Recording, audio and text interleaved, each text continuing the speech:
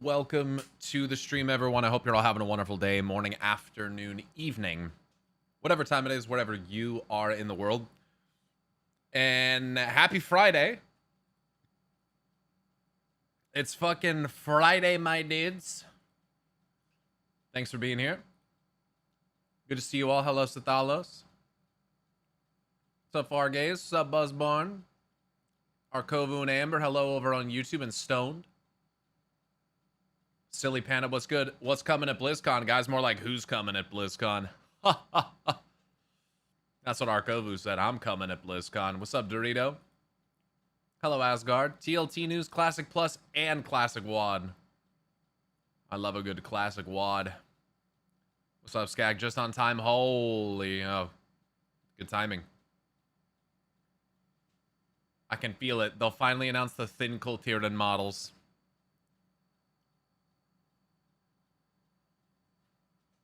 What's up, Tag? Hello, Nathan. Top Keck. Good morning. What's up, Buzzbarn? It's a good day so far, even if I've been stuck awake since after 3 in the morning. That fucking sucks. Waking up early and not being able to go back to sleep is... When it's that early, that's tough. Probably the next story teaser and maybe hint at the next patch. I think they'll show us pretty much the majority of the next patch. And I think that there is a chance that we get a TLT teaser. It's possible, dude. Playable Arathi? We already can play Arathi. You just play humans and give them the pointy ears that they already have as a customization option. Corway. That'd be nice. I would do some things under a bridge for the director's cut of WAD. I'd join you. I would join you for those things. Yeah, I can watch these interviews. I haven't seen any of them. You guys want to watch you guys want to watch these interviews with me? There's 2 of them that I heard were pretty good.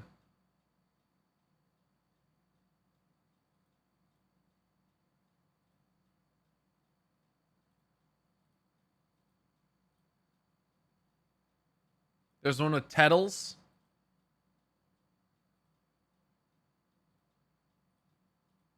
And there's one with Cyber.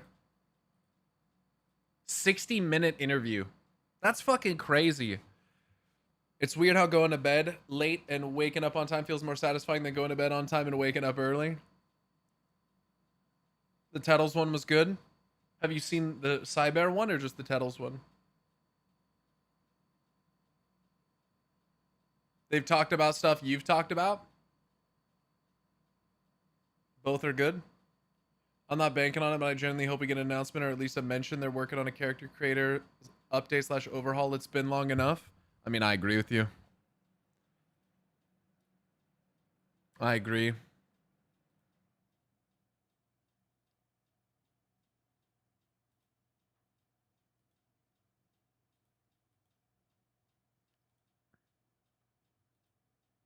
Yeah, let's check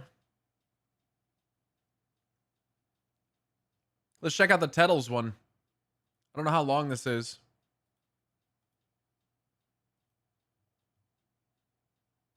Oh, 60 minutes as well, dude. They got an hour with these guys? Fantastic news.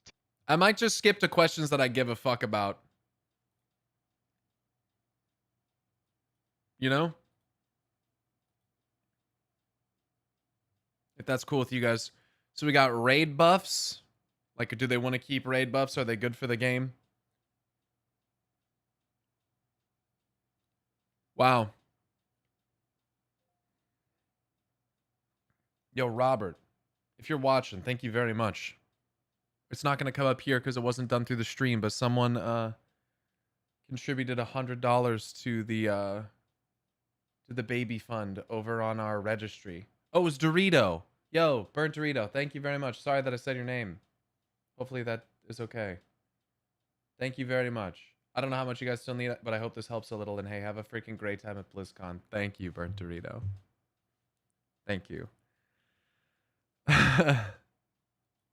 I don't know if the registry thing even working?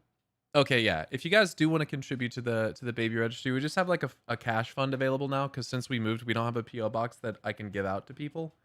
Because you know, I have to put like my house info, and I obviously am not comfortable doing that. But if you would like to contribute, you're welcome to. Character creation definitely needs a refresh. I think about all the popular big MMOs. WoW is probably the most bare bones character customization. Yo, Sour, thanks for subbing for 2 years, by the way. Maybe this will bring me the luck I need in terms of fucking trinkets. Let's be honest. It won't. It won't. It's okay, though. We can pretend, you know? We can pretend. Yo, last season, couldn't you craft a pair of bracers with just 1 spark? Didn't it only cost 1 spark?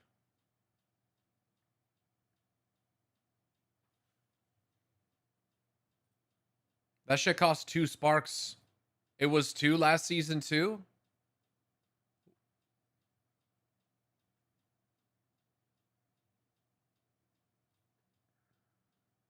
Hmm.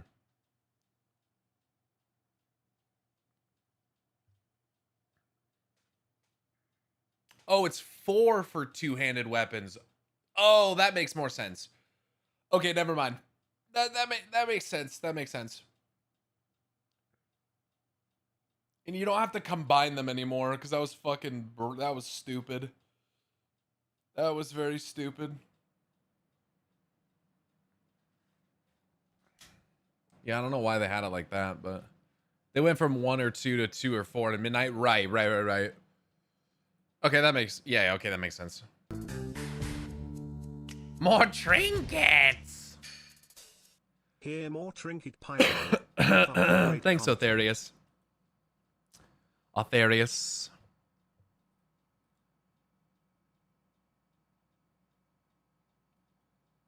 I feel like the raid buff question gets asked a shit ton. Creating satisfaction for making gearing feel large shakeups versus content, creating legendaries, add-on updates, changes to raid, 12.1 bugs, Ian and Paul's soapbox. I have a feeling some of these questions are going to be, I mean, it sounds like most of these questions are very raid focused, creating satisfaction for players, making gearing feel rewarding, the large shakeups versus continuous cycles. The irony. Creating legendaries that feel rewarding, add-on updates, changes to raid. I mean, I don't know. I have a feeling this is going to be like not that interesting, but let's check it out. Fantastic news. Today, I am joined by the Ian Hazzikostas and the senior game designer, Paul Cubitt. Thank you guys so much for taking time today to have this interview. Whenever I wrote a bunch of these questions, I really wrote them as if I was like a fly on the wall in Blizzard office. What would I kind of want to know? So for those who are watching who have never heard of you guys before, what are some of the things that you guys are most well known for? We'll start with you, Ian. Telling people to re-roll Demonology Warlocks 12 years ago. I still hear about that on a regular basis.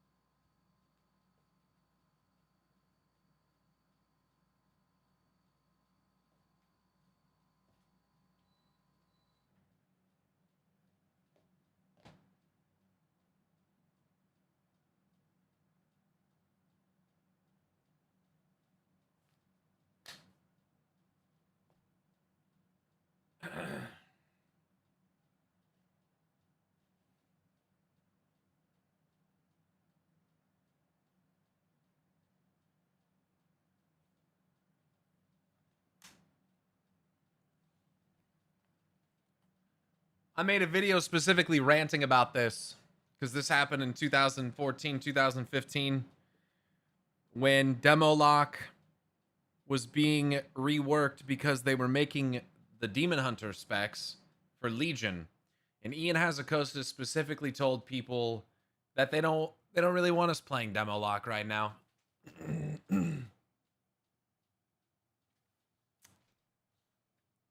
And I made a whole video. I was like, rip demonology. Rest in peace demo. That's it.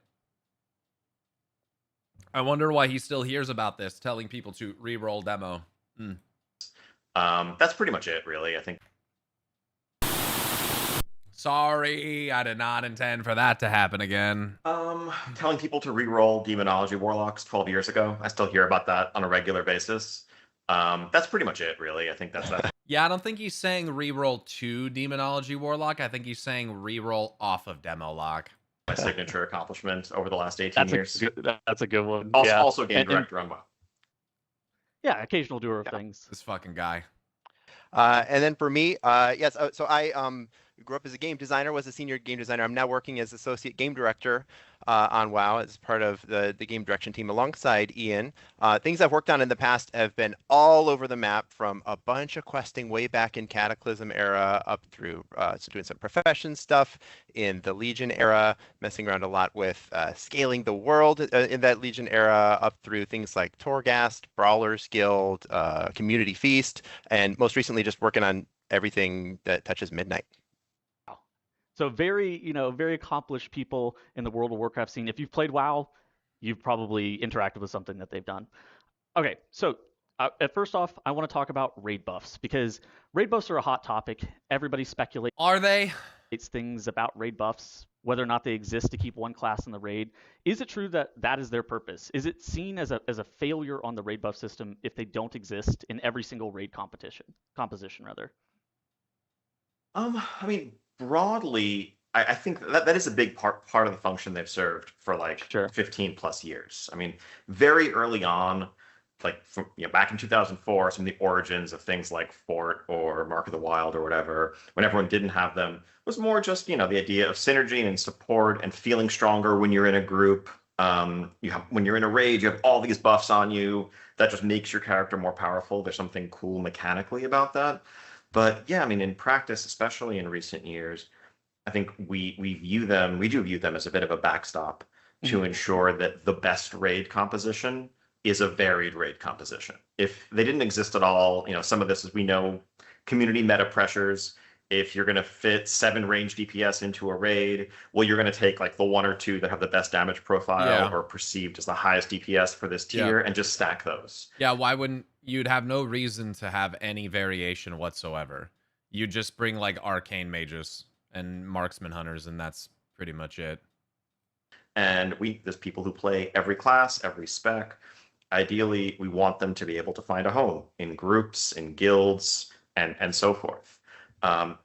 And so, while of course we do ongoing balance, I think that's like the buffs are a little bit of a backstop to make sure that if you're a pug leader putting a raid together and you don't have one of a class, you should be looking for the class you're missing before you're looking to bring the 3rd mage or the 3rd priest or whatever else. Yeah.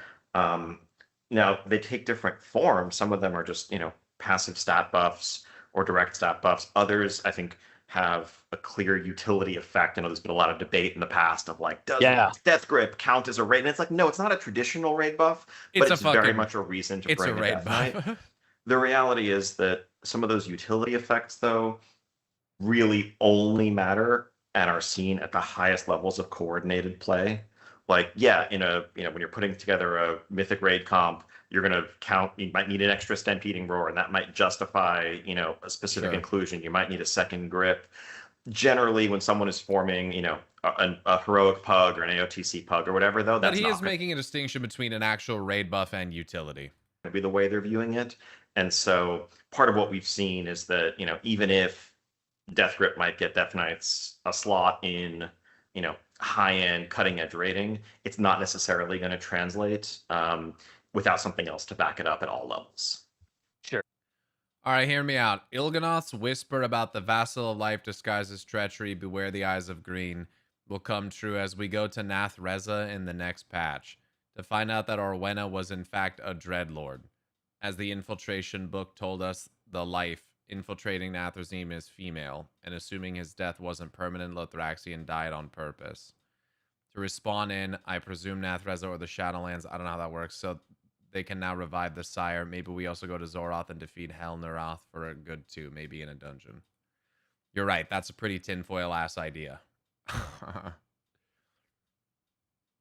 Yeah. So the thing is that the context of the line that you're referring to is pretty old, first of all, right? It's from BFA. Orwena is not a dreadlord. I mean, she gets visions from the world soul. I'm I'm pretty confident she's not a dreadlord. The infiltration book told us the infiltrating operative is female, yes, but they said that they were in Ardenweald. I don't know if you caught that part, but they are there observing the link between their realm and the Emerald Dream, right? So how Ardenweald connects to the Emerald Dream. Their operative is not outside, they're in Ardenweald. And she's already gained the trust of her target, right? I would imagine that if there actually is someone there, it's probably Lady Moonberry. She also just does some extremely sus stuff, like rifling around through our memories and encouraging us to speak to Mal'Ganis when we have him in prison in Korthia. So, yeah. I don't really think 12-2 is going to be Nathreza. I think that I just watched Xalatath like go through into a ley line connection down into the earth. I don't really think we're going to Nathreza. Plus, that'd be 2 expansions in a row where the final patch was located on another world. So, not to just like kind of shut down your idea, but I don't really think any of that is going to turn out to be true. But hey, it doesn't hurt to come up with ideas and try to think about it, right? I accidentally just put out, I didn't even realize I had a video scheduled to come out today. I just put out a new video. Do these side quests. There you go. 12.1 side quest. All right. Are there specific considerations for things like you're kind of saying with DK, maybe even Evoker with like Blessing of the Bronze? Yeah, I like, don't give a they don't fuck have about this question. And whatnot. Yeah. Okay, something that I really wanted to talk about is how to keep players satisfied. World of Warcraft's been around for a really long time, and as a personal player, it feels like WoW has kind of been moving away from the friction of like traditional MMOs, where the focus really is heavily into in-game activities like raiding, Mythic Plus. While early season with alts, it feels great not being burdened with chores, but over time, players want to maybe sometimes focus on like having one really big character, right, and progress their main. Where characters' power, it's kind of weird where they sometimes don't they'll log in and they don't feel like they have a lot of stuff that they're compelled to do, even though on paper there's more activities than ever. One of the most important aspects, I think, is... I don't know. Friction usually keeps me satisfied.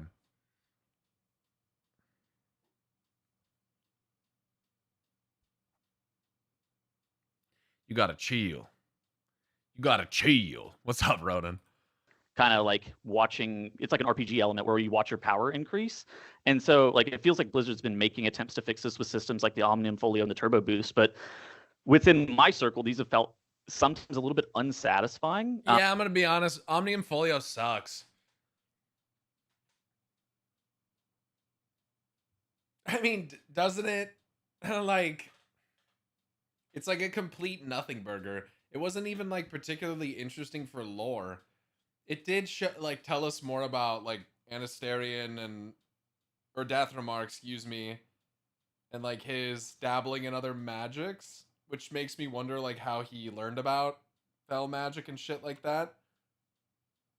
But like, I don't know. It's been bugged several times and it feels like it does nothing. I never notice it. Right, it's because it doesn't actually alter your gameplay whatsoever.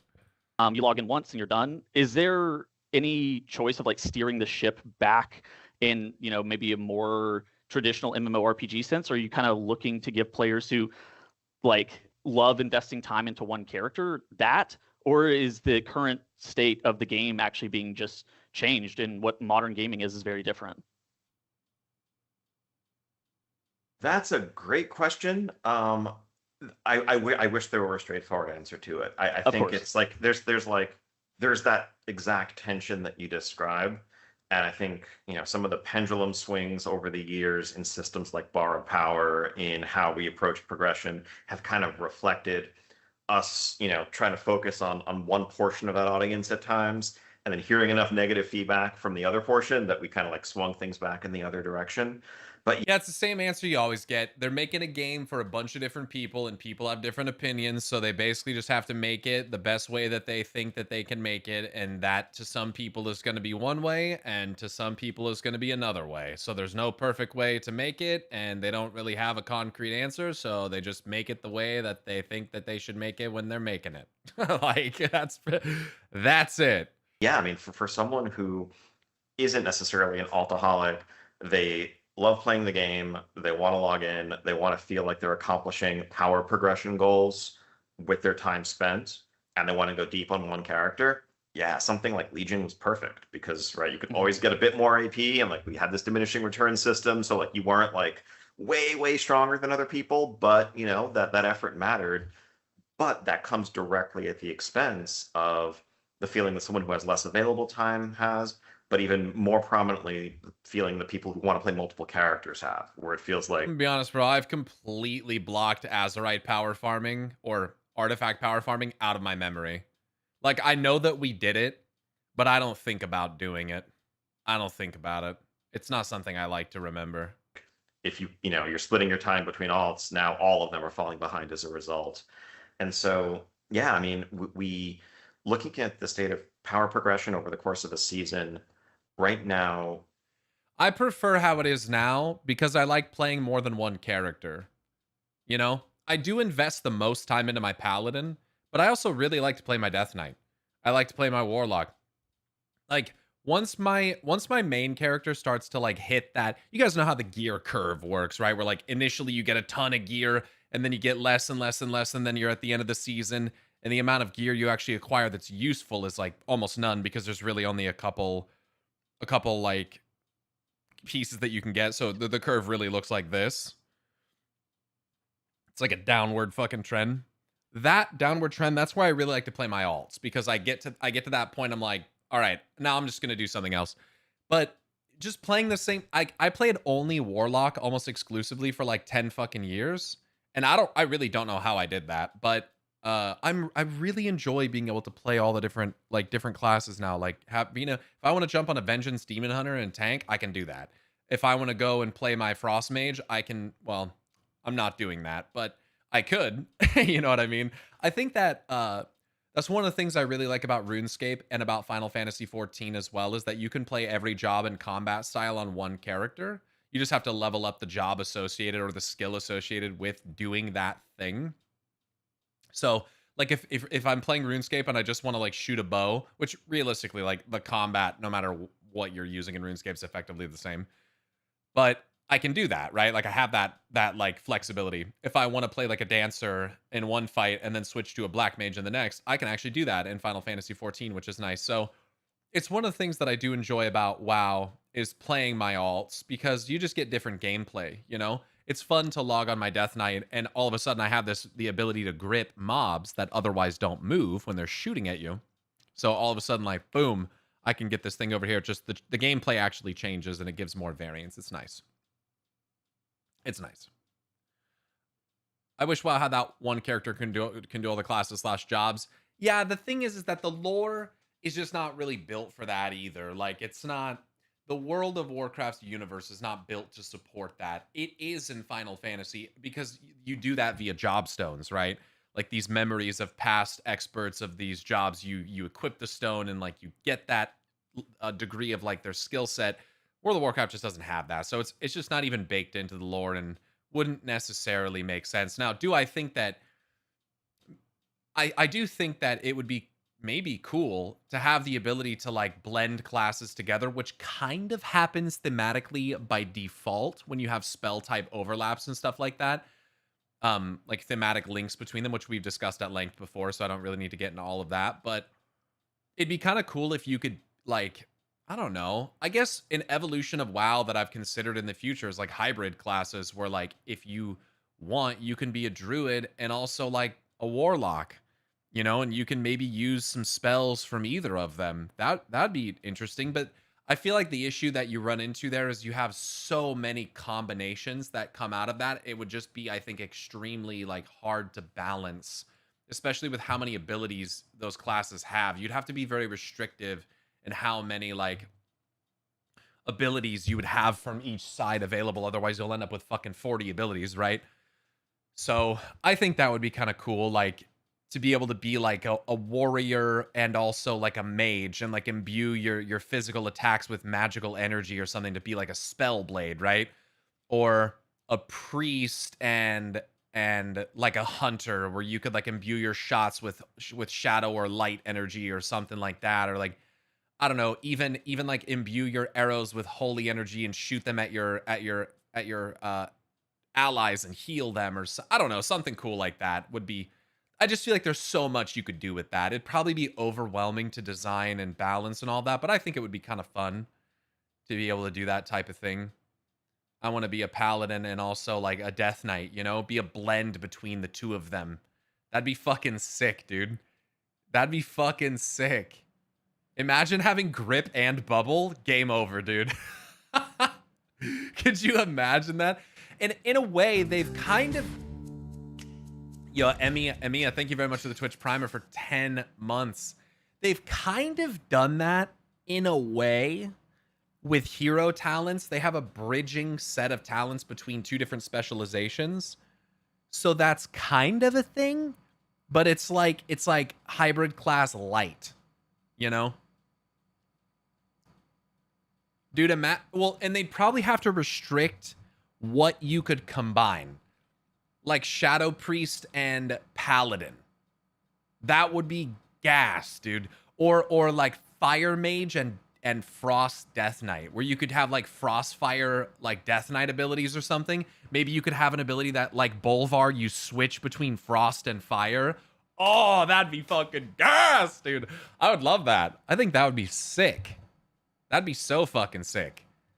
Yeah, Beastmaster Hunter and Feral Druid have a little army of like feral cats that you go after someone with. That like,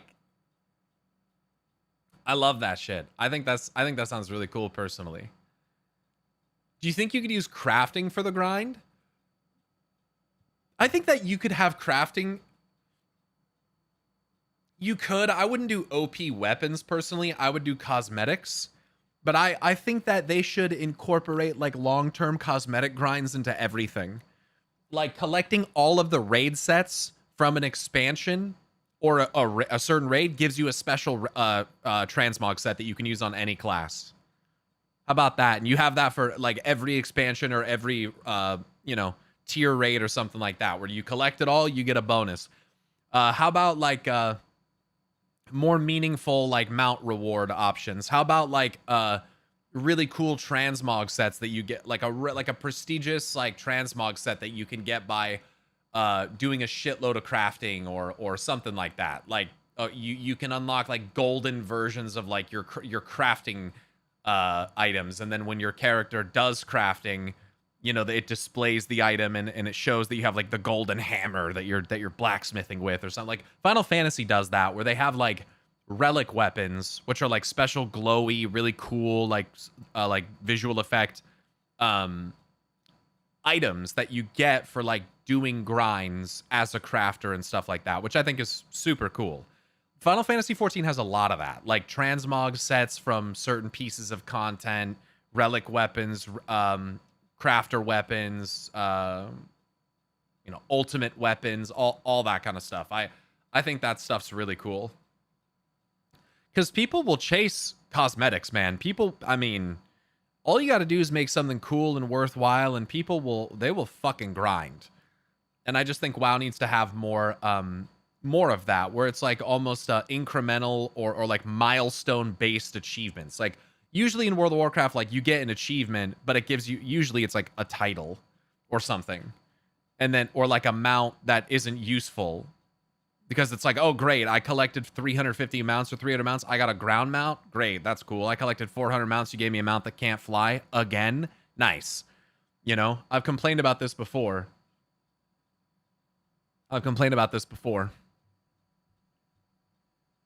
They made the grind, but with housing stuff, it's kind of F for me. It's because the house has no utilitarian value whatsoever, and you're not incentivized to use it, and you can't really show it off unless you have people go out of their way to come and see it.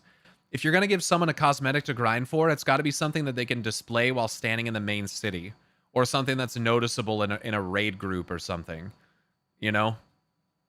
Like, there's not really a such thing as a prestigious transmog in this game anymore, really, is there? Like, the only things that was like OG tier 3 sets from the black market auction house from BMA. And outside of that, besides like maybe glad mounts and stuff, like some mounts, there's not really a lot of prestige. I guess Mage Tower, yeah, but I guess the thing is that even things like Mage Tower, it's a recolor, and part of the reason why it's prestigious is because you can't get it anymore. But if you have things that retain their grind or difficulty and stay in the game, I think that's like a better option. You know? But something only being prestigious only because it's rare, I think is lame. It should be prestigious because it's like difficult. I think rarity being the reason is fucking stupid. It should be rare because it's difficult. It shouldn't be rare because it's not accessible. Does that make sense?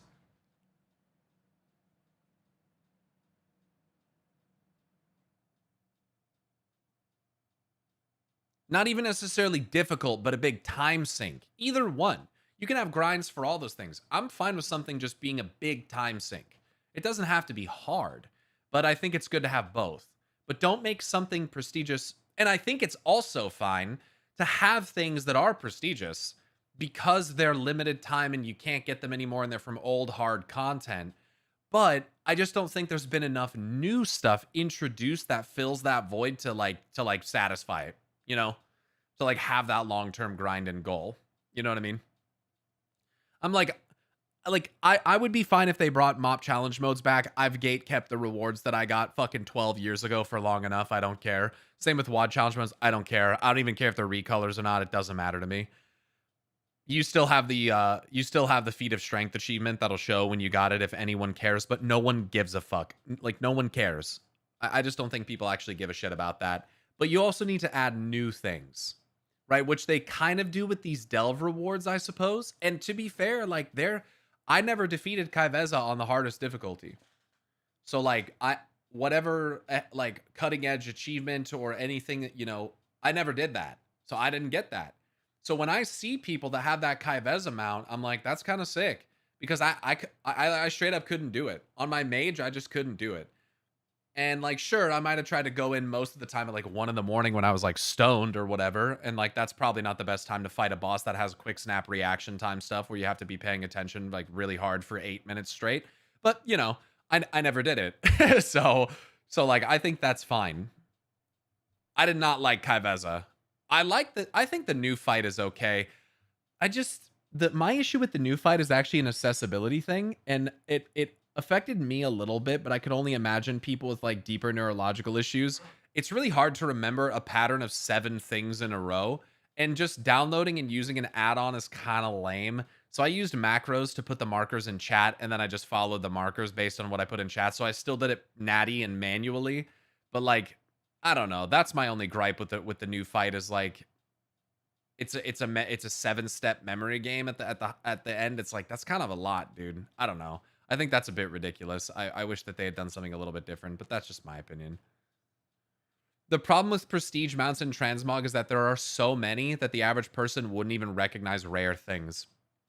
Yeah, and that's why I think RuneScape just does it better than everybody else, next to like Final Fantasy as like a close second, because RuneScape just has like highly recognizable, rare, difficult to obtain shit. Whether it's like a quiver, whether it's an Inferno cape, whether it's like Blood Torva, Radiant Oath Plate, a Max cape, whatever. Like, those are all prestigious, hard to get things. And then you have like Iron Men, hardcore Iron Men, ultimate Iron Men who get all of those things with restrictions on how they can play, which is even crazier. And like, all of those people play in the same servers as the regular people. You know? A big part of WoW is your legacy. If you have something impressive, you should be allowed to flex it and keep it exclusive. I think that that's like the mindset of someone. It gives like peaked in high school energy though, you know?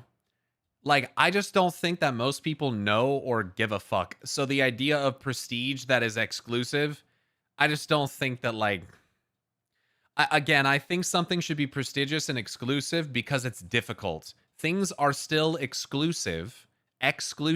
People are excluded from doing it because they are difficult. That is what should make an item rare. Not because it's no longer possible to do it. Like, think about it this way. Why is the mop challenge mode set prestigious to someone who started in Legion? Frankly, there's a pretty good chance that it just isn't, because they couldn't even play at that time. Why does it matter? Whatever.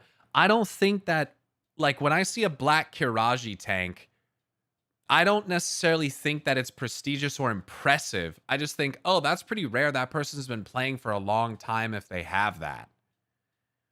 But, like, I don't know. It's just like a different era as well. I just don't give a fuck. Like, I just think things are more impressive when they're difficult to obtain. I feel like it shows commitment to the game, but you're not more committed to a video game because you started playing it before someone else. Because you see that the player next to you is playing the game for a long time. Right, but is playing the game for a long time impressive? It's like, so like you're 50 and you started playing when I was like 5. Am I impressed? I don't know. I think it depends on the person. If I see a Scarab Lord in retail, my first thought is, oh, he probably bought that account.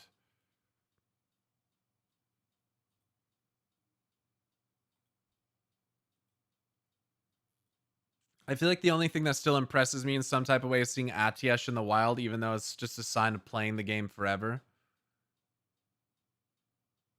Honestly, I feel like I would be. I started playing in TBC and bust a fat one when I see a black battle tank. I don't know, man. I think it's, I personally think I'm like a challenge mode set is more prestigious because it's actually like difficult. Like, it's not just, you don't just have it because you partook in an event that happened fucking 20 years ago. It's like baby boomers bragging about buying a house for 5K just because they got a nice spawn timer. Yeah. I don't know.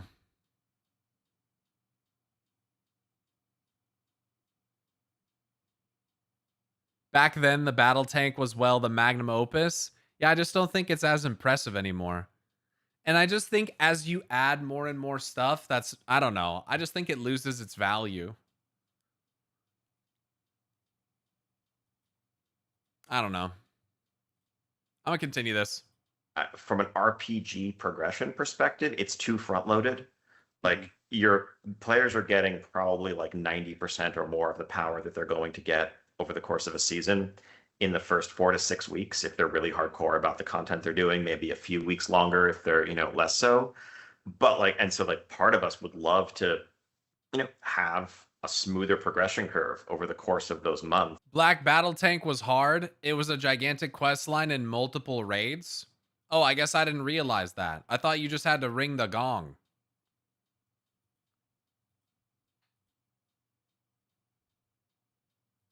But in order to do that, you had to do like a big quest line or something?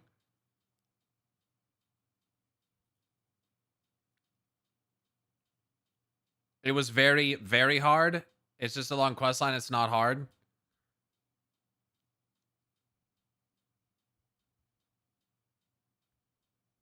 Guilds just farmed it for ages.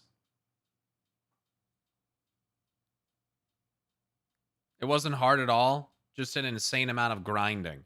Well, I think there's prestige in a long grind.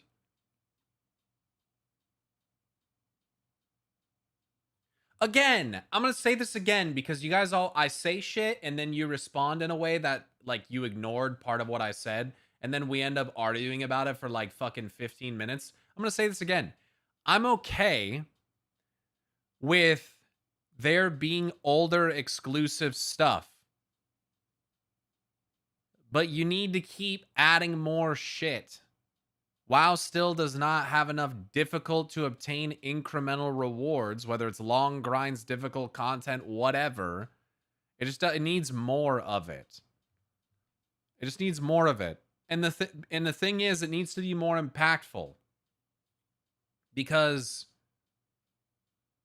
the more of it that you have, the less meaningful it becomes.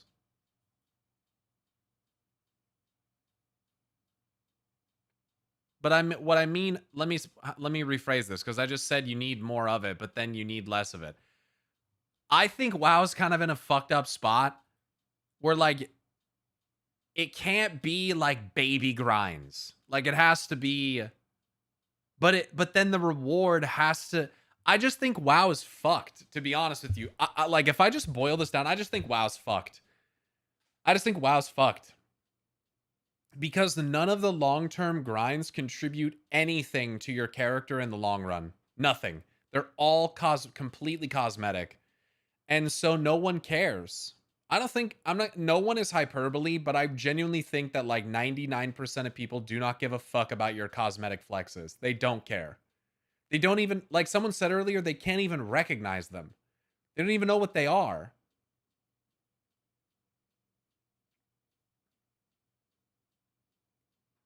And so, like, what? You can go farm these mobs for hours and days to get, like I farmed sky crystals, right? Sky shards to get Alani and Mop. But now that doesn't mean anything. Because there's way too much of it. So when I say that you need more, I mean, like, big fucking grinds. Like, collect every fucking transmog set from an entire expansion set of raids, and you get this special super badass one. But even things like titles, people don't give a fuck about that. People don't give a fuck about that stuff. Like relic weapon grinds type shit. Yeah, maybe like ARR relic weapon grinds, because like some of them, like Shadowbringers and stuff, they're not even that much of a grind. But yeah. I don't know. I think also a sign of like a healthy MMO, and you tell me if I'm wrong here, but it's like that a meta exists in more than one way.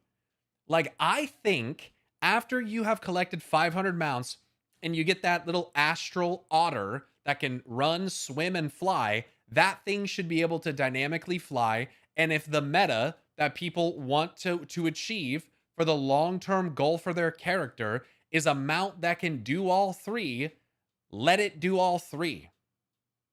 But it can only do standard flight, which is fucking lame. That's the kind of, like, that I will never stop being butthurt about this. Because you do not actually get anything, and half the reward mounts are ground mounts, I stopped caring about collecting mounts, and I spend less time playing the game doing that as a result. I just don't do it anymore. Because there's no point. More and more and more mounts, but like, it's just the same shit. It's either on the ground or it can fly. Some of them can swim. I would love to have a mount that I can get on that can do all three. And if you show up somewhere and you see 3 or 4 people riding this mount, you might look at it and say, why are they riding that? And then you find out, oh shit, that can run, swim, and fly? That's fucking sick. I want to get that. And then you're like, what do I have to do to get that? And then you look and it's like, I have to collect 500 mounts? Damn, well, I better get on that. There's nothing like that in WoW. There's nothing like that. It's all cosmetic shit. It doesn't mean anything. You know? That's what I'm talking about.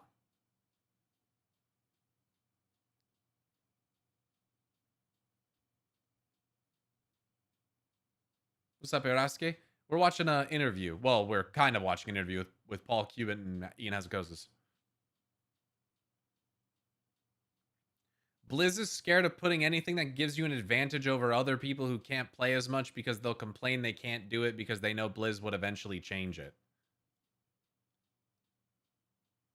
Fuck them. You got time to farm mounts. You want that reward? Farm some mounts.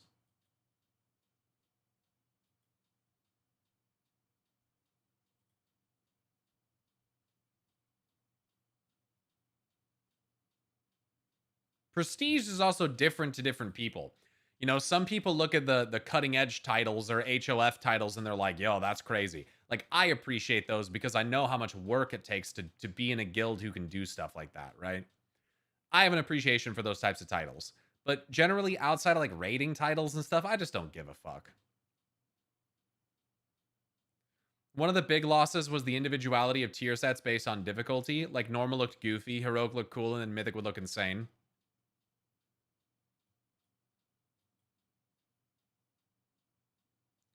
What if you get insanely cool class VFX if say you did 100 keys over 16 to 18? That'd be kind of sick, and maybe they made it so it didn't like matter which season it was. You just accomplish that and you get something, you know? You could do seasonal, but I don't think you should. I don't even have titles enabled in game, nor do I. It's just clutter. OSRS established long grinds gives you an advantage from the jump and stuck to it. So it's like an expectation issue with the wider player base. Yeah, I understand. RuneScape's a grind. It's the whole game is a grind. But it's so worth it. And once you get the items, they're like almost permanent upgrades, man. Depending on your account build, they're like the best piece of gear that you could possibly wear. That's what mounts are like in Guild Wars 2. In that game, each mount serves a specific purpose. Raptors can leap super far horizontally. The Springer's slow, but can jump mega high vertically. The Skimmer can hover over water / dive. The Jackal can teleport short distances and be used to traverse portals found in maps. That's kind of cool. It's like the different Chocobo types. Prestige in games should be about skill, not about artificial scarcity. I mean, I agree. I agree. And, I mean, yeah, I mean, that's one of the things I like about HOF. Is that it's skill. You gotta like get it. You're like racing to get it done, and the better you are, better your chance. That's why I kind of like the Mythic Plus mount rewards. You know. It also solves some other problems, like feeling like gear can help you overcome challenges that you're struggling with. And so I think like because gear is so front loaded, we need to do things like progressive raid buffs or systems like the Omnium Folio or just I do think a mix of both is good as well, because if you're just like a really fucking good player, nothing will ever feel like that prestigious to you because you'll just do it. I do think like time commitment is a big factor as well. I think RuneScape has like the perfect combo of those things. I mean, honestly, Final Fantasy is pretty good about it too. There's things that are just like grindy. There's things that are really hard, and there's things that are both. And I like that a lot. It's what keeps me coming back to RuneScape. Targeted blanket nerfs to help groups that are missing, can't meet a DPS check feel like there's Skill issue. hope on the horizon, that something is going to help them over that hump. It used to be that you just keep getting stronger, stats wise or gear wise, and You can turn off titles. Hold on, let me hear this again. Over the course of those months, it'll have a smoother progression curve over the course of those months. It also solves some other problems, like feeling like gear can help you overcome challenges that you're struggling with. And so I think like because gear is so front loaded, we need to do things like progressive raid buffs or systems like the Omnium Folio or just targeted blanket nerfs to help groups that are missing, can't meet a DPS check feel like there's hope on the horizon, that something is going to help them over that hump. I'm like conflicted about that. Because like I don't think that we would have got as far last year without the additional buffs that we got. You know? I get it.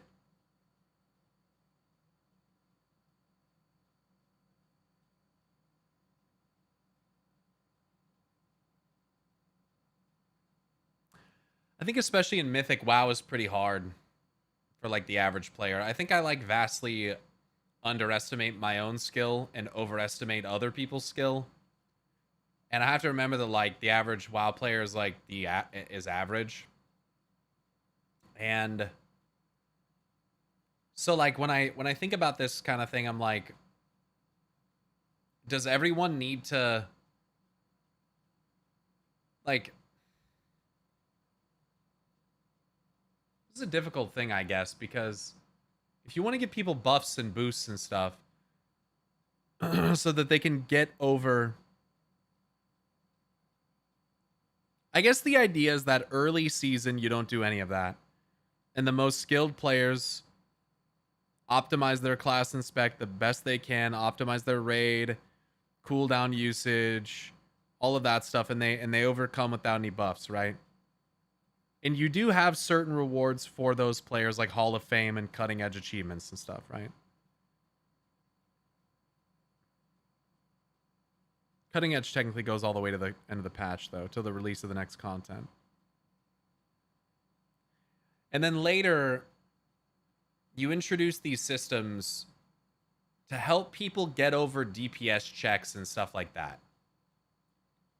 And I guess the idea is that they don't want the content to remain out of reach or inaccessible to too many people. So they give handicaps towards the end that make that content easier, right?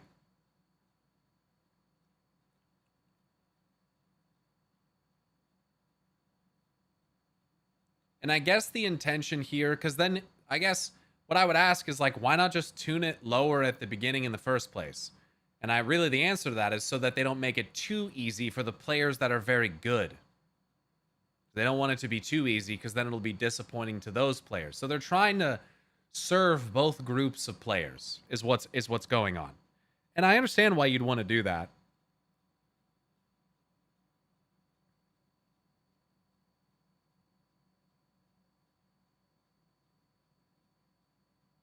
I guess I just wonder, like, why add borrowed power systems instead of just like nerfing the fight?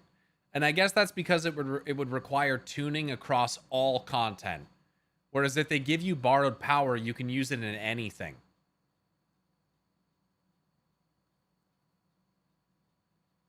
Right? Otherwise, you have to do way more tuning. So it's like, what choice do they have? Like, I think that especially when you play in like a really good guild, it's easy to forget that like that's not normal.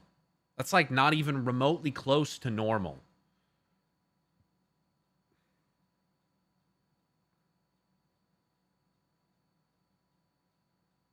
The average guild, the average raid is just like not like, even the way that our raid treats the raid is so much more invested than like the average group. It's so much more organized. Like the average raid group, they're not going to assign who's getting tier. The raid leader's not going to tell you. They're not going to pull guides and discuss all the fights before they get to them. They're not going to optimize their crest usage. That's not things that normal, like the average player does. That's exceptional behavior from people who treat it more seriously. So I guess the idea is that, like, especially because there are rewards that are easier to obtain when you do something when it's current content, the idea is to smooth the curve so that the best players aren't having too easy of a time and the more average and mid-core players aren't having too hard of a time.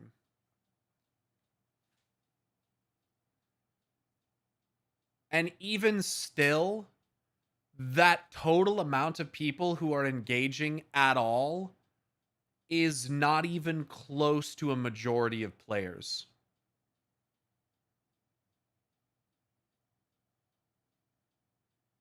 I think perspective is just such an obviously key factor in informing. I mean, it literally is how we look at everything, right? Perspective is just blinding. It's very easy to like live in your existence and develop a sense that like what you do is the norm. And like not recognize like when you're doing things abnormal or exceptionally or you know. And the thing that the Blizzard devs have to do that's really hard is they have to think about them all. We sit in our skill bracket and we want content made for us. And everyone is in a different skill bracket depending on, where, depending on your skill. But Blizzard has to try to figure out, how do we make something for all of those people? Without just having the attitude, well, like, fuck you, if you can't do it, you can't do it. Because that's pretty discouraging. And I do feel that the gap between heroic raids and mythic raids at times can be quite large. So it's not like they're that close to each other, where it's like you make some minor improvements and now you can go do mythic. Like, no, sometimes on these fights, the strat completely changes. It's not even the same at all. I don't know. It's got to be hard, man. Fucking complicated thing to try to solve. Solve for X when X is actually variable all the time.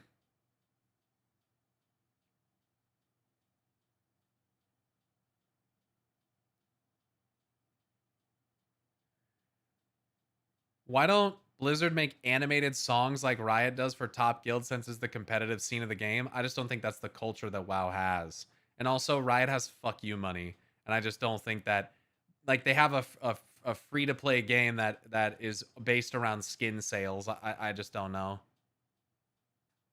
It's okay if not everyone can do Mythic.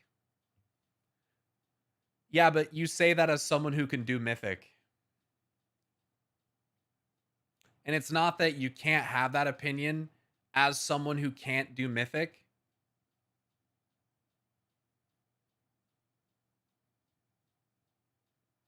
But when you have people that are trying to do Mythic and want to do Mythic, it's Mythic is easy as fuck, to be honest. People just have a mental barrier. Yeah, you guys are so in your bubble, dude. It's fucking crazy. It's fucking crazy.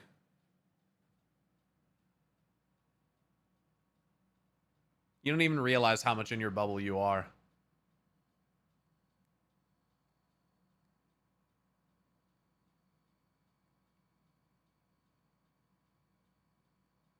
I think that you guys are just kind of...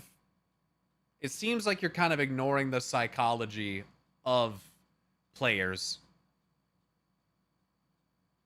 I can't do Mythic and I'm okay with not doing Mythic.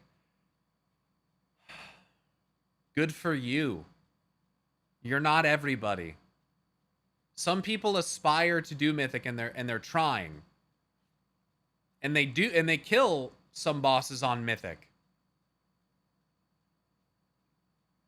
It's easy to say it's okay if others can from the perspective of someone who already doesn't care. Others can or can't, yeah. There are plenty of people who want to but can't. So there's different attitudes that you can take towards this dilemma. You can say, oh, get good. But is the game doing anything to help people actually get better? Is there anything that promotes actually improving your play? Does the game facilitate anything like that? Add-ons? That's not in the game. Jesus fucking Christ, man.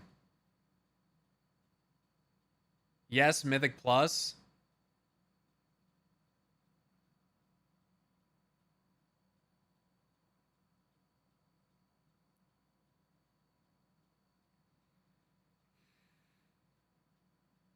It's so... I'm just gonna say, dude, like, I'm gonna appeal to authority on you guys real quick.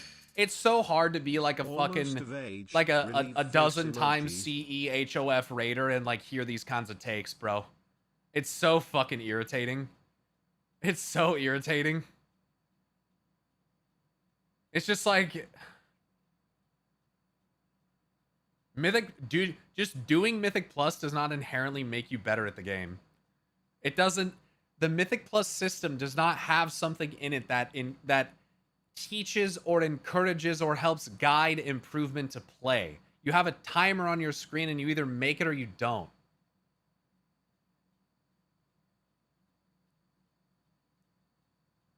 What I'm saying is that I just don't know if the game like has anything that actually like facilitates or helps you become better? Can you use a specific system like Mythic Plus if you're of the mindset to practice and get better to get better? Sure. But what you guys have to understand is that there's a lot of players who don't even know what they need to do to get better. Like, there's this inherent problem of you don't know what you don't know. How do you know what you're supposed to improve on? How do you improve on something if you don't know what you're supposed to improve on? That's kind of what I'm trying to get at. There's a lot of fucking players who are like that. They don't even know what they should look at or how to even start to tell if it's like a damage issue. How do I even begin to learn what to do more damage? And I think that those of us that have been playing for a long time, it's obvious. Like it would be to anyone who has more familiarity with the game or field than other people, but everyone is not us. That's why perspective is blinding, because you operate out of your perspective with the knowledge that you have, and you don't consider that other people don't have that. So you look at it one-dimensionally from the way that you see it, not really from how other people are seeing it.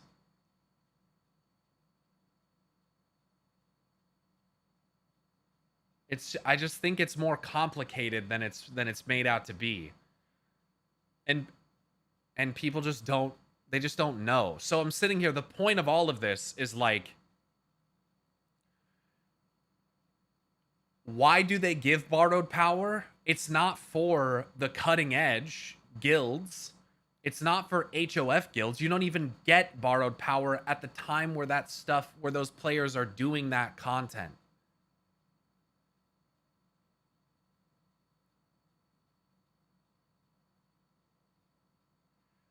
There's no way to do so in game, right? Because there's nothing implemented. Anyone that really wants to improve their play are effectively required to go outside the game to find guides on places like YouTube or Wowhead. Correct. And some of that's not even correct. Borrowed power doesn't teach you anything, so no one improves. Right, I understand. So what I'm saying is that because there is no design of something in the game that actually teaches you to improve or can help make you better, Blizzard has to consider, the Warcraft team has to consider the psychological effect on those players bashing their faces against a wall. Look, if you're not killing the boss and you're having fun, fine. More power to you. I mean, shit. But like, what can Blizzard do to reduce that difficulty in the most general way?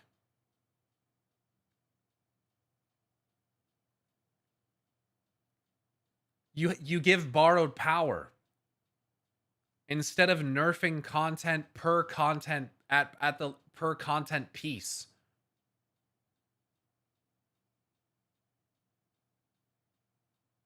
That's the thing. I think that's one of the things that makes MMOs a bit difficult, especially WoW, is that nothing in the game tells you like anything. Like, how do I know what stats that I should even get? You guys only know because you go and look at a fucking Wowhead guide, or you look at Sims or something like that. You know what I mean? You would not be able to tell me which stat was actually better for your class if someone else wasn't telling you first with mathematics, would you? I almost guarantee that we wouldn't know. How do I know if mastery is better than haste? How do I know? How do you figure this out? Like, the game doesn't really tell you that much when it comes to this kind of thing.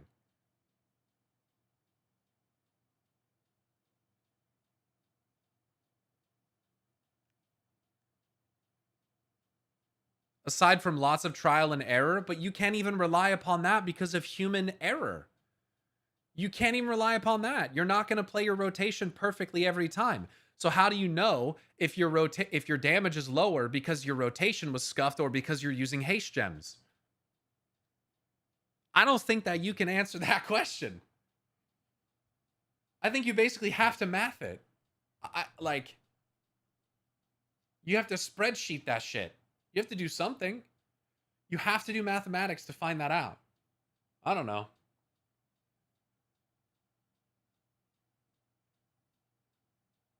They don't play Mythic either, so they don't care? Who doesn't?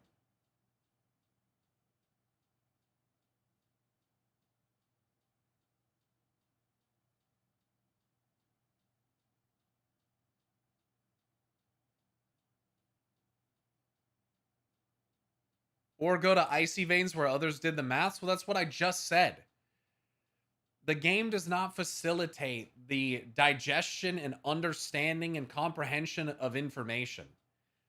So if you can't, again, I'm not saying can't, but I just think what's easier for Blizzard?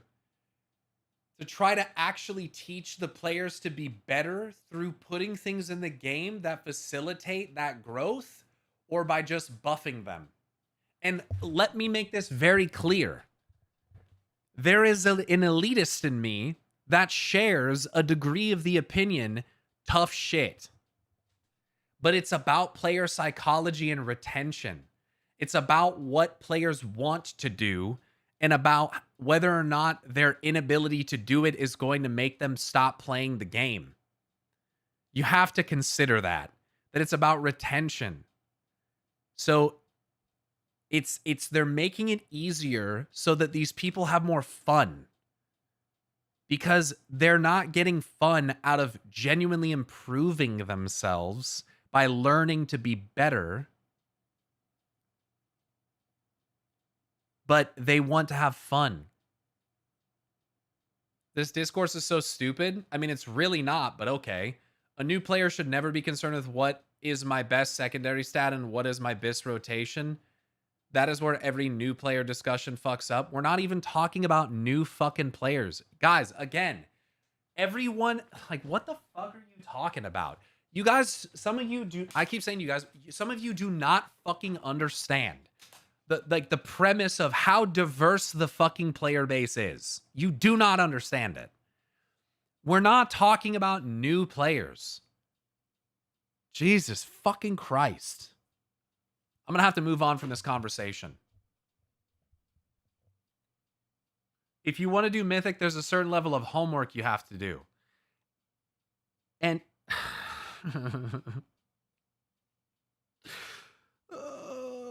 and you know that as someone who does Mythic, you guys are really vastly underestimating the variation in player skill and understanding.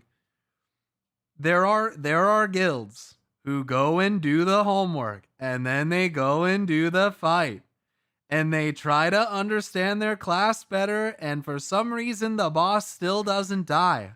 Why? Why? Skill diff. Skill issue. Why? You guys don't fucking get it, do you? You really don't fucking get it. Why?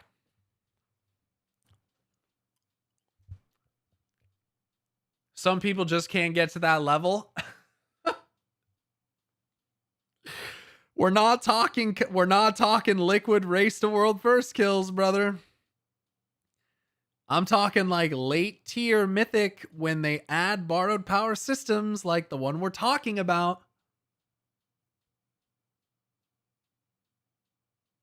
They literally created a one button rotation mode to account for the skill gap. How do people not understand that some people are just bad? The one button rotation is not to account for the skill gap. Oh my fucking God. Oh my God. Some of you guys are so fucking annoying. The one button rotation is not there to account for a skill gap. The one button rotation does significantly less damage than doing the rotation properly.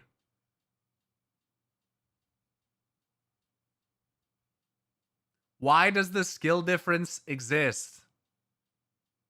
Physical skill gap, sure. Huh. Are people really this naive and ignorant or just trolling? No, they really are. If a game requires you to go out of the game sources to learn how to play better, the game itself has failed on a fundamental design level. While I don't disagree, You guys are not getting what I'm trying to get you to see the answer, but you don't see it. It's so deeply ironic. Time and effort. You guys don't understand. Oh my god, it's driving me crazy. You don't get it. You can still get the perfect in-game tutorialization, but people will still fail. Not the point. Not the point. Holy shit, dude. I'm like trying not to just like blatantly spell this out for you, because I'm trying to get you to come to the realization yourself, but I don't think it's gonna happen. It's because they don't got enough add-ons. No, that's you're trolling, but it's not that either. It comes back to the same thing that I said before. I've already said the answer. Because they like dudes. Whoa, retard alert.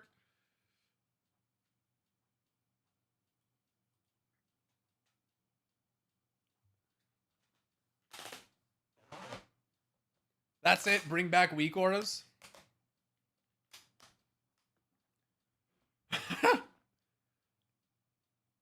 It's simply because people don't know what they don't know.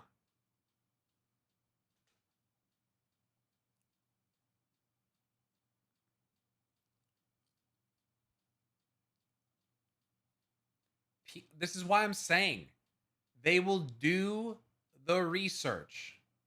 They will look it up. They will do this so-called homework. Even if they improve in one area, it may not be enough. But sometimes you've done the research, you've done the homework, and it doesn't click. Because there is something that you can still do. But without someone who knows to tell you what it is, it's incredibly difficult to see it.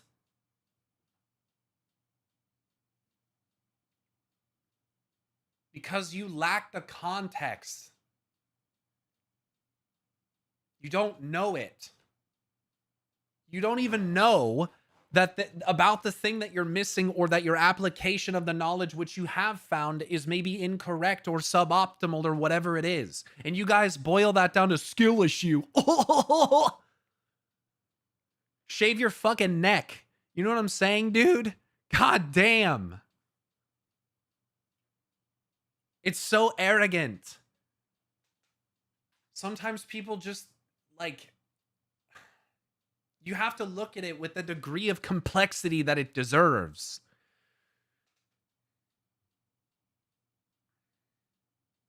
Right? That's the point. Pyro, or we just accept the fact the population of WoW is diverse enough that some people can do it and some people cannot. Right, but my God! This is not about you! It's not about you! You can't tune the entire game to one audience. This is not about you! There are too many audiences to account for. Right, we're talking about a specific, like, bracket of players. We're talking about why do they put in something like a borrowed power system? He literally just explained this.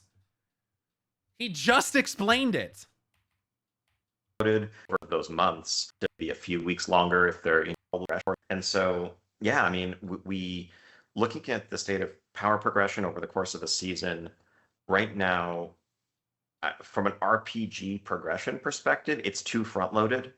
Like, your players are getting probably like 90% or more of the power that they're going to get over the course of a season in the first 4 to 6 weeks if they're really hardcore about the content they're doing, maybe a few weeks longer if they're, less so. But like, and so like part of us would love to, have a smoother progression curve over the course of those months. it also solves some other problems, like feeling like gear can help you overcome challenges that you're struggling with. And so I think like because gear is so front loaded, we need to do things like progressive raid buffs or systems like the Omnium Folio or just targeted blanket nerfs to help groups that are missing, can't meet a DPS check, feel like there's hope on the horizon, that something is going to help them over that hump. Do you hear what he says there? It's the psychological aspect that so many of you just do not comprehend. They're trying to give these players hope so they don't get fucking burnt out and quit the game because they want to challenge themselves with harder content, but the way that it's tuned initially, which the really good players don't care about because they've already fucking done it. So then do heroic? And what if heroic is too easy? Bro, I'm gonna bury you if you keep I'm gonna fucking bury you in a minute. I swear to God. Like, we were a heroic guild 2 tiers ago. We were a heroic guild, and it's too easy. It's boring. We literally are the guild that benefits from this system. Do you understand this? It's us! It is literally us! Jesus Christ! We didn't get cutting edge last season. It literally helps us.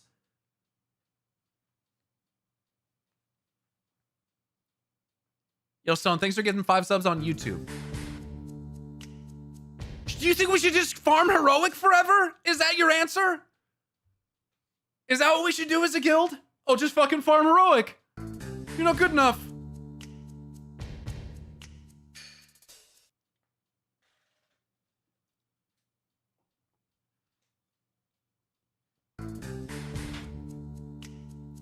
God damn. Ark did get one. Yeah, nice. Yo, Philita, thank you very much for getting 5 subs on Twitch. Thank you. God damn.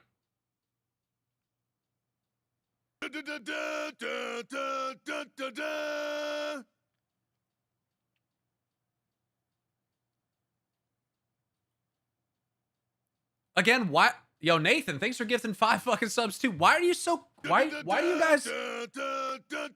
Why do you guys insist on being so fucking cutthroat about how casual people are being given little buffs to help play the game? I don't understand it.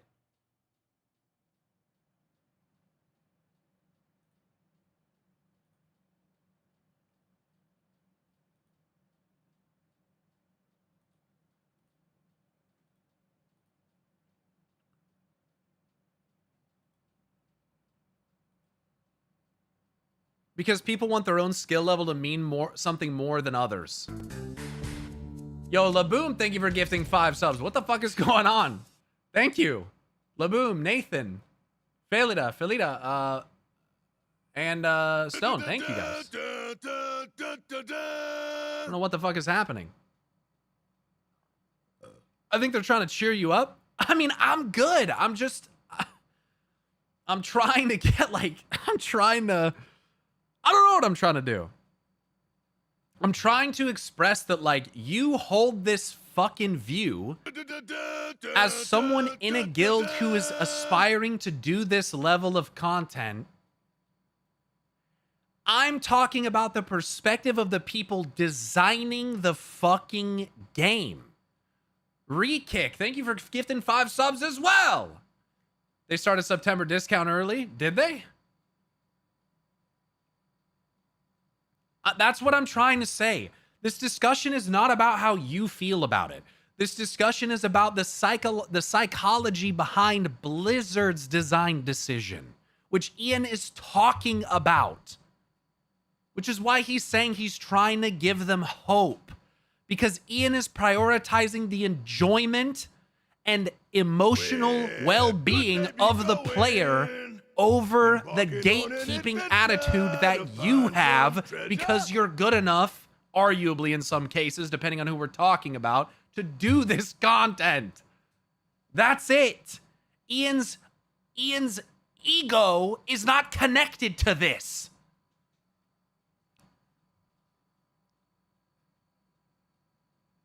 Yo, Sanctus, thanks for gifting 20 subs, bro.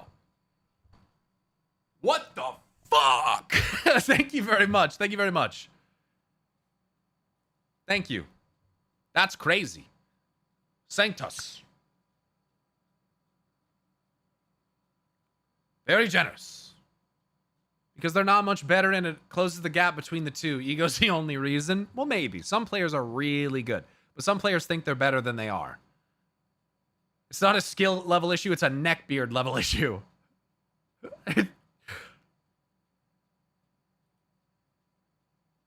Thanks, Felida. I enjoy the passion and lore. Keep it up. Thanks. You cannot kill hope.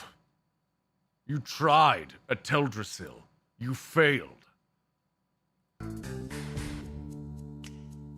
It just feels like it's a shitty solution. They should add proper tools so at least some people get the actual future-proof help they need, like more feedback on their performance that's actually has value and not to flex on people. And I agree. I agree. But I think my educators in chat and people that have worked in that system would probably agree with this. It's hard to get people to learn, and it's hard to build tools that give meaningful feedback to get people to learn and get better and smarter at things. It's not easy. It's easier to give the Band-Aid fix that makes the content temporarily easier for all players than it is to actually teach someone to be better at something in the long run. And ultimately, as long as they retain the player and keep making money, they don't care. I don't think they care. Blizzard does not have an agenda or goal to get like, well, maybe they do technically, but I don't imagine, I don't think that it's that important that they get more people into the mythic content. Like a substantially like higher amount of people. I don't think it matters. I think as long as people are playing the game and engaging with it, that's all they give a fuck about. I think that we probably care more about it because it affects our experiences in groups and raids and guilds and stuff.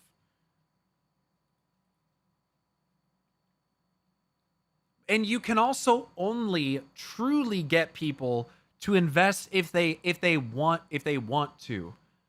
So there is also a lot of complexity in like, you know, if they don't want to, how serious are they taking it? Would they actually stop playing anyways? Could they be going? Embarking on an adventure to find some treasure? Thanks for the 10 gifted subs, Gumby. I appreciate that. Thank you. Sorry, I'm not actually angry. I just like, I think this is why I don't know if I'd make a good teacher. Because it's like, yeah, it's difficult. It's difficult to get people to see the myriad perspectives and complexity of a situation like this. Thank you very much for gifting 10 subs. That is very nice of you, of all of you, for the gifted subs just now. That's crazy. We're over 800 fucking subs. What the fuck happened? What the fuck just happened?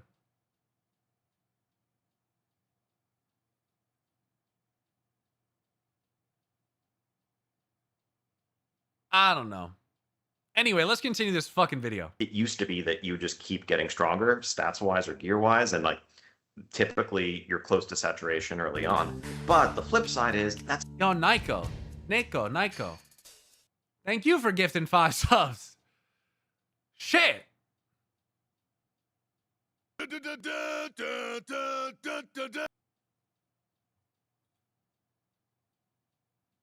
Thank you so much. I don't know how it would work, but a system where you can solo do boss fights in the current, where if you fail your mechanic responsibility, the raid wipes. I think something where you can practice the actual content that shows you when and how you fail could be beneficial.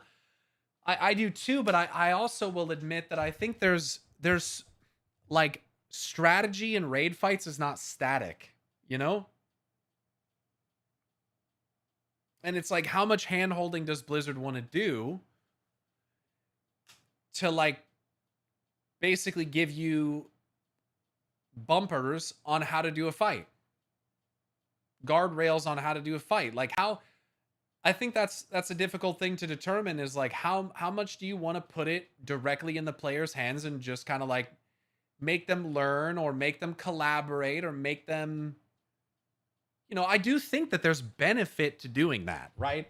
I understand not wanting to just like hand people raid progression for this. Like, I'm not sure that it is the most healthy thing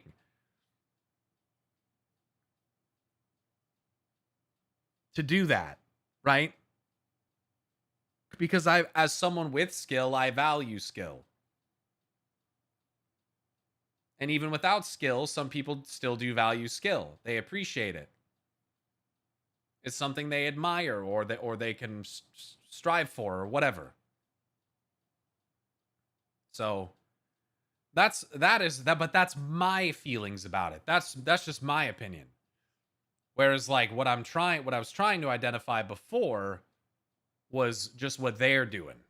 I don't know. Let's move on. It's amazing for alts, as you noticed, right? Like, right, people want to play stronger, stats wise or gear wise, and like typically you're close to saturation early on.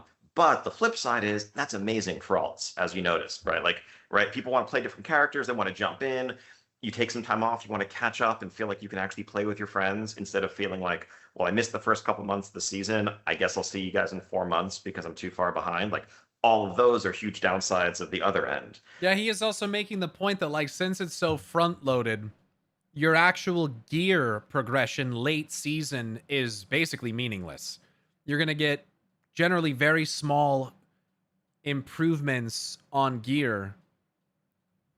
And if gear is like one of the things that typically would have helped you get past something, if you're hitting walls, you're not really going to get gear that's going to do that. Like, gear's not really going to help you anymore. And so we debate this a lot. It's something I'm sure. I hope, like I would love, hopefully when, this conversation kind of trickles out and fans out across the community, I can't wait to hear all the discussions around this exact topic and, what players from different perspectives, what eras they've liked and what ideas they might have for what they think would feel satisfying to them. Because we could use help, frankly. Let him know. He just said it. It's hard. It's hard. And everybody has a different perspective on it based on their experiences and their skill and where they sit and the attitude that they have for people of greater or lesser skill. And I think that ultimately, like, they need help because, I mean, I don't know that it's a situation that you can resolve. I think the only thing you can do, and the only thing that I could advise, is putting something into the game that meaningfully teaches people how to become better at the game. Teaching like more fundamentals of play, interrupts and movement and but then again, it's like, should the game have to or does it need to tutorialize everything like that, or is that just part of the learning curve? And you settle into the curve wherever you settle. I don't know. I think that's a hard question to answer. How much do you tutorialize your video game? I don't know. It's a tough problem. Yeah, and just to add on to that, this is not an area where when we look at the state of how you get gear from Mythic Plus and raids now, added in things like the Omnium Folio or even the Corrosive Codex in Curse of Ulutech and whatnot, that this is sort of the agreed upon, like, this is how itemization or progression will always work. We're always going to keep making adjustments. We're always going to keep listening to feedback that comes from the community, and also just injecting novelty into the game, because there lies danger when we say we have solved character progression, this is how it's going to work for forever. We're always going to be looking for either new ideas or looking back to the past for inspiration from systems like Artifact Power or systems from other itemizations tools that we've used in the past. So yeah, it would be great to hear feedback from folks, and also know that these are balancing issues that we keep in mind as we're sort of starting to plan what we're building next. It's still going to be hard for a lot of players no matter what they add, because people have anxiety doing things with people kicking for simple mistakes, etc. That'll degrade performance. I've been in plenty of raids where the raid leader just kicks people after 1 or 2 mistakes. Usually the fucking raid leader is one of the worst players in those kinds of groups, but 9 times out of 10, I feel like the pug raid leader is a fucking trap. Like, he's probably the worst player in the fucking group. But yeah, I mean, that's a player psychology thing. And that is a completely different issue that you have to try to tackle. It's like the perceived meta, you know? People that in their 10 keys, they want to get the meta because that's the only way to play. You know? Adarius, thank you very much for the 10-month resub. You started watching the pod? Nice. I hope you enjoy it.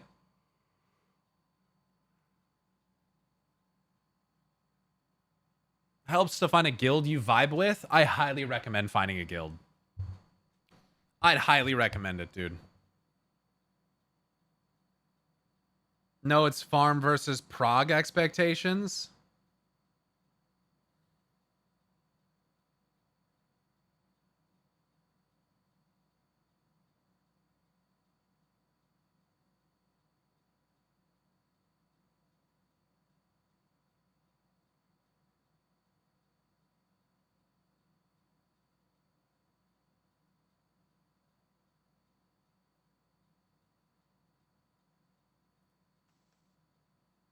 Perfect answer. I think that like it kind of encompasses like the satisfaction of what it means to play an MMO, right? That's always gonna be a tough thing.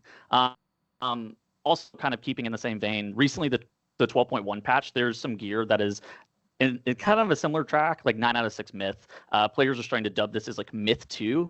And Ian, you had a recent Cyber interview where you stated that for a lot of player, gear is a means to an end, staying in line with character progression. How do you make gear feel rewarding yet not impede players' goals with the content itself? I've noticed things like crafting the vault and the catalyst make it hard to feel like you earned the gear, but also there's like an apathy that some players have where they're like, I can't play the game if I don't have it.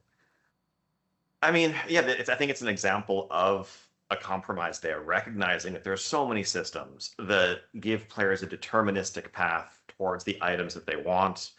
Void cores being available from the start of the season now, and as we saw them roll out the second half of last season, are a piece of that. So yeah, on the one hand, it's easier than ever to get the vast majority of the gear that you want. But on the other hand, like, yes, for many players, gear is a means to an end.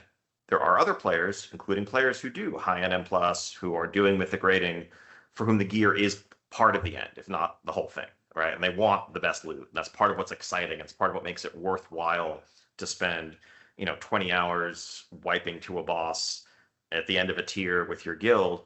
You want to feel like you're getting an upgrade for that. You want to feel like you're getting something particularly powerful. It is kind of a bummer to, clear a tier, you get your cutting edge achievement, maybe you can get your Hall of Fame achievement, and you're looking at the boss corpse, and it's like, there's, it's actually not, that part's not that exciting.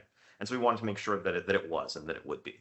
These are, it's a small handful of items, but yeah, they're meant to be the best around, and that should represent a milestone for everyone to strive for. Yeah. Mythic Cool with me. I don't have a problem with it. I just fucking hate what they did to the Catalyst this season, personally. I just want to take my tier pieces with whatever stats they come with and fucking deal with it. I don't really like this whole, like, get the perfect item to catalyze, and if you don't get it, then fuck you. I don't know. Plus, pivoting a little bit to Mythic Plus. Mythic Plus gearing is simultaneously pretty low cap, since you're kind of beholden to the vault to be able to get myth track pieces of gear, but yet at the exact same time, it's insanely strong since it's the only source of no lockout hero track gear. Are there? I'd be fine with them bringing back reforging. I don't care. Any plans on making like a Mythic Plus vertical from a gearing perspective, allowing it to be more consistent with other gearing options in the game? I was wondering if you could sort of elaborate what you mean on Mythic Plus vertical. I think it sounds like an interesting idea, but so like Mythic Plus players, I'll make the pitch. It's like Mythic Plus players, let's say they get one piece of myth track gear a week from the vault, and then they get half a piece of myth track gear a week from crafting. You can craft every other week, and so for them, whenever you compare them to their peers who are also doing high-end content in say raid, the people who are doing raid consistently are going to be getting significantly more loot, which is, I mean, it's just how it works. Mythic bosses drop mythic pieces of gear, where there is a level where players are going to be doing a 10, and they can get a myth track piece from that. But players who want to push past that, the only sense of accomplishment is related towards like achievement-based progression. You're pushing for your 3,400, your 1%, your 0.1% rewards. While those are, in my opinion, fantastic, there's no gear that's attached with it. Like, at the end of the day, like a lot of people just They play because they love the gearing and feeling like there isn't like a full vertical for getting the best track of gear from Mythic Plus. I've seen that cause strife from people who maybe don't want to step foot into raid specifically. So I think that it's designed that there are pros and cons of each of these gearing tracks, and a little bit of healthy envy that goes both ways. I mean, the raiders who are limited to a weekly lockout are looking at Mythic Plus players early in the season who are like decking themselves out in gear. It's interesting to like hear that about healthy envy, because it's like, couldn't you apply that same logic to the discussion that was being had earlier? Like, if you can't do it, can't there just be a degree of healthy envy? I don't know, dude.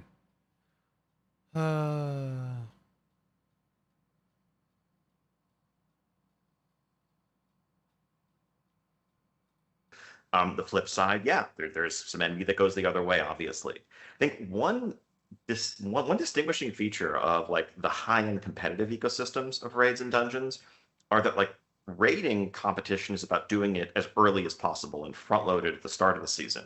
Whereas when it really comes down to the wire, Mythic Plus prestige is at the back end of the season. And in that sense, the fact that, it may take longer, it does take longer for a Mythic Plus player to like acquire something closer to their Abyss setup through these incremental sources isn't actually out of step with that. It's like, yeah, I get that everyone wants everything early and people would prefer to have more Mythic pieces, week 4 of the season. And if you want more gear, though, do all of the content. But like when it really comes down to it, you're not being measured. You're not having to compete in a final sense at that point in the season. It is much later on. Now, some of that can touch back on some of the 9 of 6 pieces that we talked about. And yeah, it's nothing new that there are a handful of items from raiding that are desirable for dungeon players, just as there are a handful of items from dungeons that are desirable for raiders. Both paths can be completed thoroughly at all levels without that crossover. But yeah, if you're pushing for a title, if you're pushing for the top 0.1% in the entire game, I don't think it's unreasonable to ask that you consider branching out and using some of the vast network of great players that you've surely encountered in your, high key pushing to also try raiding. And there's also people who have been able to get title without those advantages. But I mean, it's like you're not going to get the best fucking gear from doing strikes in Destiny 2. If you want like certain gear or guns or whatever, you got to fucking do the raid. I don't know. every bit helps, and that's understood. Of course. In the same realm of satisfaction, I actually want to talk about expansion launches and patches a little bit. In the past, I would say expansion launches for World of Warcraft has meant that everybody was in the same zone, kind of the same power, and players who fell out of the game, this was the time where they felt like they had a pretty easy jumping in point. It was like the beginning of an expansion. Something that I've noticed that as expansion launches and patches have gone on, basically since Dragonflight is kind of when I noticed this, they feel very similar, where catch-up is... Yeah, Hunt, that's one of the arguments that I would make as well, is like, why do you have gear envy when you're not going to be doing any content that actually, like, the gear would be used for? It's like, you don't need mythic raid gear to do delves, you know? I guess it would make 11s easier or something, but I don't know. I don't know. Fast. The in-game pillars are all fairly continuous, and everybody can jump in and out as they please. Now, that has resulted in many patches since Dragonflight feeling like extensions of similar expansion for some people, instead of like brand new experiences. Has the team kind of concluded that WoW is healthier as like one continuous evolving game instead of having massive shakeups? Because I remember like the olden days, like going from WoD to Legion was like an insane difference just in terms of all of the stuff that you got. Yeah, I mean, you think pre-orders for TLT will come out after BlizzCon? Do they normally put out pre-orders a year before it comes out? When it comes to like resets per patch or resets per expansion. I mean, a lot of that is intentional for sure, like you pointed out, to make sure that folks have a good jumping on point. If you are a new player, you want to bring some of your new friends in and you don't want them to feel like they're already starting miles behind, or someone who just, dropped a patch or dropped an expansion wants to jump in, that it's easy for them to be able to catch up. But I think what you're talking about is something that we also talk about as well, which is like there is something nice to carrying something forward one season to the next, right? Like if you have invested a lot in the previous season, that you should feel like you have something to carry forward. We've seen some of that when things like legendaries in the past, right? Where like these are things which do naturally carry forward from one patch to the next, maybe even expansion to the next in some cases, I'm sure. But like having folks be able to carry some of that power forward. So this is something we do talk about as we look at sort of the cadence of our patches and our seasons as they roll out. More broadly speaking, like big monumental changes for the way that gearing works, the way that system works. I mean, we're going to continue iterating. I think you're absolutely right that change from Warlords into Legion was a huge one. Ian, correct me on the dates if I'm wrong, but I think there was also a 13-month content gap between the final patch of Pretty close to that, yeah. Yeah, of Warlords and Legion. And so there is some correlation there with the just amount of change that you see all happening at once. There's a lot of like really, a lot of changes that do go into World of Warcraft, but you see them happening in more often updates now, or more frequent updates where we do see these types of changes. So we may be boiling the frog at the same speed. It's just you're not noticing it as quickly. Yeah, I think I mean, with more frequent patches and also the ability to hotfix more, I think we see it as like there's a really broad spectrum of like all the different tools and timescales we can operate on, and how big and how potentially disruptive a change is, right? So there's some things that, based on feedback, we might just hotfix in. Other things might wait for a minor patch. Other things, whether it's a class overhaul or a whole new reward progression system, are going to be something that we tend to drop in a new season.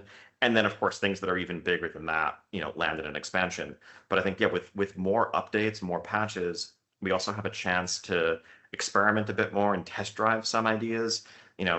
Reflecting like the Crest upgrade system was rolled out as a Dragonflight specific system in the middle of Dragonflight, right? Like, and that Labyrinths aren't out yet. I think they're coming out next patch. Saying that the hard mode solo dub boss is harder than mythic rating is an insult for the mythic bosses. At least say maybe the first boss. I mean, if you're looking at it from just your own individual like responsibility perspective, you probably do have more individual responsibility in that fight than you do on most mythic bosses. If you just have 20 people in a mythic raid that all individually do their fucking job correctly, you'll kill bosses. But pretty consistently, the reason why groups struggle is because you have 1 to 4 players who are just pretty much always behind the learning curve of everybody else and cannot consistently perform the mechanics. That's usually the problem. Something that we at the time built very heavily themed around Dragonflight, with the idea of like, if this doesn't work, we'll just kill it and we won't have this going forward. Which is like we had been talking about doing it for a new expansion, but like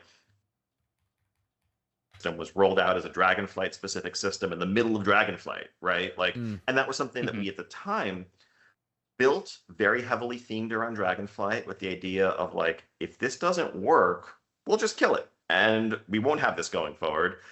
Which is like we had been talking about doing it for a new expansion, but like actually wanted to use a patch mid-expansion to test it out with a bit more flexibility, so that we could either refine it or back away from it. So really just taking advantage of the flexibility that we have, while being mindful that we don't want to completely disrupt the game where you just like log in one day and suddenly it feels like something drastic changed out from under you. Yeah, perfect. Thank you for that insightful commentary. I feel like that answered the question perfectly. Okay, so now jumping into legendaries and borrowed power. Borrowed power was a popular buzzword for people to speak negatively on the game, almost exclusively in like 2022, where the launch of Dragonflight, there was like kind of a promise to remove borrowed power as we knew it. Since then, have there been considerations in order to bring back some long-term player grinds? Obviously, it's going to be, people are just going to call it borrowed power. I don't know if you're going to be getting away from that. But from an outside perspective, things like the Reshi Wraps and like the Cersei Circle, and even like maybe in tier sets to a lesser degree, are borrowed powers. So like, what is kind of the internal line, and has that been moving as time has gone on? Yeah, it's like yeah, none of those things are like Did we wear seriously circlet until the very end? I don't remember. Maybe we did. I don't know. Yo, Time Ninja, thanks for the Twitch Prime sub with the 27-monther. I think it depended on your class, but I think most of us did. Alternate progression or borrowed power, however you want to refer to it, it does exist in some form when you look at things like, for sure, the Rishi Wraps or Cersei Circlet, or more currently in the Omnium Folio, right, where you have some progression as part Ian's face is just saying, dude, stop telling me facts I don't want to change. What? Yeah, the gear that you get each season is borrowed power.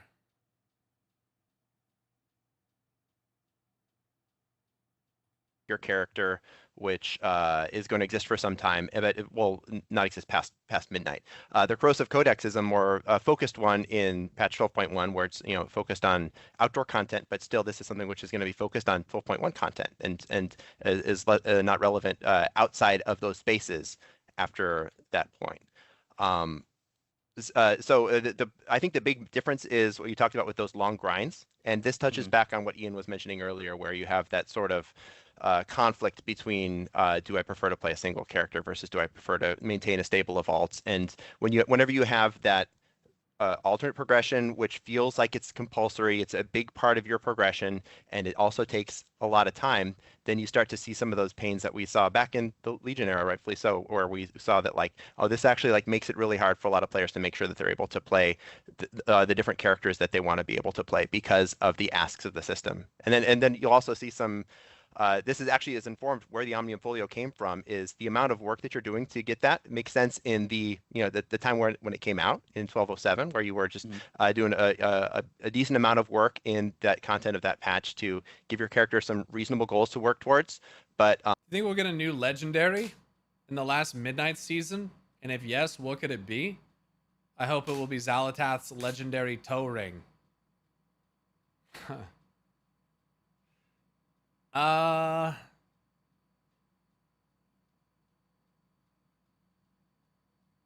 Thong.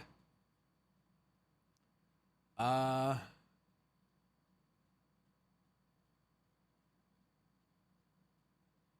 mean, I don't know what the season is even going to be yet, so it's, I mean, I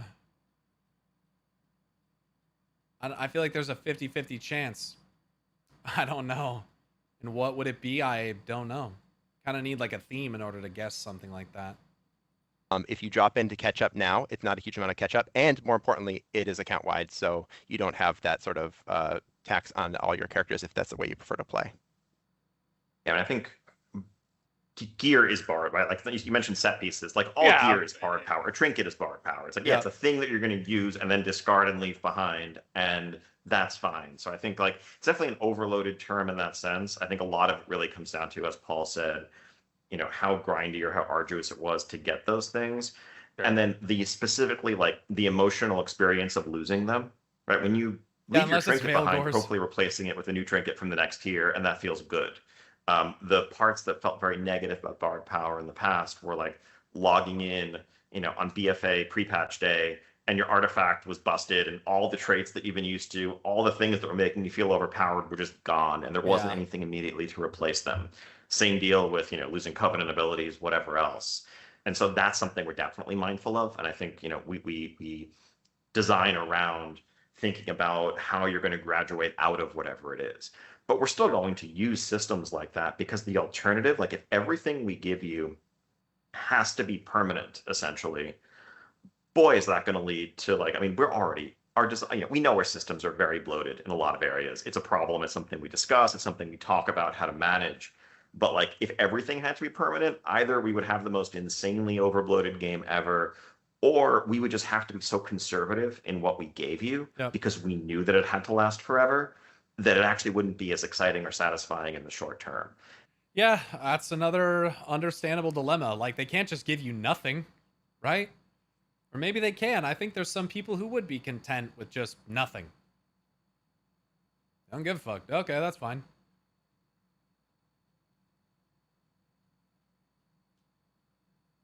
But they can't make everything permanent. So it's either they give you borrowed power, you keep it for a little bit, or they have to be really careful about what they give you for permanent power. And it has to be, you got to think about it this way. It has to be fun enough that you keep it around forever or a very long time. And like, would you like?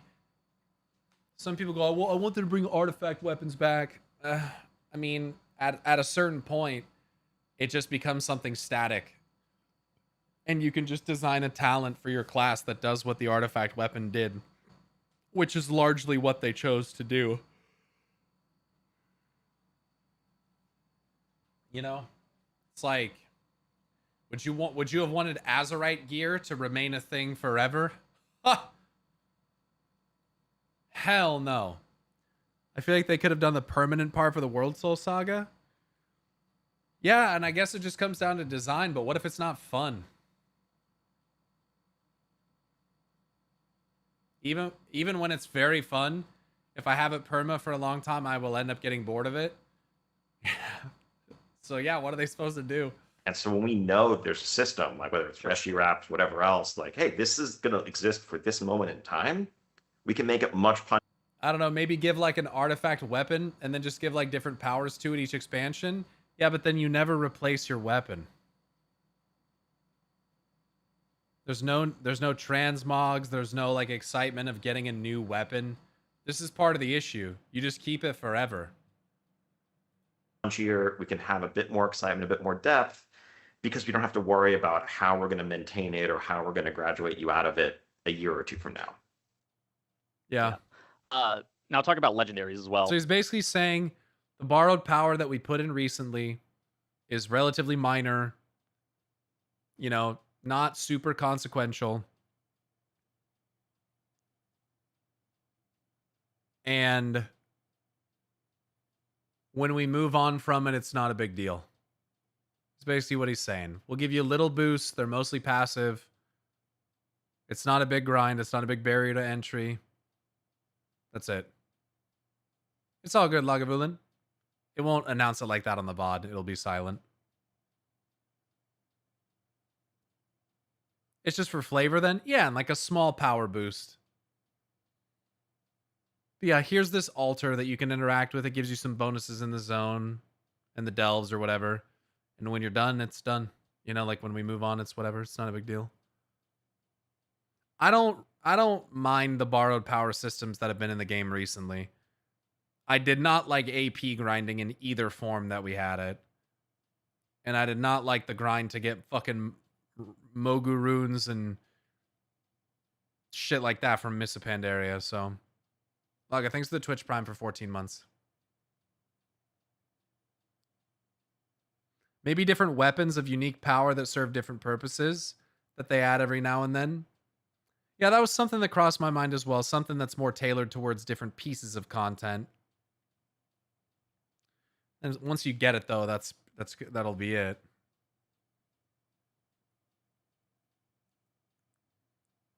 I don't know.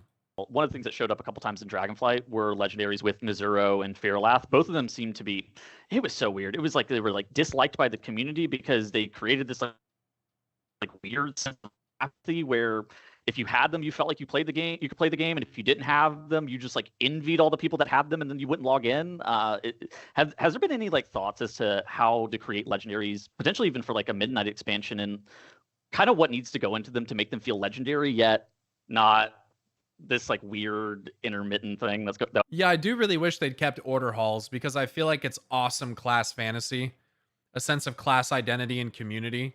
When you see people of the same class in your order hall and stuff, you're sharing this common space with people that are like you, and I think that was a good thing. I think there's a lot of really good story opportunity there, and I guess it just kind of makes sense for like and what you guys have to understand is like canonically they still exist.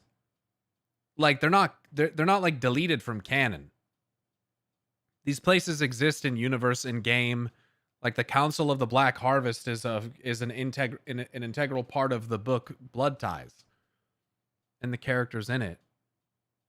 Fucking Ritz Flamescowl and yeah, I think fucking Canrathad or some shit is mentioned.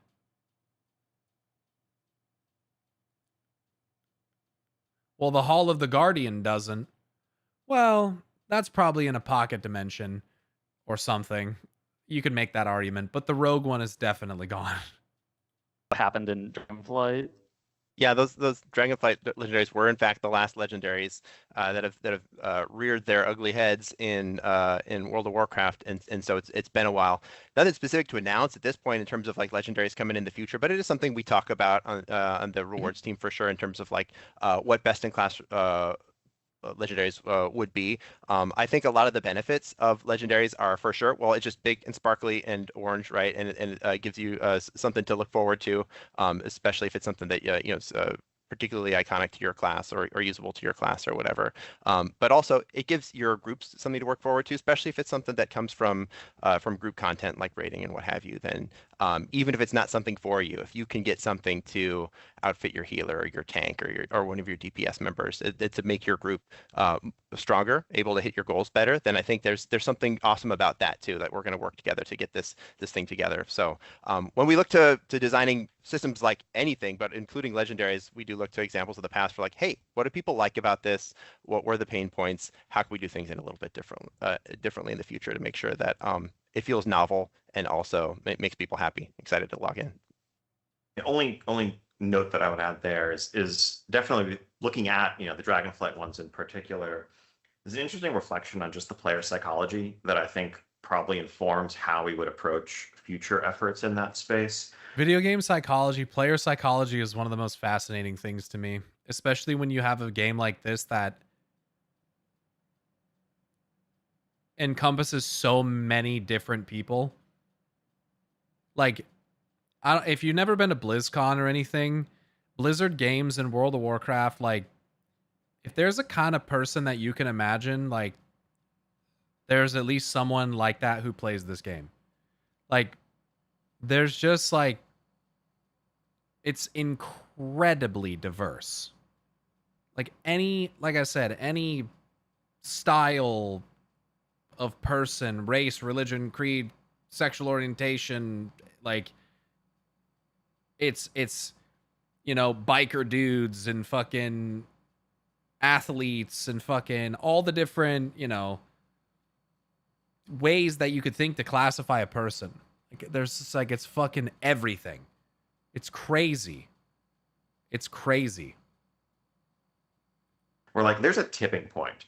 It was really fascinating to see like community sentiment around things like Fairleth and Azuro very early on, when it was like literally only a few hundred people in the world had them, or it was a single-digit % of players that had them. Overall sentiment was positive. Like, most people didn't have it. The people who did got to feel awesome. The people who didn't, many of them felt like, hey, it's awesome that something like this exists, and I can't wait to get it myself. Then as that number increased over time, right around when you got to 1/3 is when it started to feel like everyone was mad. Because at around that point, like, there's people who are the only person in their guild who doesn't have it of that class. Or you're joining groups and there's enough applicants to those groups who have them that you now feel disadvantaged. And instead of it feeling like an aspirational goal or something that's exciting to Feels like a have, requirement. you're just mad that you don't have it, even if technically it was still a majority of players who didn't.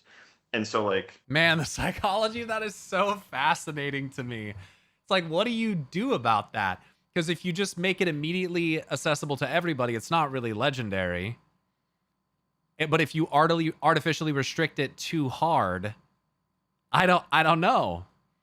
I guess the argument is that legendaries are best just left feeling legendary and extremely rare. But the advantage that they can give you is like, what if you're doing race to world first or something like that, and 4 or 5 people get lucky and they get the legendary? I think it depends on legendary acquisition at that point too. But if there's no level of RNG or randomness to how it's acquired, then everyone's just gonna have it. Or the legendary part is the appearance only, but that doesn't feel great either. Yeah, I don't know. I don't know what. that like no answers there, nothing to announce, but that's something Sure. we need to navigate in terms of like the method of how it's obtained Yeah. and how it's rolled out. Because that middle ground where there's a ton of people who want it, but it feels really common, we know just feels bad. Yeah. Yeah, Yeah. I mean, it was insane because it was just like the history of what a legendary is, and then it's like, Yeah. it was so strange. All right, moving a little bit forward. Let's talk about add-ons a little bit. So one of the key messages I saw when Another non-winnable situation, to be honest. Dude, doesn't it feel like that?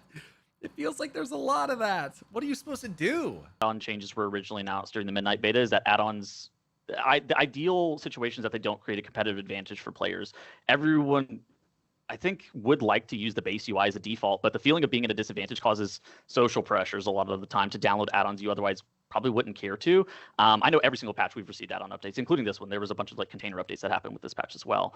Is the goal with add-on changes still kind of this, at some point we want it to not be a competitive advantage, or has the goal kind of shifted since then? Goal has stayed the same. No competitive advantage, and in fact, let's continue to make sure that we're leveling up our existing UI. Yeah, well, guess what? Using the add-ons, you can still get a competitive advantage. And providing more functionality either in the base UI or for add-on authors to make sure that they're able to do things that give players what they want, as long as it's not something that is going to engender that sort of psychological damage that you were talking about. If I feel like I need to have this add-on in order to be able to invite it to groups or whatnot. And I think there's a fine line there between like, I mean, I think especially in 12.1 with the latest changes to add-ons ability to key off of specific buffs or debuffs without allowing computational stuff, I think we're much closer. Blizzard can only lose when they try to satisfy everyone. Yeah, but I don't think that this ideal majority target that people think exists actually exists. I think it's far too diverse, and that they're probably better off trying to satisfy everyone than picking one group to try to hone in on.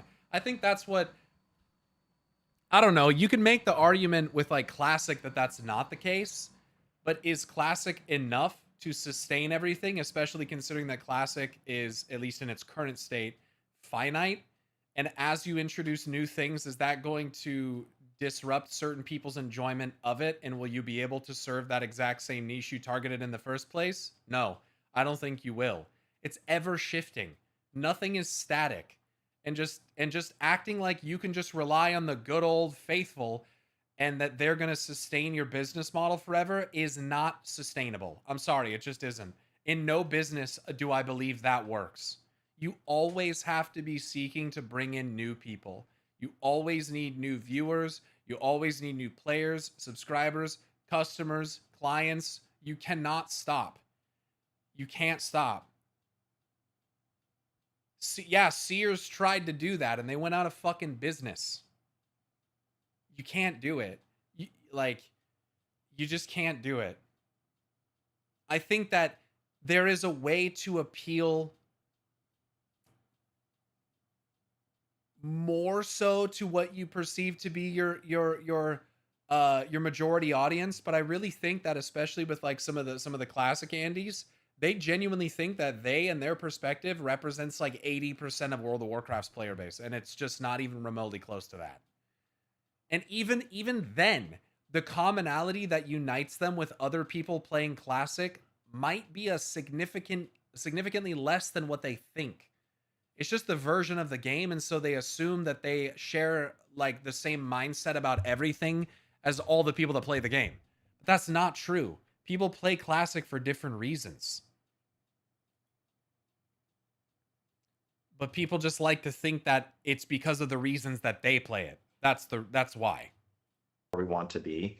Like, it's totally fine if someone feels like, even for competitive purposes, they want their information on their screen displayed in a way that is favorable to them. Like, that is the essence of add-ons. That's what add-ons have been doing for 22 years. That's what they should continue doing. Like, you can ask a dozen healers, and they all might want slightly different, highlights, positioning, colors, whatever for this information, but it should be the same information.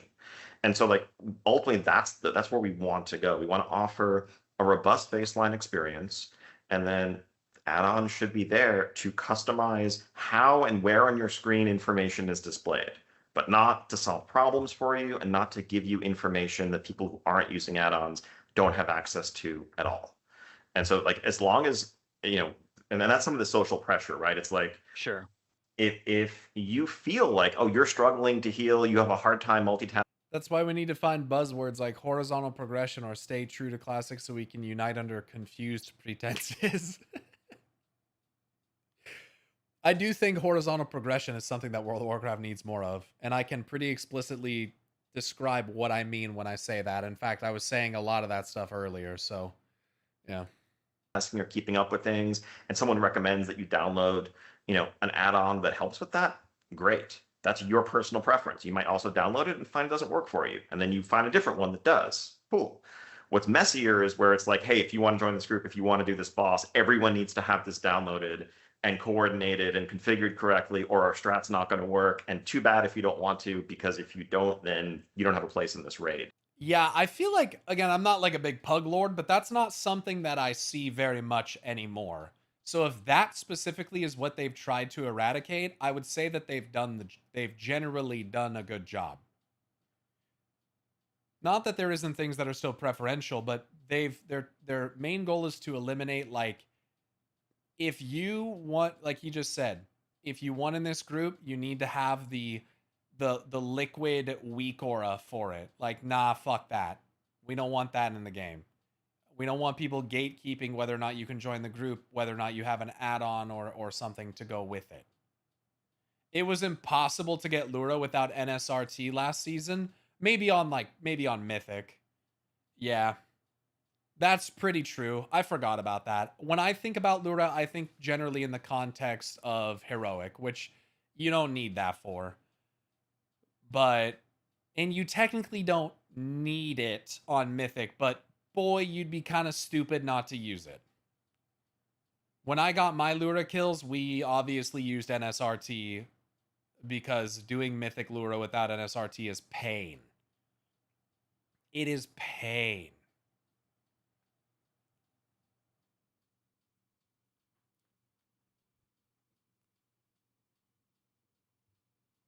Keeping a classic is definitely an impossible thing to define. But yeah, 100% on horizontal progression, something that can be studied and possibly implemented fundamentally in the game's design. Keeping with classic is it's difficult because any League players here, anyone watch the League Classic announcement where they're like, but what is League Classic to you? Is it season 1? Is it season 4? Is it? And I think that's an important question to ask because people have different opinions on what it is. So I think that when you consider that to be the case, like, it's just hitting the nail on the head what you just said. Like, what it actually means. I mean, it's confused pretenses, as Sargent said. Like, we don't even agree fundamentally on what classic is to us, what era, what time, what we enjoyed about it. So putting everything under the umbrella of classic and then expecting everyone to agree or enjoy it or have the same perspective on it's impossible. It's impossible. Classic Plus is going to be pure entertainment. There's going to be people who absolutely love it, and there's going to be people who fucking hate it because it's not what they wanted in the game. Pre-Kata is what I umbrella as classic, but the umbrella doesn't even work because the state of classic throughout that era is completely different depending on the patch that you're playing. I mean, especially we're talking the early state of the game where they're adding systems and fundamentally changing the way that you interact with the game almost every expansion. So it's like even saying that, oh, the classic era is from vanilla to Kata. Well, vanilla to Kata are very different games. Even vanilla release of World of Warcraft and the final patch of classic are very different games. Going into TBC is different, right? Wrath is very different. So you put in LFG, right? That's another huge evolution to the game that changes things and how people interact fundamentally. So it's not, there's no flying or no flying, right? Classic to me seems like vanilla only because anything after that is an expansion on the classic version. And again, that's your perspective on what classic is. That's the exact point of what I'm trying to say is that everyone doesn't agree on what classic even means. That's not okay. Yeah. And that's not okay. I think there was a lot of misinformation related towards the add-on updates. How does Blizzard as a company wade through the process of implementing something that like everybody kind of knows is going to be unpopular? Like, a lot of people describe it as like the add-on apocalypse or like the removal of add-ons, but I think it was more just like changing add-on functionality. Where there's something that's so unpopular that has the potential to make the game better if it's implemented correctly. How do you guys wade through that with such overt negative feedback? Very delicately and carefully. I mean, I think it's If everyone agreed with me on all my opinions, then there wouldn't be any problems in the world, right? And there also wouldn't be any free will. There would be no war. There would also be no free will. always one of the most challenging things for us to do, and we know we don't always get it right. Like most of what we do, when we sit down and we're going to devote a lot of development resources to a new feature, to a new system. We'd be lemmings. Some people are pretty fucking close to lemmings anyways, let's be honest.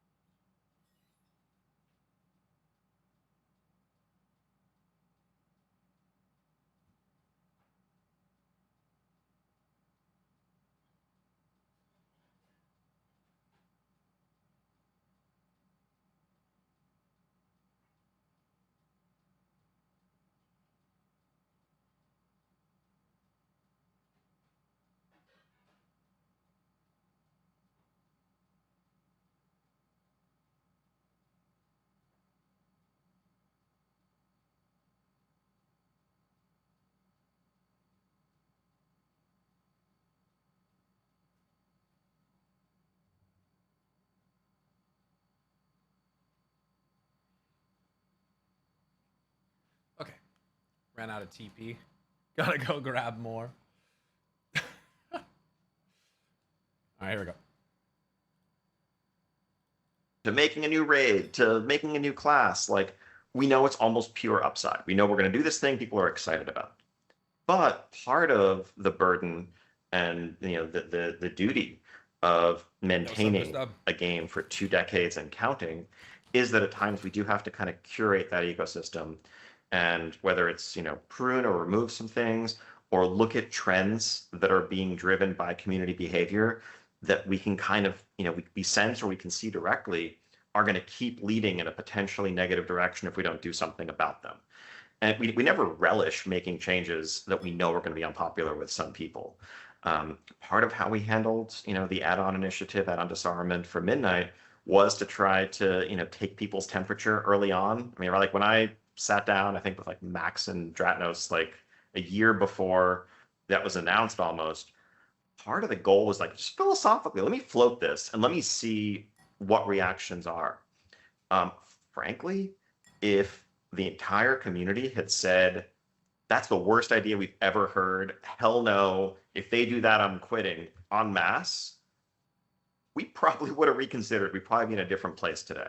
But that's not what happened, even though some people like to think it is. Fuck you. There was a pretty healthy divided conversation. There were, of course, some people who were freaked out, but there were tons and tons of people across, like content creators, Reddit, social media, our forums, everywhere, who were like, if they can pull this off, it would be awesome. It would be great to feel like I don't need to download all these add-ons. And obviously every raid leader who spends the first half of their first prog night, like wiping to weak aura configuration issues, wants that to die in a fire. And so that was like emboldening enough and encouraging enough for us to say, okay, let's seriously go down this path. And I think we tried to communicate it, up front as much as we could. But yeah, in retrospect, we definitely could have done a better job. I think there was a lot of perception that like, oh, all add-ons are getting nuked. And I remember like I would, cringe a little bit and wince when I would like read forum posts of like, hey, I'm trying to get ready for Midnight. I deleted all my add-ons. And when they discuss these kinds of things, they should do like what the FFXIV devs and do in their live letters, where they show on the screen what they're talking about. So if their intention was to get rid of an add-on that did a certain thing, they should show it in action and be like, this is too far. We're going to change design philosophy to make it so you don't need an add-on to solve this kind of mechanic and try to push people away from using this kind of stuff and also disable it, right? Like, you have to give people an idea of what it is you're actually going to do. Otherwise, their imagination is just going to run wild. Trying to play this way, and it's like, dude, you don't need to do that. Like 80% of your add-ons are still going to work. That's not what we're changing. But we worked our way through it.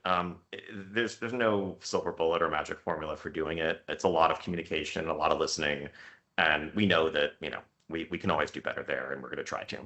I think we learned there are pros and cons to the early announcement, right? Like that early announcement did give us that big pro of a long time and a lot of time to be able to adjust and listen to feedback and whatnot, but also gave people a long time to sit in this moment of like, we don't know exactly when add-ons will be disarmed. We don't know exactly what, or we feel like we don't have all the information yet in terms of what is going to happen, and that I think may have led to some of the misinformation you're talking about, which came from a place of fear or not completely understanding that the goal was not to take away everything.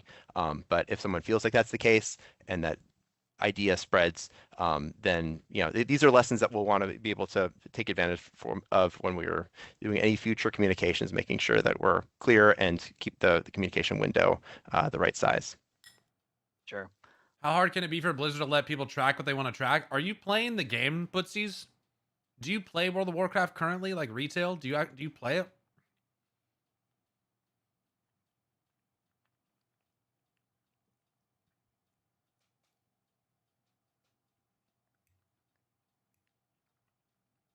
Yes, I do, hence the complaint. What is it that you can't track that you need to track? That you're saying, like, why can't they let you track what you want to track? What is it that you can't track? Genuine question.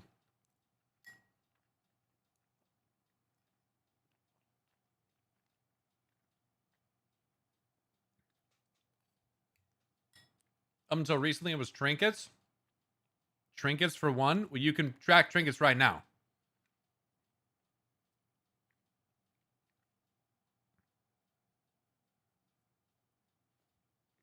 I mean,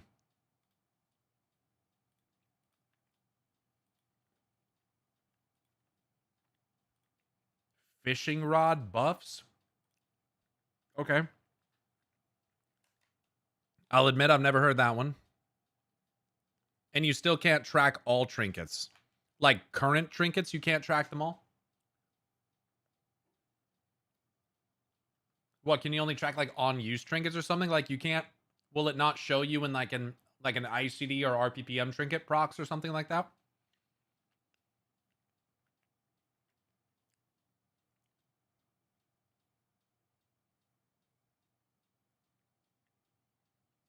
I don't even know if they do RPPM trinkets anymore.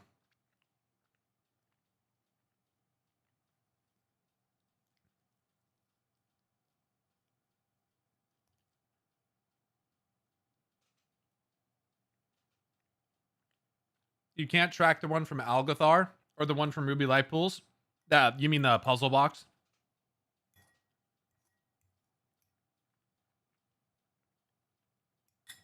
And what the other one is the egg or something?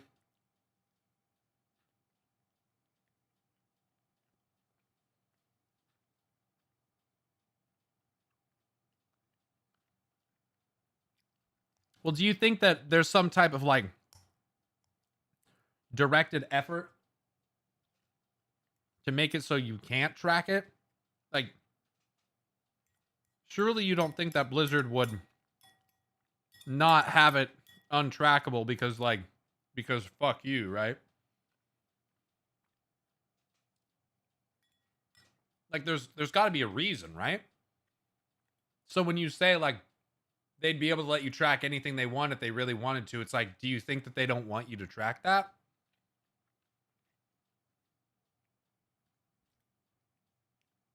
Because if they could just do it easy, what, you know what I'm saying? Do you get what I'm trying to say?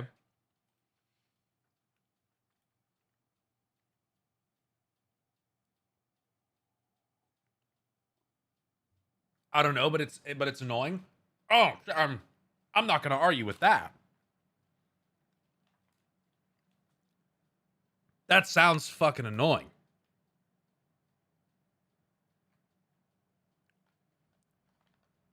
What would you be tracking with Puzzle Box anyway? I guess the buff that it gives you. It is a limited time.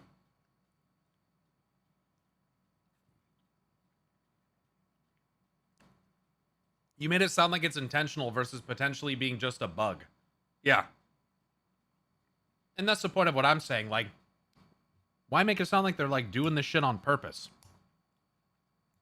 Or that they're being lazy? You know? Maybe there's an issue with it. I don't know. I think that's what people would call arguing in bad faith, right?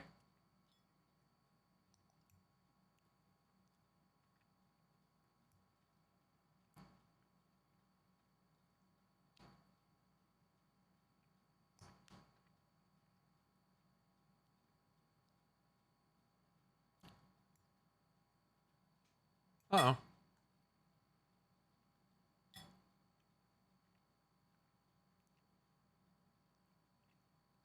I think it's lazy or on purpose. I think it's less lazy or on purpose, but thinking, if we change this, what could it break? Both of those trinkets are from Dragonflight. Maybe it does have to do with the expansion for whatever reason, but I have no idea. All right, talk about talent trees a little bit. So talent trees, these received massive updates in Dragonflight, and since then we've actually received even more talent points with things like hero talents and apex talents. Personally, I actually kind of find it a little bit hard to parse what my talents even do a lot of times for specializations, and instead I'll just like go to Wowhead or Raider or Warcraft logs or whatever and copy paste a build that the top players of that specialization are running without. I'm gonna be honest, bro. I'm doing the same shit.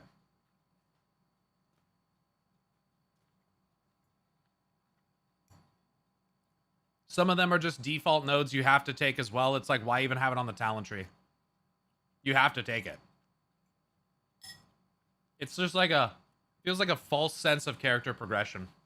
For the sake of number go up, you know, type shit.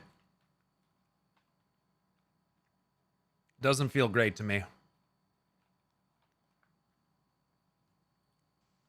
Reading the it's a lot of the time, which is a bit tough. Is it kind of concerning that too many talents have caused, I would describe it as like almost overwhelming information bloat with the talent system specifically, Yep. where you kind of don't know what to look for in a spec. Totally Like there are agree. talents that matter a lot, but then there's just so many talents that you're like, I can't tell what's Totally actually agree. relevant. Yeah, I think this is something we do think about a lot. It touches on what Ian was talking about. I think if each tree was like the size of the fucking hero talent tree, I'd be much happier with that. But I hate how they are now. I fucking hate them. Earlier with we do want to carry power forward. You don't want everything to feel like it's borrowed power or alternate advancement, and to have talents are a great place for that. But I think also you've seen, as we've grown the talent tree over the last couple expansions, we've made sure to do so in ways which don't add overwhelming combinatoric complexity, right? With the addition of hero talents, that is its own separate tree, which yes has one very important choice that you're making, which of the hero talents you're taking, and then some important sub choices within, but otherwise it's largely progression, which is simple. And then with the addition of Apex talents as well, there's not a whole lot more complexity there as well. We added an additional sort of deterministic Yeah, but road. they're also basically like nothing burgers. Like I don't like, it's progression for the sake of progression, is it not?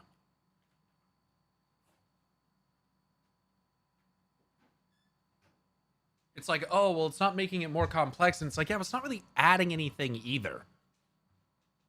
Like, hero talents were cool in concept. And still are.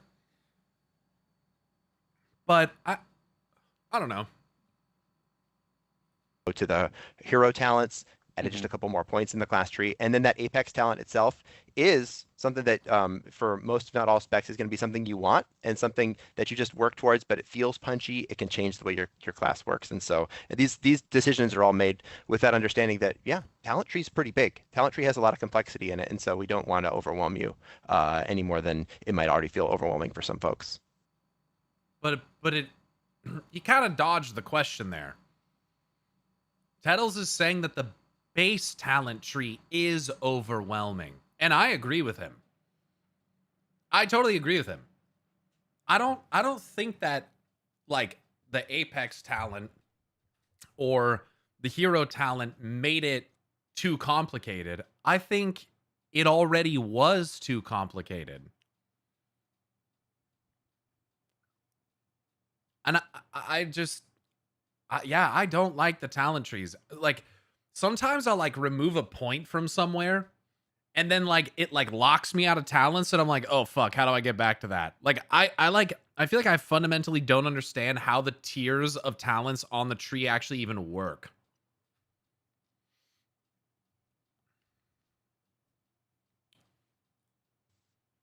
Yeah, I think we know this doesn't scale indefinitely. I think when we overhauled the talent tree, we were responding to a lot of player feedback that was not thrilled with the limited options offered by the old mop style rows and the bard power that came along with it.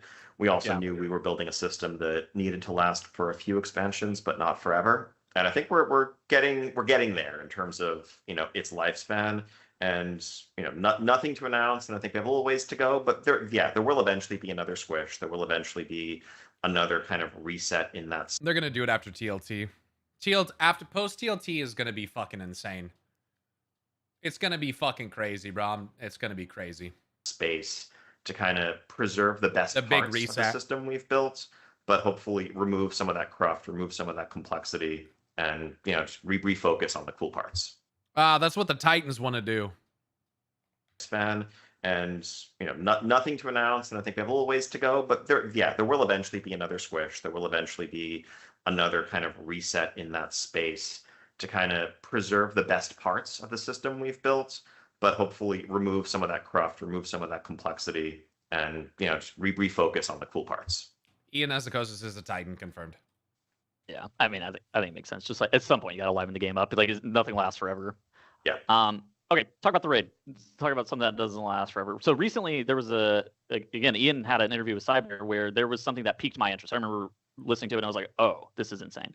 I wanted to just I want you to elaborate on it a little bit further. So to summarize, you discussed needing to know when some things need a shakeup, and change for change's sake is sometimes necessary. It's been 12 years since the last shakeup with raids where Warlords of Draenor and Fixed Mythic raiding ended up getting added, or at least it got added like the end of the Siege, but at the same time.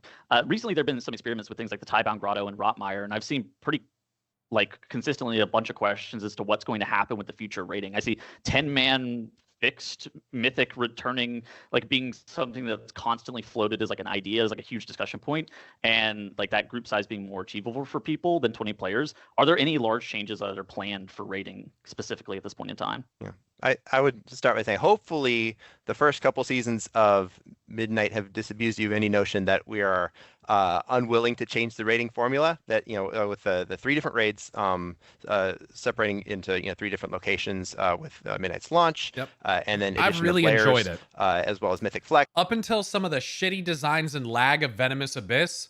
I think rating recently has been honestly like pretty outstanding. I think it's been great. I really like going to all the different locales, and like if we just want to go and do one boss, especially for pugging, it's so much better because you don't have to commit to killing a bunch of bosses you don't need or that kind of shit. I like it a lot. I think it gives more variety in theme, more variety in like fight philosophy. I just not just going to the same place every time. I don't know. I think it's been very nice. I really enjoy how they did it in Midnight so far. With Rotmire and then Nimrus, a Wavecaller, or the raid team is for sure looking at ways we can iterate, we can provide novelty, we can respond to what players are interested in, and I think in particular with Mythic Flex is a space where we've heard a lot of like positive feedback of, hey, I am in an AOTC guild, we regularly hit heroic, but then we just don't have that loadout to field a 20-person group for Mythic, whether it's too big to. If we could have a 15-man Mythic group. Oh my god, dude.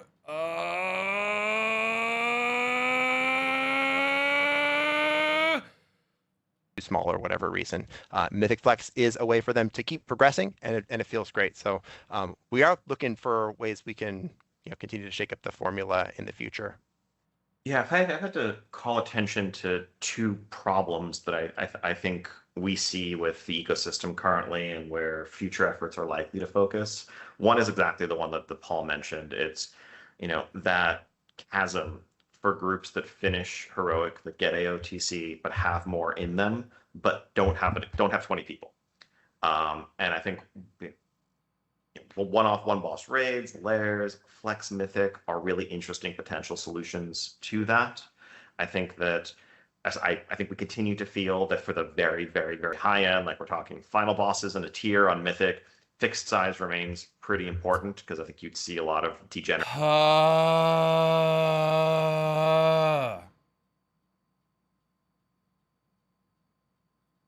strats that don't have great social consequences if group size is flexing up and down. Who fucking cares? For those bosses. But yeah, I think we'd love to let people who are good enough to kill heroic end bosses dip their toes into Mythic and start down that path. And then if they want to grow to 20 to try to finish the tier, all the more power to them. On the other end, I think looking at normal mode rating, actually, normal mode rating is a little bit, stranded right now in terms of lacking a clear purpose or correlation between the barriers to entry of needing to manually form a group and the rewards that it gives. That made a ton of sense back in Warlords, where it was like the only way to get that kind of loot for the most part, and even the easiest mode of raiding was still plenty good. But needing to, manually form a group, travel to the instance, all of that, when you can get the same gear from soloing delves, isn't quite as clear cut. So one of the things that we're... Yeah, but I mean, you can't get the tier. I mean, technically, I think you can get tiered pieces from the vault, but you can't get the same gear from doing delves. That's not... We just talked about this earlier. looking at is whether there's room for some more flexibility there to have a smoother on-ramp into rating. LFR is kind of its own thing. Dan, that's so fucking discouraging and disappointing. It makes it sound like they're not planning to bring Mythic Flex to like the main raids at all. That's what it sounds like to me. They don't intend to do that. But I think there's a bit more that we could do to make normal feel more accessible. So I think heroic works pretty well solidly, like right now, but I think we're looking at both like the on-ramp into rating as a whole, and then progression opportunities for people that are done with heroic. Yeah, I will say just completely anecdotally that we zoned in on Mythic Narissa Wavecaller on 25 player the other day and was like, wait a second, we can go in there with everybody. Hold on. Yep.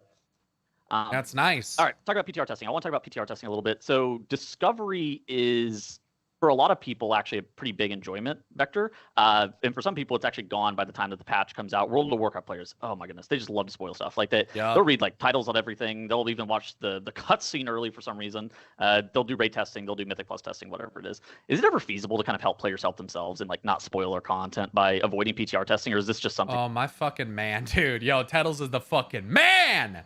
I love this question. That's like needed by Blizzard. We get a lot of value out of PTR testing from a couple angles. One is seeing the way that classes One, it's free. are performing specifically with any class changes that are going into upcoming patches. Encounters also gets a lot of value out of getting testing in there, and then also just any general tech changes. I think it's useful to make sure that you get some folks in a realistic environment. Yeah, but stop data mining on the fucking cinematics, man. I don't know, like, do you really need motherfuckers to test your quest to make sure that your quest isn't fucking broken? Can't you just internally test that shit? What the fuck, dude? Like, what the fuck are you talking about? Like, I'll do it for free. Testing around to be able to make sure that things will go smoothly when we get to launch. But I think this is half the time it's broken on live anyways. It doesn't even make sure that it works properly. Something that we also share as a concern, that like we would love to be able to avoid spoilers as much as possible, and to some effect, like we do this in places where we think it matters the most. We're able to look at cinematics are a really good example of this, where most of the meaningful cinematics, at least that for the story, that don't need to be tested on PTR will just not be on PTR, and they'll be in fact be encrypted until folks are Sometimes they do encrypt them. That's true. But why not just like encrypt all of them? Is you get these fucking morons who just watch the PTR cinema, these unfinished PTR cinematics, and then like that's the you know, that's what it is. And that's what permeates the community. So fucking cringe. Naturally unlock them, and this is not just limited to cinematics, but other things which are material to sort of the journey, the going through the game and discovering like what's going to happen. Like, I don't think that the finale for Venomous Abyss got data mined. I'm pretty sure the video on Wowhead was taking someone else's POV. So I'm pretty sure that they couldn't data mine that one. But there have been other things that do get data mined. I couldn't even tell you what all of them are because I don't look at data mining anymore, but yeah. Next, that's the stuff that we do want to make sure that we prevent people from spoiling themselves on PTR. So we hear you, and it's a continued effort to make sure that we're locking down the right things and also making sure the other things remain testable. Yeah, I think I am.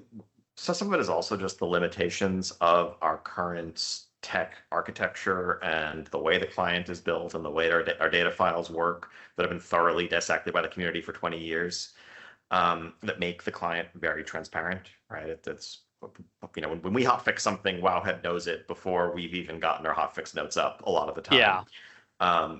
You know, this is me maybe wishful thinking, blue sky dreaming. I'd love to get away from that as much as possible. I think there are some areas where, you know, we need community feedback, not bug reports, but feedback, right? Like we make changes to a class. At the end of the day, we want players of that class to play through the new rotation and let us know if it feels good or not. That's a hard thing for us to determine for hundreds of thousands of players on our own. And we would want that form of iteration regardless. Like, does this set bonus excite you? Does it feel good? Those sorts of things. There's also aspects of some encounter testing.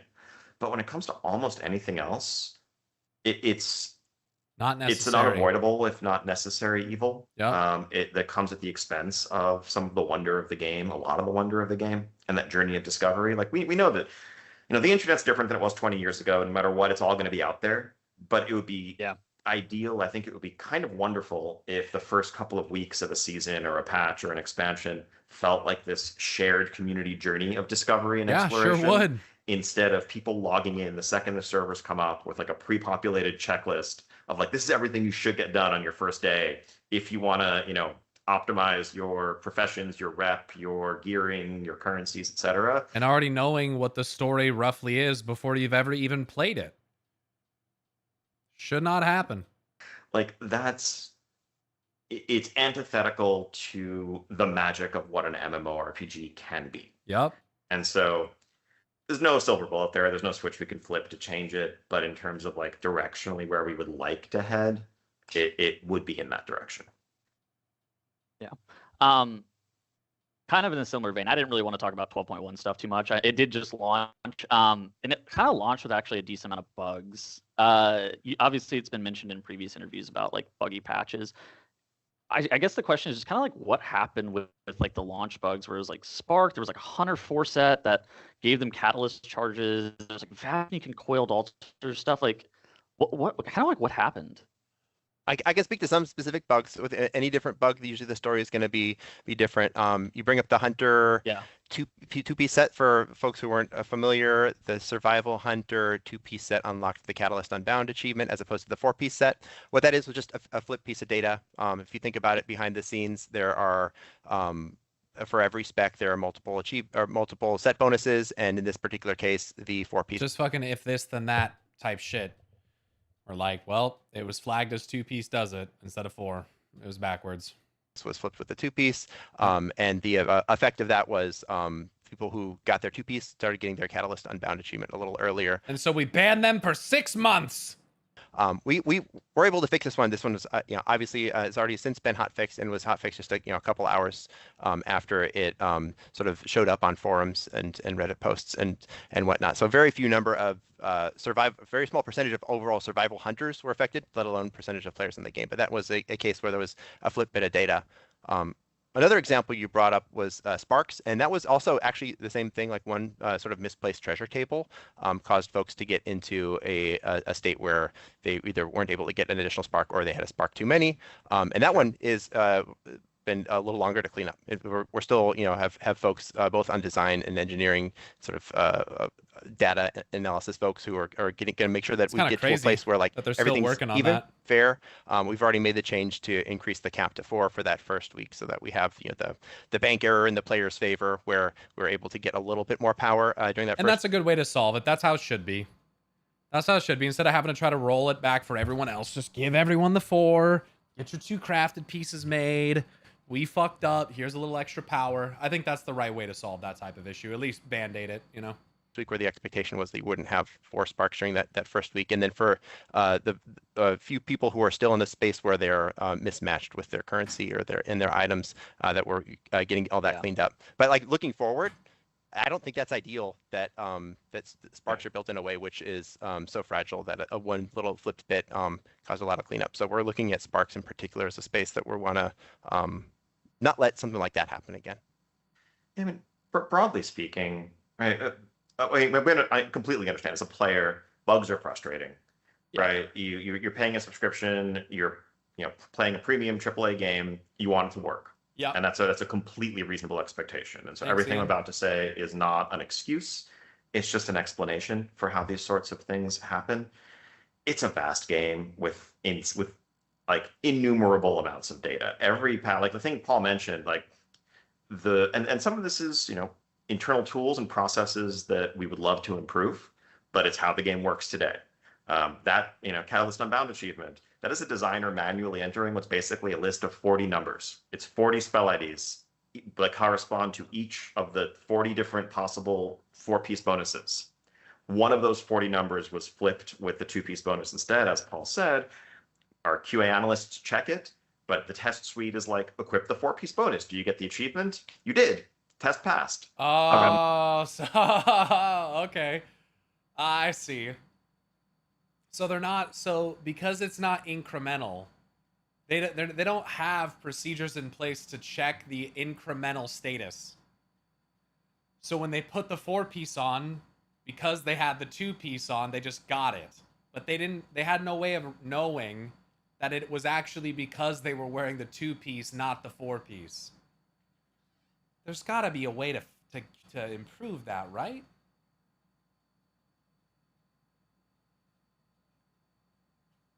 Mine? Oh, it's on the side table just inside the door of the bedroom. Interesting. Not necessarily, right? So it's like, and a lot of it is needle in a haystack type stuff. It's we catch probably 99% of the bugs that are in a given patch. There's thousands of them. We catch, 99% of them, fix them, but that still means that dozens of often high profile ones creep out. We do a root cause analysis. We try to understand, and the aftermath, like, how did we miss this? Was there, could we improve our tool to make it harder for a designer to make this mistake, or easier to quickly catch when something was out of whack? Could we redesign the system? Could we improve some of our underlying tech to make it, fail in a way that's less disruptive? Ideally, we'd like to have everything correct, but we fired too many people. Well, what the craziest thing about this is, even when their team was at their largest, they still had tons of bugs. Like, it's hard for me to remember, and there's also a recency bias, but it's just always been like this, I feel like. Not that firing QA people has not had negative repercussions. Or repercussions, rather. But yeah. We're obnoxious to players, and hopefully we make a different set of mistakes next time. But at the end of the day, when you have hundreds of people touching hundreds of thousands of data entries for a given update, human error is unavoidable. And I know, painfully aware of all of the, it's all AI vibe coded memes across the internet. No, we're all doing this manually. The WoW QA team has never been larger than it is at this point, but we've also never been doing anywhere close to this much. Did you hear that? Team has never been larger than we're all doing this manually. The WoW QA team has never been larger than it is at this point.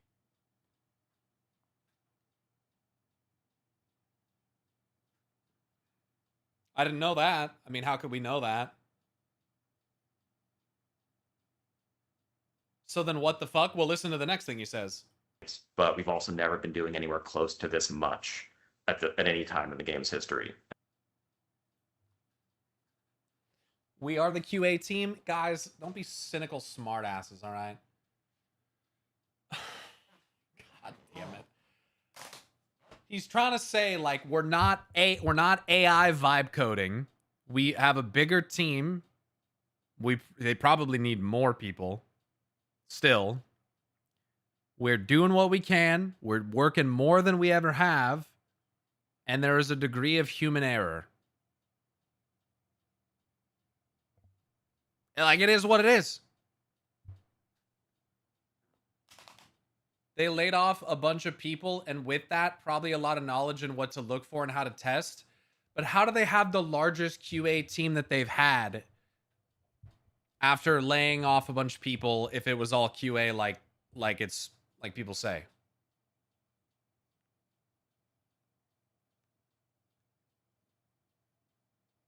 Your team doesn't grow when you fucking lay people off. So if he's telling the truth and they've hired a lot of new people that don't know shit. What? Do you have any evidence of that? How do you know that? I feel like you just vibe coded the fuck out of what you just typed in chat. You don't fucking know that. Second of all, if they were just going to lay people off to hire more people, why would they lay the people off? What's the logic there? So that they can pay them less or something?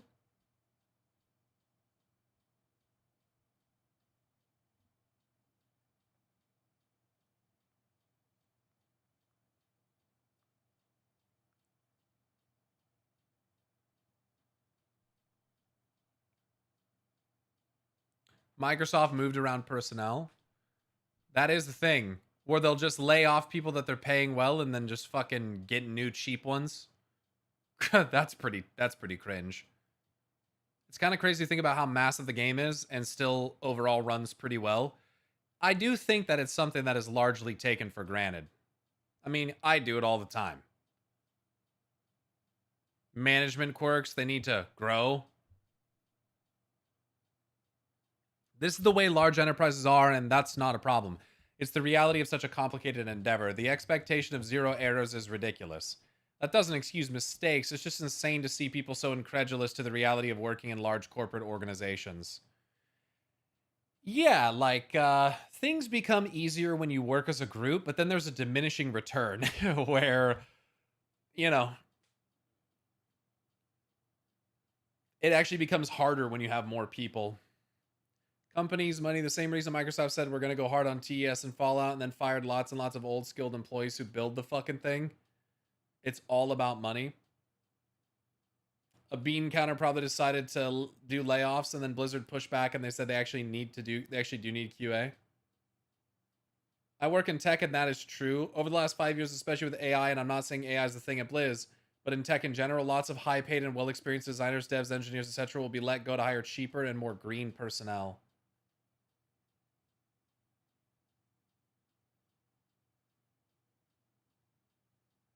Yikes, so they can just funnel that money to the execs and pay them more in their $20 million bonuses.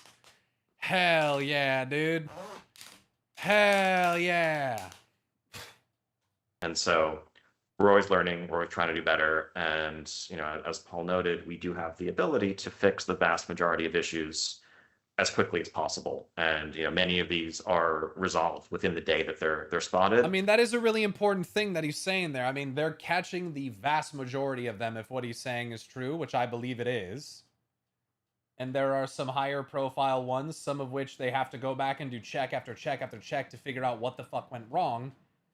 It is also possible that, like, even with more experienced, you know, older people, that it doesn't get fixed considerably faster. It's just like, it's hard to know. I feel like it's like sort of arguing a hypothetical. Not that I think that it's a good practice to fire older experienced workers and hire new ones that you get to pay less. Obviously that's shitty, but I'm just trying to say that, like, I feel like it's kind of getting into the territory of correlation and causation. I'm just not really sure.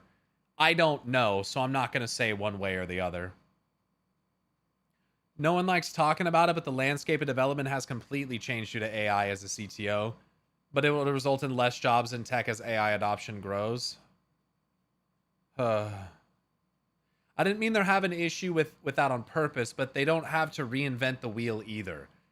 They could simply implement the features WeakAura does and restrict certain things they don't want tracked. I simply don't believe that they cannot decode how the add-on people do it. Of course, I don't hope they implement bugs and non-working features on purpose. Okay. Yeah, and I think it's a really common take that when we have these discussions, we're like, they should just hire these people. They should just hire them. They should just take these people who've put a lot of their passion and effort into doing these things. They should just fucking hire them. But then they have to pay them. And I think that's where the issue comes from.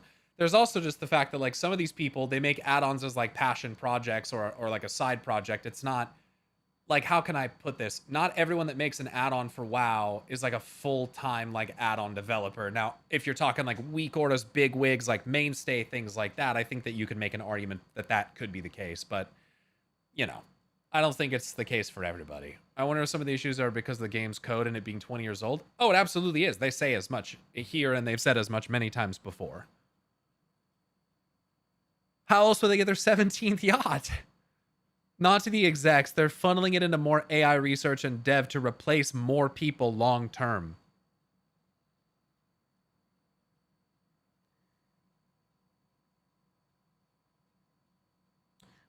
We're cooked.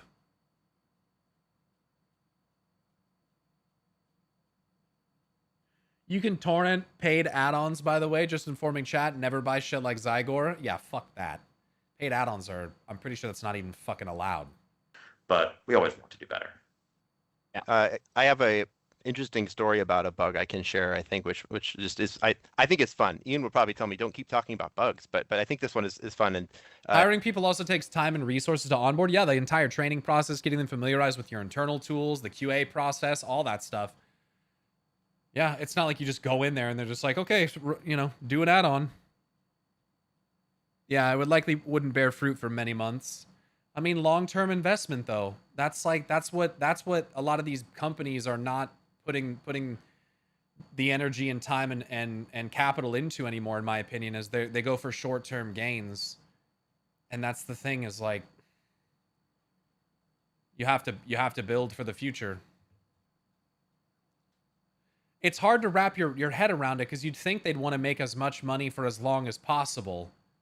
But pump and dump is a big fucking thing nowadays, where like if you can just make the millies in a short period, it doesn't matter if you get laid off, lose your job, whatever, you still come out of it a fucking multi-millionaire. And I mean, all of us would be able to live our lives very comfortably until we die with that amount of money. I mean, there's just no question. I mean, for a lot of us, that's just generational wealth. Like, so we had an issue, maybe it showed up maybe 3 days after launch, where players noticed that if they logged. Well, then it's also unfortunate, because there are also scenarios where I feel like you can rarely have like decent executives and people who are actually like working at the company. I think a lot of this comes back, unfortunately, to the pressures applied by shareholders, right? The people with the money behind the project. And even if you have someone that's good spirited and wants to make a good product and like follow the processes and be a good, like well-oiled, like, you know, moral company who treats their employees and well and stuff like that, I would imagine that there's probably quite a lot of people at the executive level throughout history that have left industries simply due to the pressure put on them because they chose to climb the ladder. And it's like, if I get offered a job as a CFO and I can be a CFO and get paid millions of dollars a year, I'm fucking taking that shit. But there's a point for most of us where like you're no longer making a good product, your passion has been abused, the people at your company are not being well taken care of, and at that point, for most of us, that's going to be a breaking point. But money talks, man. And when you're making the kind of money where you can have anything you want, you know, it's part of why these people it's part of why this shit works this way. So out in certain cases, their characters kept fighting. Yeah, stock market doesn't help. I heard this report and said, it's all like, what, that can't be true. So I tested it out myself, logged into Silver Moon. I'm going to stand in this spot right here, logged out, logged back in, I'm still there. Okay, well, let me try it in combat. I flew over to a couple sleeping lynxes out in. What is this bug? Sorry, I missed it. Where players noticed that if they logged out in certain cases, their characters kept fighting.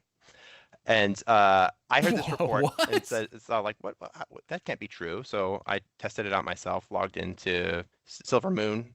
I'm going to stand in this spot right here, logged out, logged back in, I'm still there. Okay, well, let me try it in combat. I flew over to a couple sleeping lynxes out in Silver Moon, landed right on top of them. They started attacking me. I logged out. And then when I woke back up, they were both dead and they had loot sparkles. And so I was like, okay, so my character actually did keep fighting. Something had happened. And so we looked into it. And what this is for 20 years, your character actually has always been capable of doing this. If this was your character operating as if it was mind controlled, you know, they'll just sort of blindly cast spells. That's what was happening under the hood. But some tech changes made it such that previously your character was always just stunned when you disconnected. When you alt F4, your character was stunned, and that stun was removed. That stun wasn't triggering, and so your character wasn't stunned anymore. So that's obviously, like Ian pointed out, since been fixed. We were able to we saw that on Friday afternoon. It was fixed. I should have left that shit in. That's fucking awesome. Friday evening. But it is fun to know that for all 20 years, your character has sort of been like able to come alive like a Toy Story doll. Just that stun was the only thing preventing them from doing so. I mean, it's crazy that. Bro, when we log in to play the game, our character's free will is, dude, we're doing domination on our character, bro. We're logging in, we're doing domination on them. Without us, they have free will.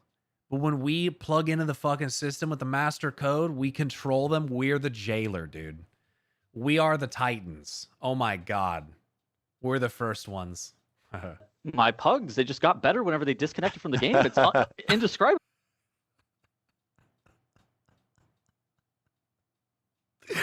Some of you should raid disconnected. That is fucking wild. Okay. That's right. Yep, blindly pressing their switch flight mode buttons and whatnot. Yes. Typical pug members.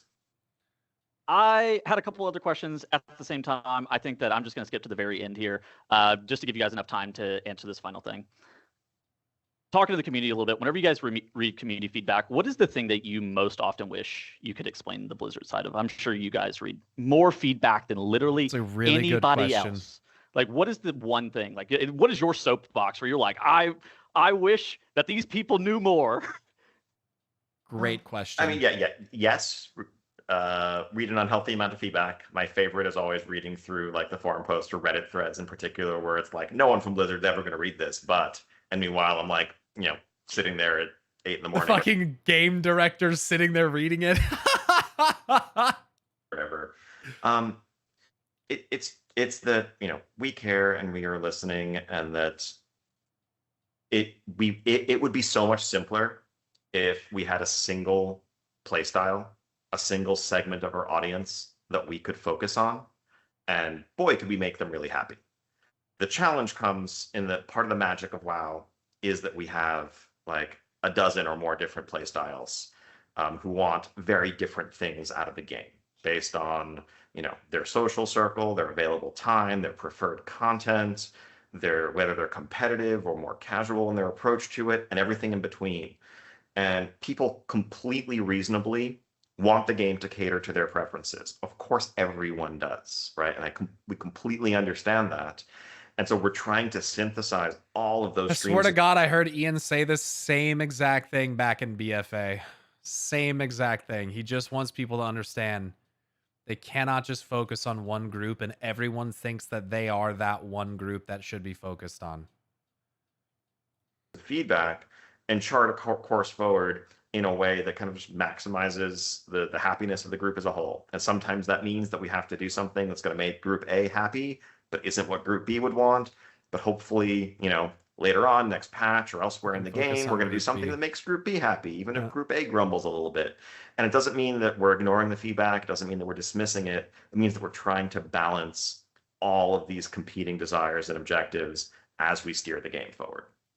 Well, and then QA came in to say, time's up. Or PR came in to say, yeah, time's up, boys.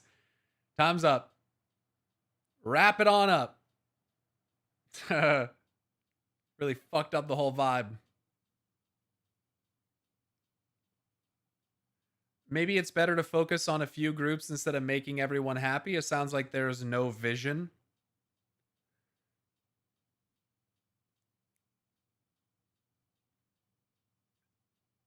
I think that you can have vision while simultaneously trying to appeal to as wide an audience as possible. I don't think that those things are mutually exclusive. I don't agree. Like people that say, oh, you try to design a game for everybody, you actually make a game for nobody. And it's like, no, you actually make a game for everybody to varying degrees. And if you decide to stop making the game for one specific group of people, they're just not going to play at all anymore. That's what you have to understand, dude. How do you decide which group? How do you decide?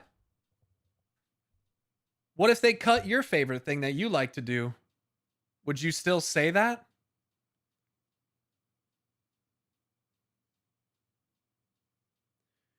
That doesn't work. Ian said in another interview that they would like to do more stuff for PvP players, but they need to see that group to grow before they can do anything to PvP.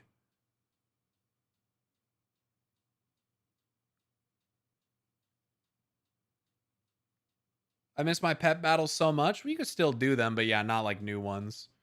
There's no like new ones. And I never interacted with that content, so I don't give a fuck. I don't care. Take it out of the game.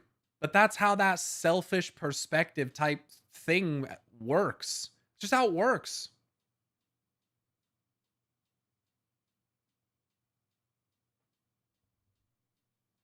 If they're gonna focus on something, how do you decide? And especially when it comes to like cultural type, I almost keep saying type shit, dude.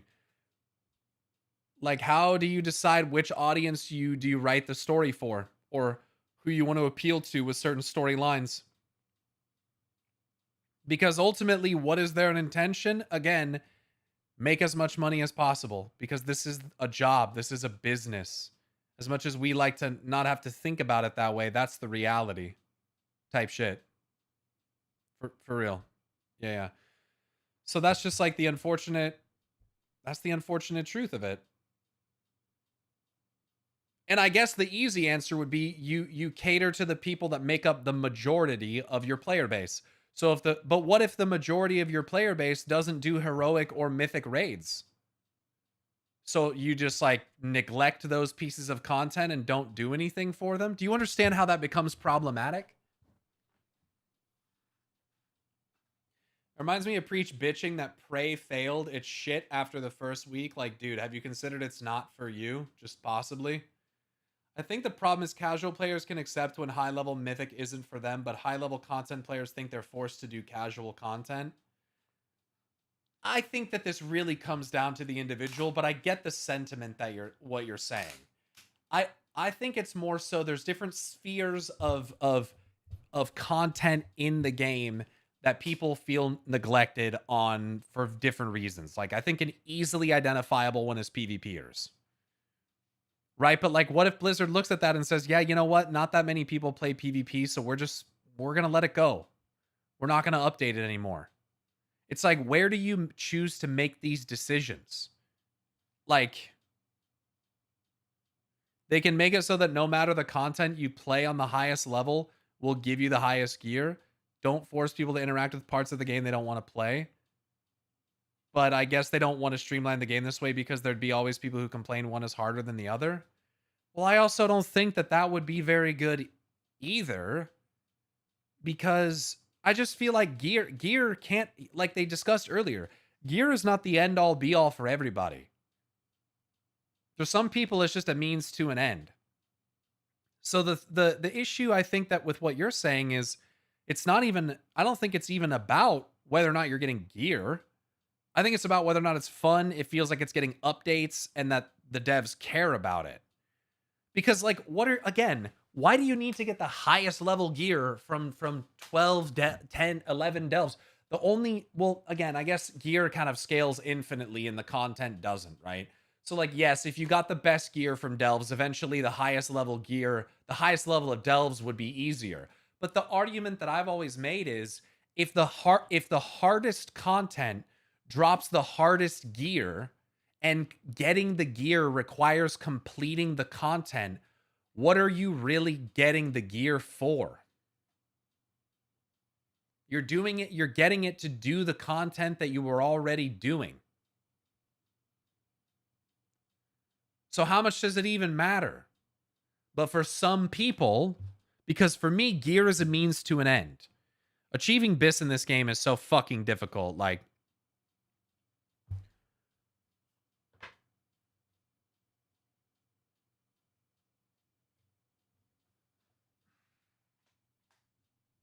but for some people, the gear is the final thing. Do you think Metzen will go off canon with the ending of The Last Titan? Bro, Metzen gets to decide what is canon.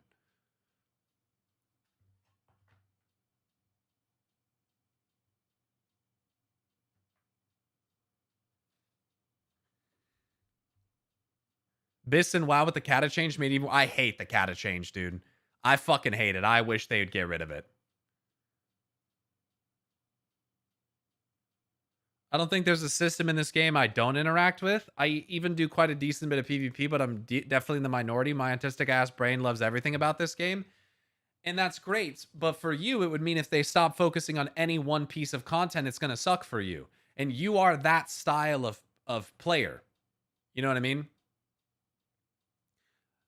But yeah, everyone doesn't feel that way. So everyone only cares about the things that they interact with. And just so you guys know, that doesn't stop at World of Warcraft.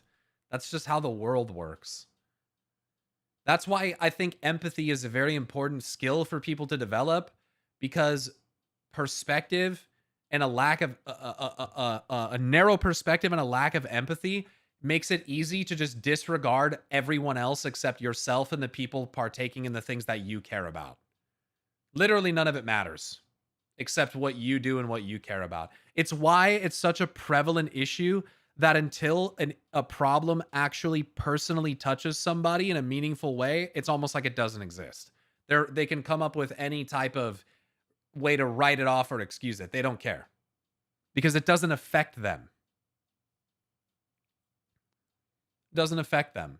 So when you do have issues that will actually affect everybody on the entire planet, like, I don't know, climate change, you have people who will effectively make it into a hoax so that way they can polarize a group against another because then they can leverage them for their own personal gains, like, you know, drilling oil and mass deforestation and pollution and all that stuff for the sake of AI data centers and all that stuff. But hey, not to get too much on that, but anyway, a great instance of this is the compassion that came from the Warframe community and devs toward the D2 crowd, their direct competitor. Yeah. Because it sucks to watch a community basically have their favorite game dismantled and discontinued. Yes, I'm mostly an open world player. I love questing delves, that kind of stuff. I used to love leveling too, but right now leveling's completely broken if you don't own the newest expansion. They're basically keeping it in the game just so they don't upset the people who enjoy it. But honestly, I think it would be better for the health of the game to completely revamp it or even just remove it altogether. There's a lot of systems like that in game, but that's just my opinion. Yeah, I guess the question is, like, if you care about people's interaction with the story, how do you drive story interaction or exploration without any type of leveling process? And I agree, it does need to be revamped. I really wish World of Warcraft had a main story quest line that went from the moment you created your character until the end of the game, until the current expansion, but it doesn't have that. It's something I love about Final Fantasy XIV. Final Fantasy XIV implements it in such a way that you basically cannot skip it, and you would be greatly missing out if you chose to skip it. But World of Warcraft is too old, it's too big, it's been going too long that I fear that they will never implement something like that. And you would have to probably overlook so much of the localized stories and stuff like that in order to actually streamline that type of experience. It's so fucking hard. It's so hard. Like, what are they actually supposed to do? It's really tough. It's tough, but I think, it's, thanks for sharing your perspective, Darnoker. And I think that I think that if anything to take away from these types of interviews, I come away with a greater appreciation for the humans behind this process and how sometimes their hands feel tied, not just because of like business structure things, but because working on a game this big and this old is difficult. It's hard. I mean, think about like trying to revamp and reinforce old buildings instead of knocking them down and building new ones, I would imagine, and I'm not a construction worker or a project manager or an architect or anything, but I would imagine that that's a highly collaborative, difficult, dangerous, intricate thing to accomplish. To reinforce and keep the main structure of buildings and you could just knock that bitch down, clear the rubble, and build a new one, but then you lose something potentially. You lose all that work, you lose that story, you lose that history. I think that has value, and that sentimental value is important. Yeah. It's a human condition I've noticed with raising kids. Hard to fight against and focus on broader perspectives. It is hard. I mean, we're literally conditioned through life to like to experience everything through a first-person perspective.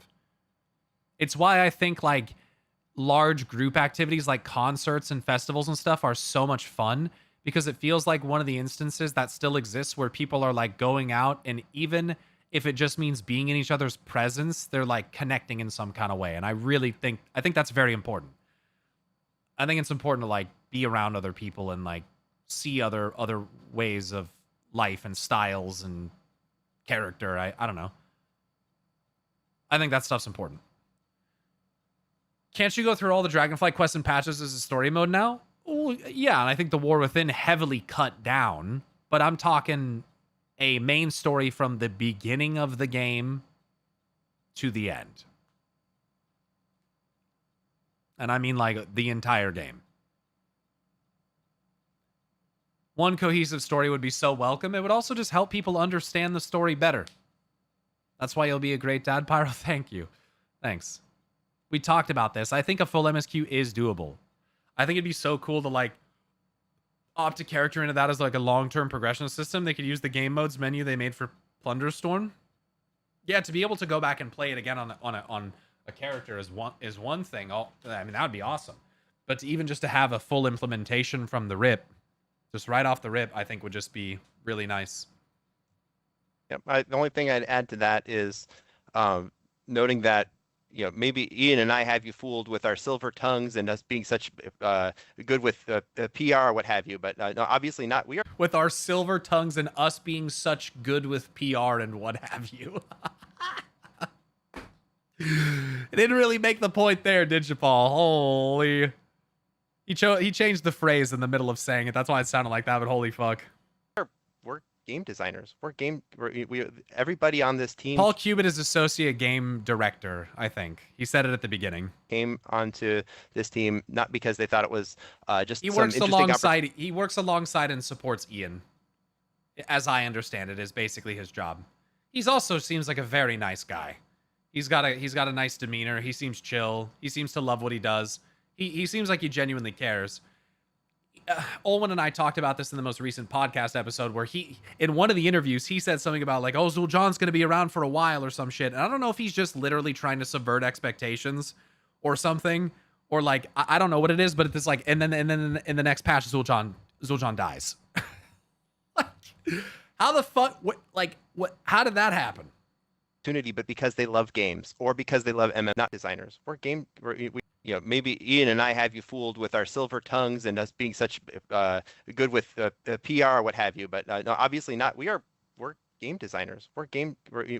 Everybody on this team came onto this team not because they thought it was just some interesting opportunity, but because they love games or because they love MMOs or because they loved WoW and they wanted to be working on WoW. Yep. And so the people who are making this game, who are directing this game, and everywhere in between, all our folks who are largely the people who are playing it alongside you and love it. And we all do better when people are having fun playing. And so that's where all our decisions come from, is making sure we can make the game as good as possible. That's so good to hear, and I think it's really important that he's straightforward about that and honest about it, and a little bit vulnerable, because there is at times, man, such an arrogant, permeated view that like they don't play their own game, they don't give a shit. Like they said, AI vibe coded, all sorts of shit like that. And it's dehumanizing. It's really just like not very fair. Could they do a better job? Always, man. But I feel like you could say that about most of us with our jobs. You know, no one's perfect, and they're trying with what they have available. And yeah, there's just that cynicism. It's really just like a bad faith, cynical perspective. And I think it's really just like a way that people cope with the game not being how they envision it, or, as good as they think it's supposed to be, or whatever that is. But yeah, I mean, they're people, The whole team moved to Classic Plus. No, they didn't. They have overtly and directly stated that that's not the case. They have you're kidding? Motherfucker.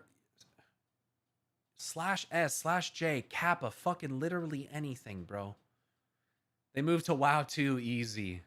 Easy. They have a ton of pressure to deliver on some kind of nuts timelines when you think about it too. I know, man, I know. 8 weeks is... /S is cringe. You know what's cringe? Saying shit that's a joke. It not coming off as a joke, me having to fucking deride you for it momentarily in the chat, only for you to have to correct me and say that you're joking because you didn't indicate it in the first place. That's cringe. Pretty simple. All right. Perfect. Thank you guys so much. I really, just from a personal perspective, I just want to send extreme gratitude to you guys. No. Pretty good interview there. If you want to show it some love, go leave a like on it. You guys have made a game that I've been painfully addicted to for a very long period of time, and like without you guys, I think that the game would be worse for wear. I really do appreciate it. Yeah. And I appreciate you guys taking the time to do this interview with me today. In my honest opinion, the 8-week patch cycle is burning their team too much content wise. They insist that that's not the case. They insist that that's not the case, and you have to go into the realm of speculation in order to to ignore it. You have to basically say like they're lying. And that's possible. It's possible. But they have to remember, they have two different teams that are working simultaneously. There's a team working on TLT, and there's a team that's been working on this. And as Olwen and I discussed in the pod, it kind of feels like Midnight might be the B team. I hate to fucking say it. As much as I like Midnight, it feels like if there's an A team and a B team and one team is better than the other, and so it's a lot of assuming right there, that like this is the B team making this stuff. They insisted, but like Skarzard left and quoted that exact reason. So I'm like, I don't think they're telling the truth. When did Skarzard leave? And what was his role?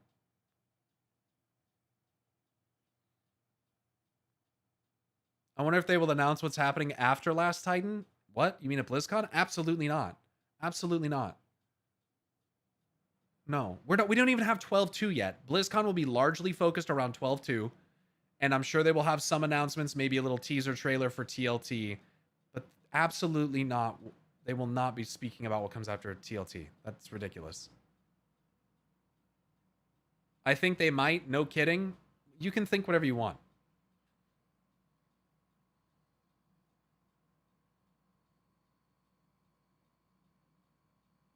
You guys can think whatever you want. Some of you think it's fucking pronounced Sethun, you know? You can think what you want. 10 months ago, I think, is when he said he left on the Potty Sea.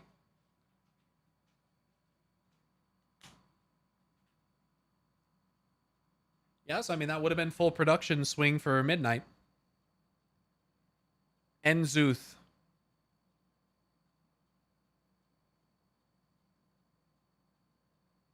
He left in July last year.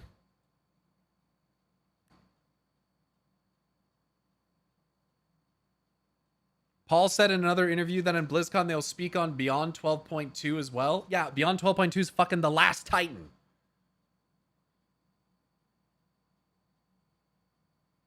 Not after the last Titan. What are y'all talking about? They're going to talk about what comes after the... What the fuck?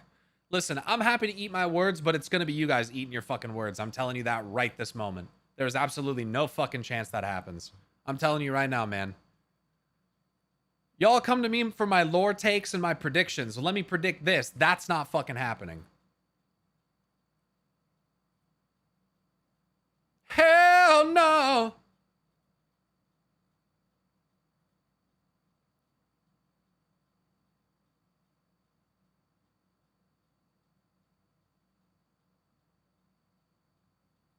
If they do, I'm worried for TLT.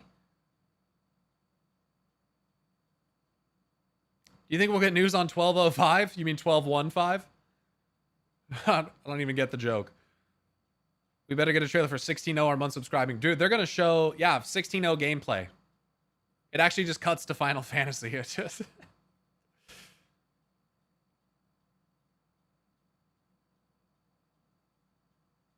You don't even know what happens in TLT. How are you going to be worried already? I think he's saying if they were to show something that came after that would worry him. And I kind of get that. WoW 2 with Unreal Engine and anime girls.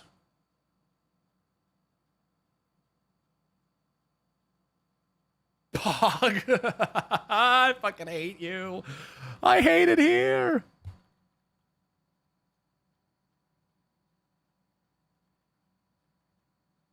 I fucking hate it here. Fuck yeah. I just want another cookbook. Yo, how about a WoW cookbook cooking stream, dude? Would you guys fuck with that? That'd be kind of fun, huh? I gotta get the cookbook. That'd be sick. Yeah, I think a lot of us are kind of interested to find out what labyrinths are gonna end up being.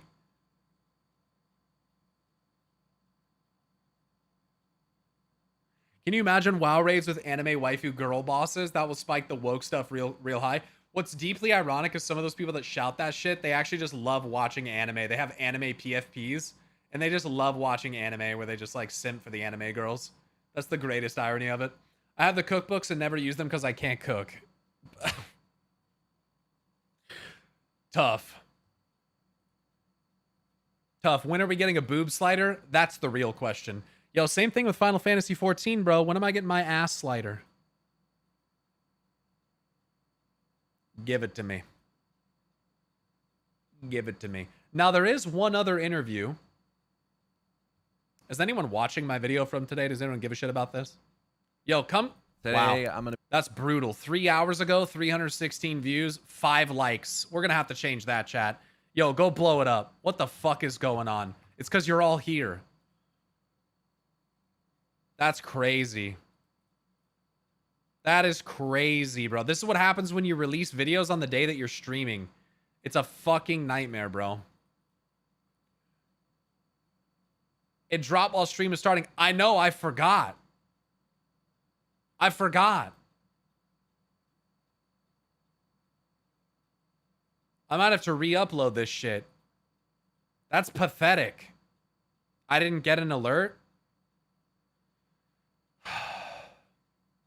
I fucking hate being a YouTuber, dude. I fucking hate it.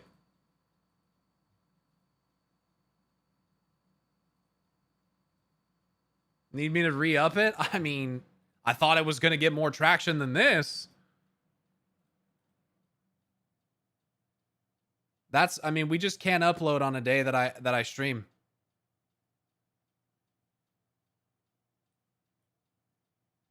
I stopped watching because you went live. Yeah, that fucking wrecks the algo, dude. That wrecks the algo. No, it's too late already, bro. We're cookie cooked, dude. 3 hours, 316 views. That's cooked. The thumbnail's also maybe not that great.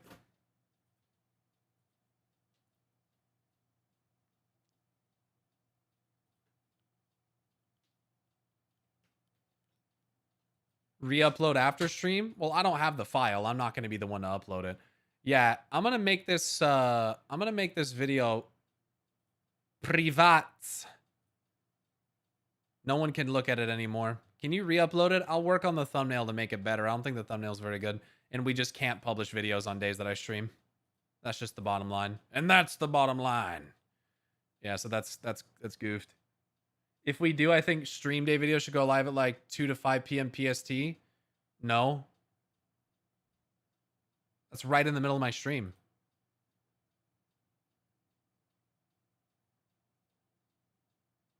You wouldn't want to do that.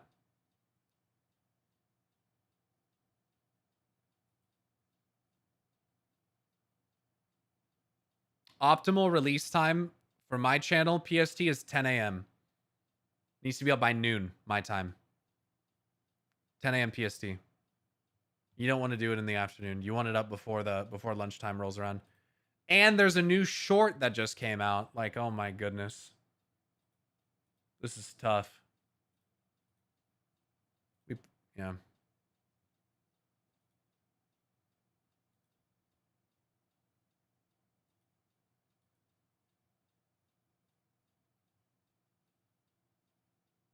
That short drops after stream? No, it's out right now. We should not be publishing in the evening. That should not be. We can discuss this in private, but we should not be publishing in the evening. That's not the play.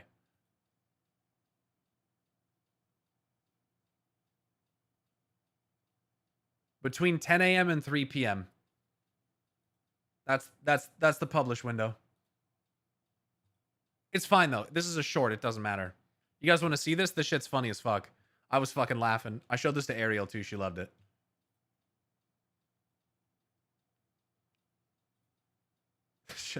My magic is potent.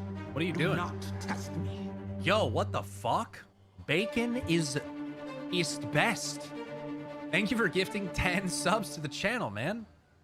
Damn. Yo, Olwen, thank you for also gifting 5 fucking subs, bro. Thank you, sir. Thank you so much. What the fucking fuck? What the fuck? What the fuck? Be a blah blah blah blah blah. What the fuck? Gifting 50 fucking subs? What the fuck? That's crazy. Holy shit. Thank you very much. Be a Babalova. What the fuck? What the fuck? Dragdoll! Dragdoll! Yo, Dragdoll, thank you for gifting 20 subs as well. What's going on with y'all right now? Holy shit. They be enjoying the side quest, man. That be a lot of subs, man. You guys send in the hype train into the stratosphere. What the fuck? What the fuck is that? What the fuck? What the fuck? What is going on? What the fuck? What the fuck? What? What the fuck? I don't know what to say. That was because I gotta. Could they be going? Thank you so much. That's insane. Roller Socks, man, thanks for gifting 10 subs, dude. Thank you very much for gifting the 10, man. Bacon is best. Thanks for gifting 5 more subs as well. Wow. Vadrin. You get that one frame. What is this one frame? Thanks for gifting 5 more subs as well.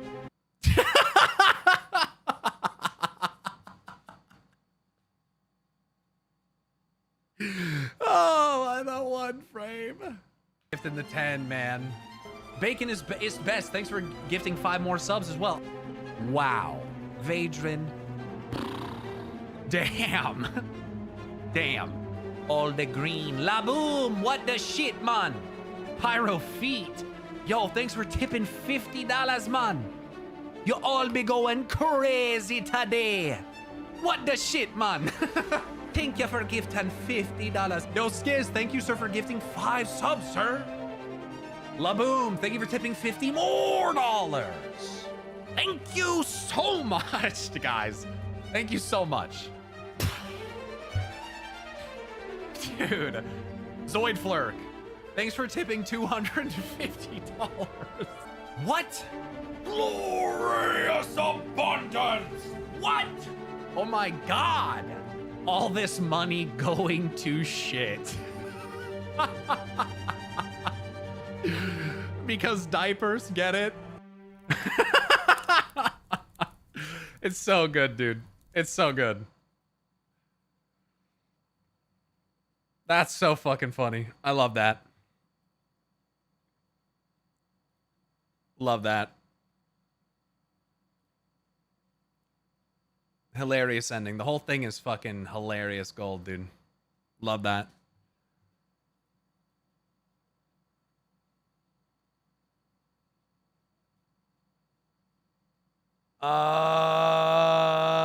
Now the first react took me 3 hours to get through. Should I watch this other interview?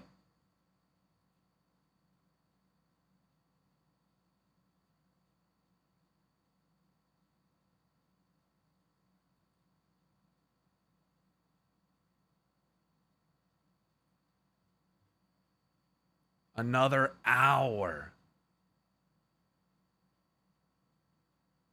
Depends if we can argue more about Mythic and who plays it. Huh. Let's get into it. So, Ian, Paul, thank you, and thank you for another Nice, interview. I don't have to move my camera for speak this with you one. both. Paul, this is my first time actually chatting with you, but obviously I've seen your work. I'm a big fan of it. So, obviously it's just nice for people that don't maybe know what you guys' job roles are and how you're part of the World of Warcraft team. If you wouldn't mind maybe just talking a little bit about what you do. So I guess, Ian, if I just start with you, so, game director, but yeah, just a quick intro is great. Yeah, so I mean, I'm game director on World of Warcraft, actually coming up on 10 years in that role, which is kind of crazy to reflect on. But I'm not, as you'll note, Paul also is a game director. I think the structure of the WoW team has changed a bunch over the years. So I've been on the team for coming up on 18 years, worn a lot of hats over the years, from encounter design to class design to various systems and things along the way. But as the World of Warcraft team has grown, as we're trying to do more than ever, as we have, multiple expansions in the pipeline, we have things going on in the classic space. Increasingly having a single director over each of these disciplines was becoming a major bottleneck on the team.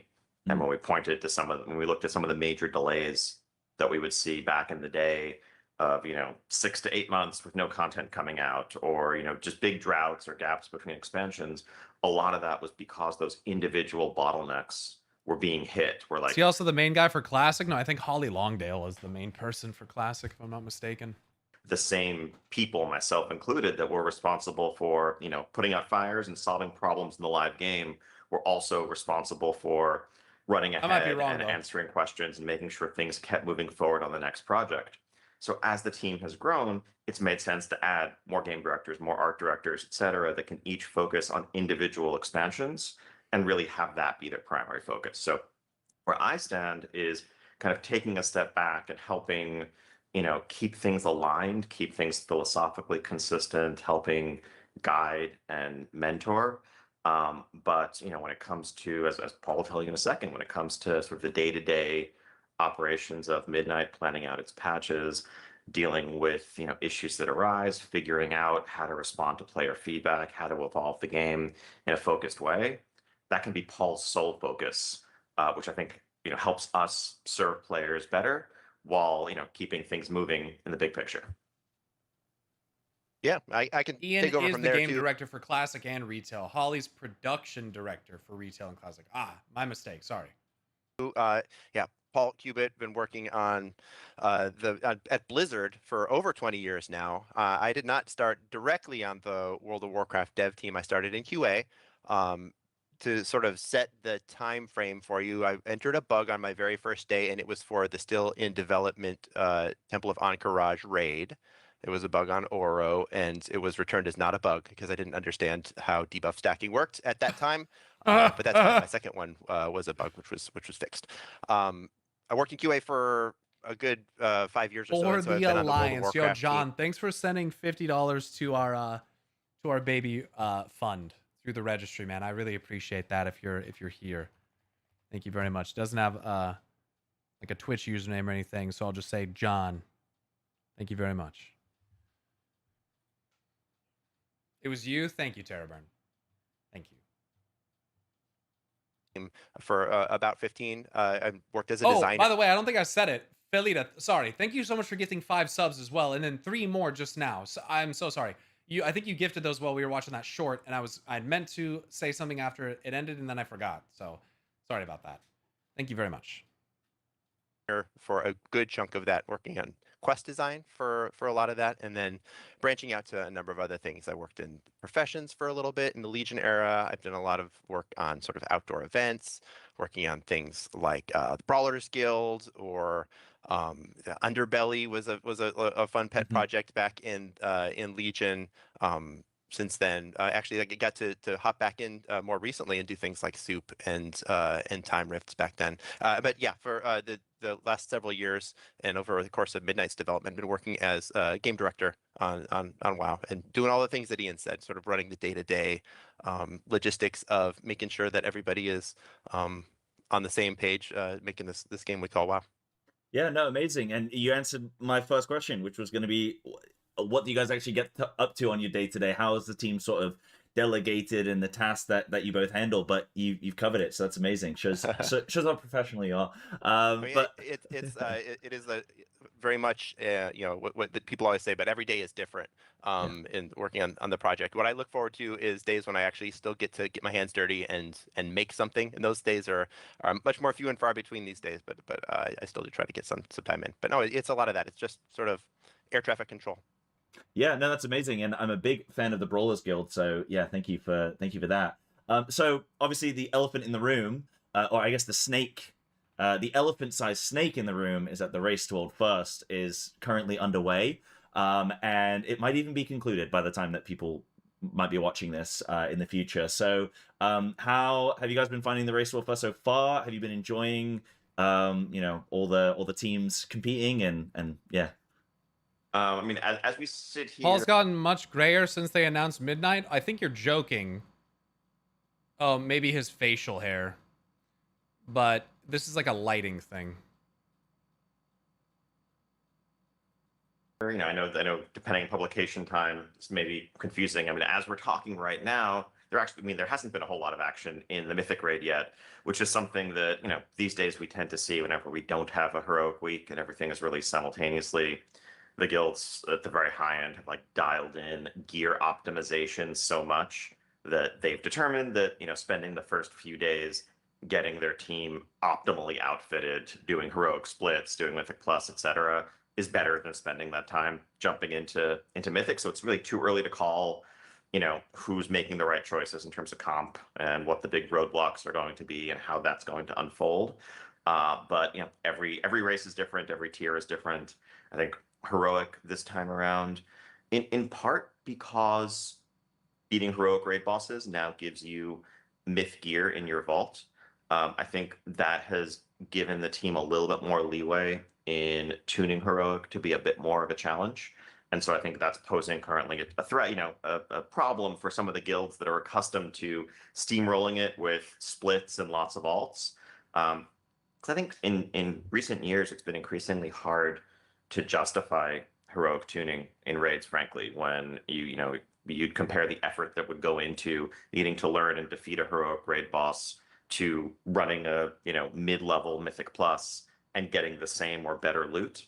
And so we wanted to make sure that those activities felt calibrated. But now that raid rewards have been improved, I think there's room for a bit more of a challenge there that we expect still thousands and thousands of guilds to work up towards and through over the course of the season. But even some of the best in the world are finding that they can't quite get it done with a bare bones roster of 20 alts. Yeah, from my point of view, I've been enjoying watching the splits, enjoying watching people knock up against some of these bosses. Just the splendor of watching people fight Ulatek herself is also just something to behold. And then checking in every morning to see who is 1 out of 8 yet, and so can't wait for bosses to start getting knocked down as we start progressing. Yeah, shout out to I think it's Convergence who got the first point on the board. I think.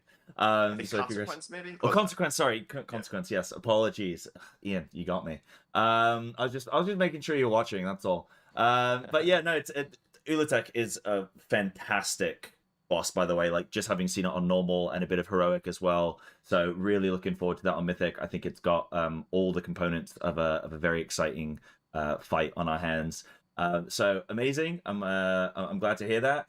And then in terms of then like content already, such quick turnaround. Ian, you were mentioning how you've structured, the team is structured now to be able to accommodate this, but already the 12.1.5 patch is up on PTR, or I believe it's about to be soon. So like, I guess you've already covered some of the changes that you've made structurally to be able to do this, but it just seems like you're just on it. Is there anything else to add from earlier at all?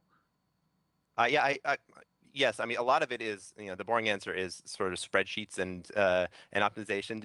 Folks working on the team who are producers and product managers, sort of understanding the plan, having a plan ahead of time and saying like, well, we know we have to have this done N weeks before this thing happens, so that we can have this built out. And so step 1 is having a plan, looking ahead to 12.1.5, but also 12.1.7 and 12.2, and well beyond that as well, where there's multiple patches all being worked on at a time. That sort of parallelization is a huge part of being able to make sure that we're able to kind of have that time to release patches as quickly as we do. And then another thing I think which factors into this is our ability to make changes later and later as we kind of develop. We've talked a few times in the past about sort of a robust hot fixing tool, and the ability to sort of make changes as we continue to go makes it so that if you think about in the past, an entire patch had to be built, sort of several weeks beforehand, with not a lot of wiggle room in those last couple weeks. I bet the back end design and like engineering design for this game is fucking insane, dude. I bet it's fucking overwhelming insane. And then that reduces our ability to say respond to feedback or to iterate upon something. Everything is focused on whatever you can work on. But now as we have the ability to sort of make touch more pieces of the game and have a lot more power as developers, that allows us to do even better in terms of parallelization. Yeah. Yeah, I think, it's no secret in the community, I think, that a accelerated patch cadence and a more consistent patch cadence is something that's really been a hallmark of WoW since Dragonflight. And some of that ties into some of the restructuring of the team that I was talking about earlier. But really, it's about prioritizing solving a lot of the problems that were plaguing the live service prior to Dragonflight. I think Shadowlands was not without its faults from a systems design perspective, and I think those are well discussed. But it's also, a lot of players don't necessarily recall that there was a 7-month gap between launching Shadowlands and the 9.1 patch, the second season, the second major tier. Is it really that long? And Oh my god. that's Yeah, 7 months of farming the maw.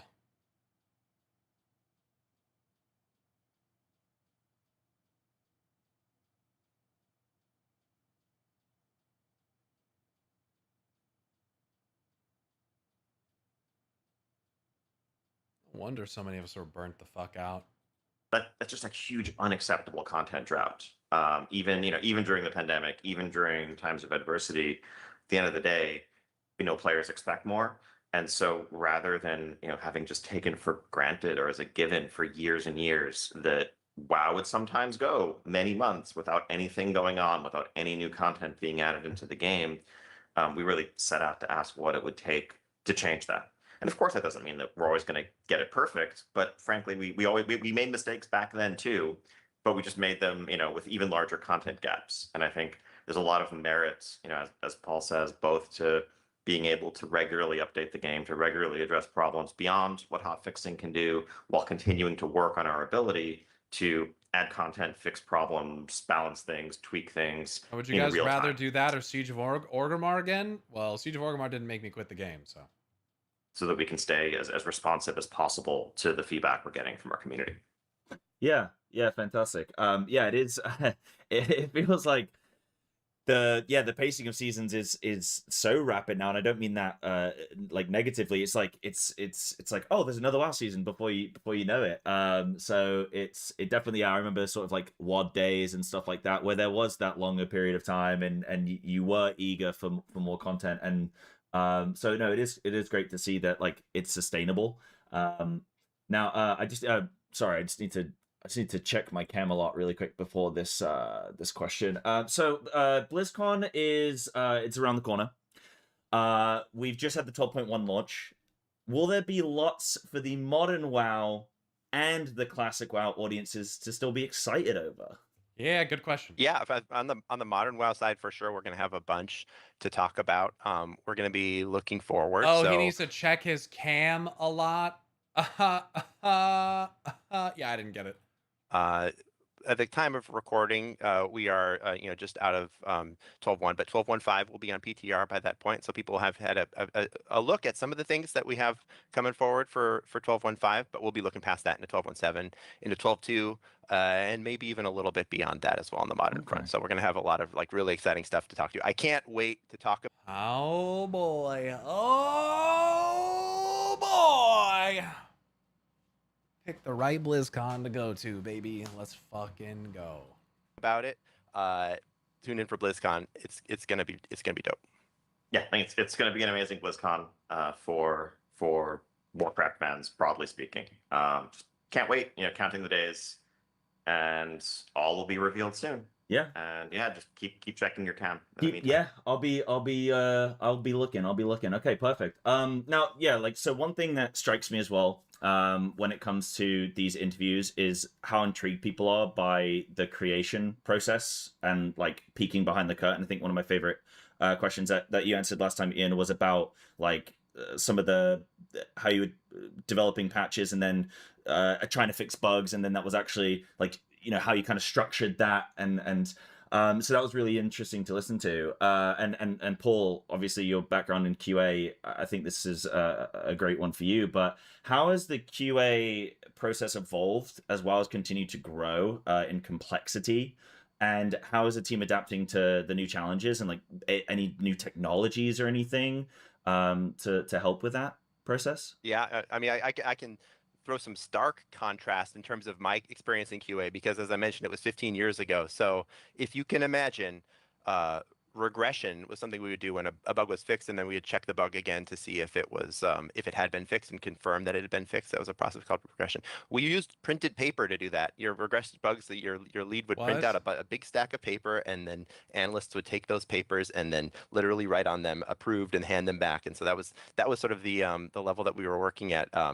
back in my day, we also had, some more automated processes than that. Of course, there was checklist systems where we would, for example, go through every spell in the game, every quest in the game, and so on, and go through checks from a very low priority of like, can you do the quest, to a very high priority list of like, can it be shared properly? Does it begin properly? Does it end properly? Are there any issues with phasing? Are there any issues and just a huge number of checks down the line?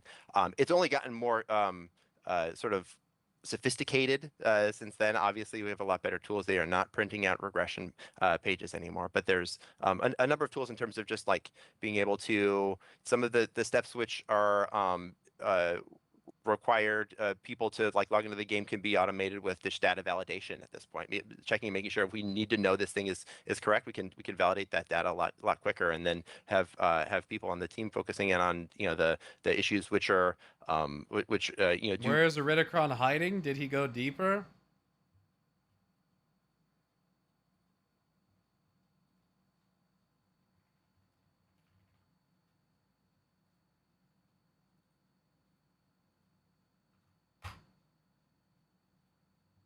Read that. require their expertise as a player to look into it. Another thing I could say about QA is that we've just a tremendous and awesome QA team. They've been working super hard, continuing to get Midnight out, continuing Curse of Tech out. So really happy with them and their leadership. Yeah, I mean, we couldn't make the game without our quality assurance team, and I think there are. I'm not an expert on the processes, like in terms of how the craft has evolved on their side. I can talk about what I see as a partner to that team.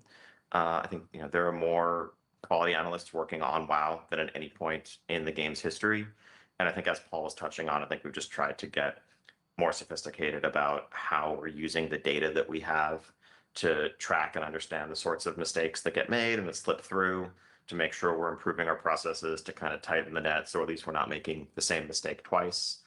We have much better kind of tracking and analytics in the sense of like, this is how many bugs we'd expect to find in a patch of this size based on years and years of history. And if we're not finding as many bugs, maybe it's that our developers all just decided to increase their level of quality of implementation, but more likely we actually need to look further and look a bit harder to make sure that we're finding all the issues. Similarly, can do a better job of estimating where issues are likely to be, forecasting where we might need more resources. So I think it's just it's more refined, it's more of a science these days, and I think that just kind of reflects the evolution of quality assurance as a profession, as a craft over the years. Whereas, as Paul said, 20 years ago, a lot of it was figuring it out as we were going. Yeah. But yeah, it's indispensable to what WoW is today. I won't hide it. When I was hired in QA, I was a warm body that we found on the street. Right, we were a lot less discriminating about QA back in the day. I actually only started playing World of Warcraft a couple months ahead of time, but had an interest in a background at least in software, and so I was able to hop in. But the people who are working in QA today are almost exclusively QA professionals who have been working in the field for some time. Yeah. Yeah, no, amazing. I have no. There you go, dude. I don't know. I feel like, again, if that's true, then what was being discussed earlier about, we'll just lay off all the old experienced people and just get, cheaper, less experience. I mean, I don't know. Paul's saying that they're pretty much like all professionals, which, again, like Paul said things that aren't exactly accurate before, but then they were saying like we're making more content. We have more people on the team than ever. Something's not adding up, lol. And maybe like older people got let go because they're not as adaptable or familiar with or willing to learn new systems or whatever. We just don't really know. We don't have like details on all the people who got laid off, I don't have metrics I can fucking look at. Any like demographic data? I have no fucking idea. I don't know. All we can do is speculate. We have no fucking idea. It's that there have been some bugs. Older people maybe need to look for bugs more. Well, QA can identify bugs and stuff like that. I don't know if they explicitly fix them, but it's also like they said, they have more QA people and they're making more content faster than they ever have. So you can't just have this attitude that like, oh, the old people are just doing it better. I don't necessarily think that's entirely true. I don't think that's true. It sounded like he said right there that like they used to treat QA not as seriously. But then as the game is built, it gets crazier. As an engineer who's worked at big tech before on apps, I feel for all the engineering QA and stuff. It's basically always a management thing and priorities coming from up top. The entire business model depends on engineer always working on too much at once. In the Yo, Jay Lawson, thanks for the 26-month reset. raid in this season, but already like they're getting fixed, and I'm noticing that things are getting resolved there. So it's like even when these things are popping up, I guess that the team's ready to jump into action and fix those things. So yeah, amazing. Now something that I'm going to do a couple quick fire on this sort of section, and then I want to talk about some classes. But Titan Forge, I think, is something that is an amazing I guess exclusive that China have had access to. I think it's been really cool to see, and I know that some people have been able to like play through some of that. Are there any plans to either bring Titan Forge to the West in some way, shape, or form, or even look at dabbling with exclusives, sort of, in the West? No, our market's not big enough. We're not important enough. Dude, China's got some crazy fucking dope exclusive stuff recently. Mounts and fucking transmog and all sorts of shit. It pisses me off, man. At all? I mean, there are plenty of experiences that have also been exclusive to the West over recent years. I mean, things like Plunderstorm or the first remix never were playable in China due to the way timing lined up. And they've been able to get access to some of those rewards through different avenues as a result. I think the Titan Reforged realms that we set up with our partners NetEase in China really were responding to like NETEASE, NetEase, to demand and the way that Chinese players were playing the game in a way that differed from what we were seeing in the rest of the world, frankly. There was a lot of focus at the time on they were in Wrath Classic, while most of the rest of the world had moved on by that point. But raiding in particular, and just like raiding on multiple characters and just focusing really on the raids, almost the exclusion of all the other content in Classic, was a pattern that was defining, what we were seeing in China. And, working with our partners there to understand the community there better, this idea came up of an event realm. I love quoting anticipation.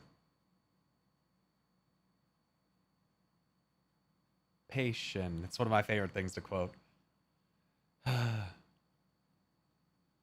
Or is that, or not? That's Tim Curry, excuse me. Peter Cullen.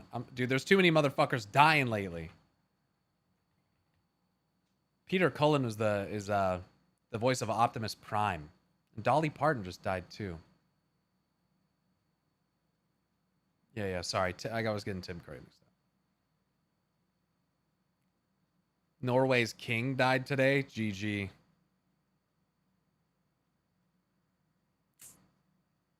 Time for a new one. Experience that could be focused really. So many people are dying, to be honest. WoW is next. People die every day. It's just not always someone that you know or just came up with our partners there to understand the community there better. This idea came up of an event realm, an experience that could be focused really just on raiding with almost nothing else besides that. Just kind of mixing up and mashing up the first 3 expansions worth of raid content in a way that scaled. And I think it's proven to be a very successful experiment there. We brought it to China only because at the time we felt that based on everything we had seen and heard from players in the West, that didn't match how they were playing Classic, and wasn't going to be an experience that was really going to be scratching the same itch. And when we look at Classic, we always want to be mindful of the importance of community. And we recognize that every time we add an extra experience, be it Season of Discovery, be it hardcore, whatever else, we potentially splinter and fragment that community in ways that could be to the detriment of all of them. And so we don't want to launch a server, have an experiment, unless we're confident that it's really gonna get enough traction to be worth that fragmentation. We were open to the idea of bringing it to the West. I think, frankly, when we announced it and launched it, we were watching for reactions and seeing how many people in the Classic community were like, I want to play that, bring that here. And it was more of a murmur than an outcry. I think there's, was and is curiosity about it, the novelty of this experience that's only available, in another country that players maybe need to jump through hoops if they want to access. But we didn't really see this groundswell of support for the specific idea of bringing that exact game to the West, where I think we would have chased it more seriously. And this, I think we want to keep experimenting. We want to keep staying agile, looking at things like the seasons that we've done in Classic in the past. There's been a lot of exciting ideas that have come from those, and that's something we want to continue to explore where it makes sense.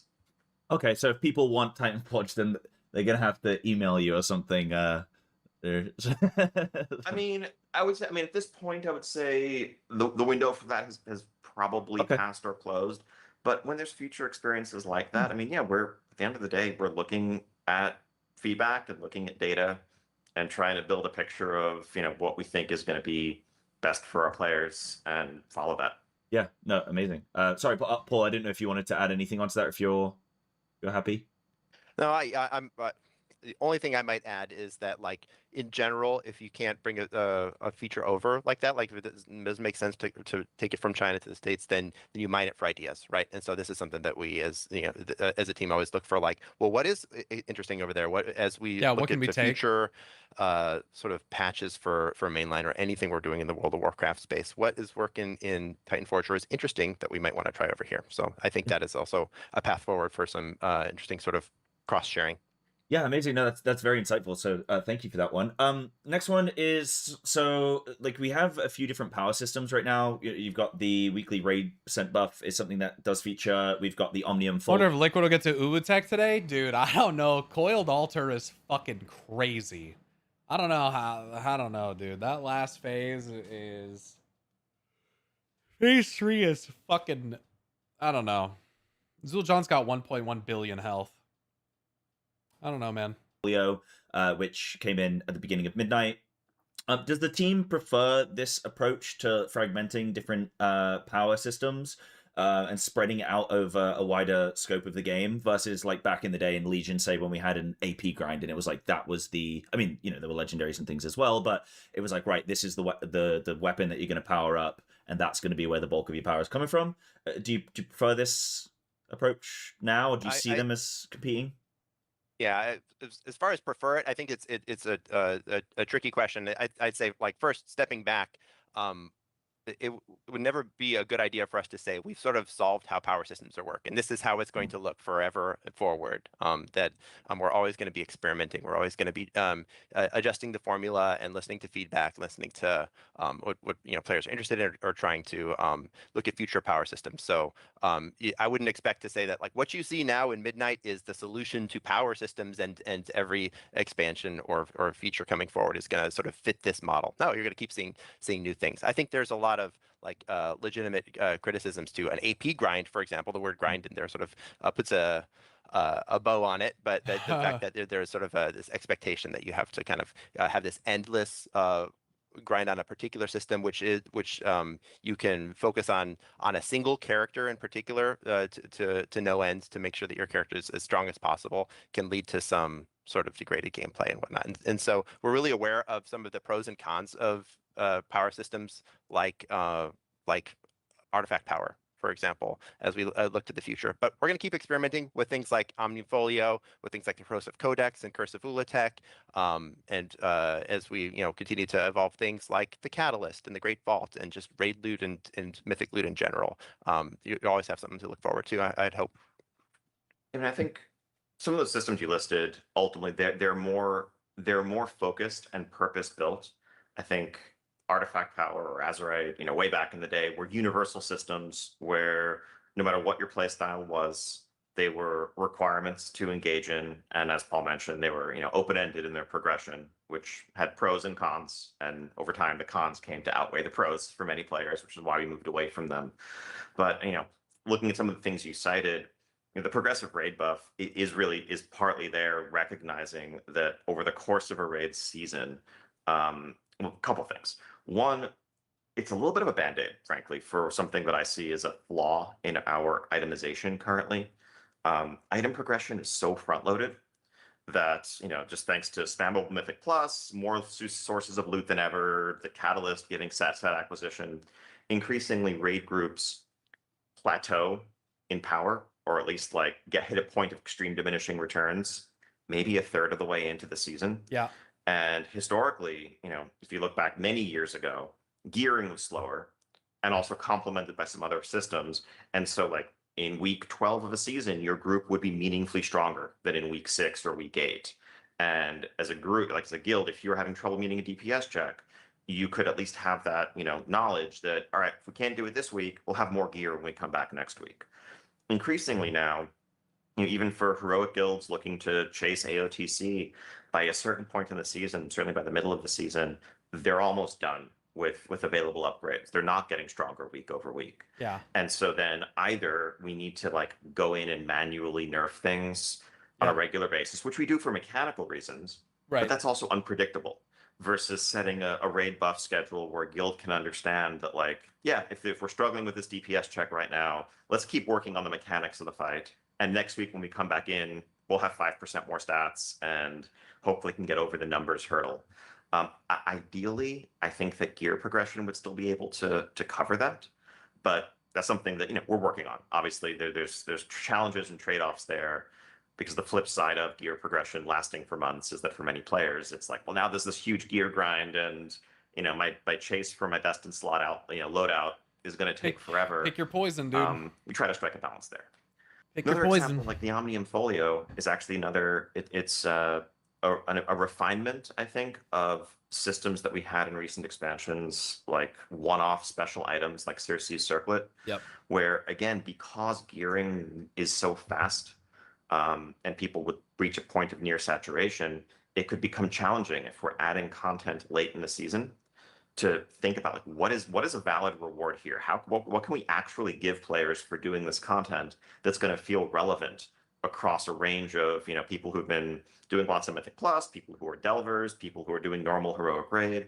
And so we would often make these like one-off borrowed power items, essentially, that would also take up an extra slot. Yeah, mostly the most rewarding thing about Mythic is killing the final boss. Getting cutting edge and getting the mount. It's like it all happens at the end. Stomp on your gearing options going into the next season, have a lot of overhead with them.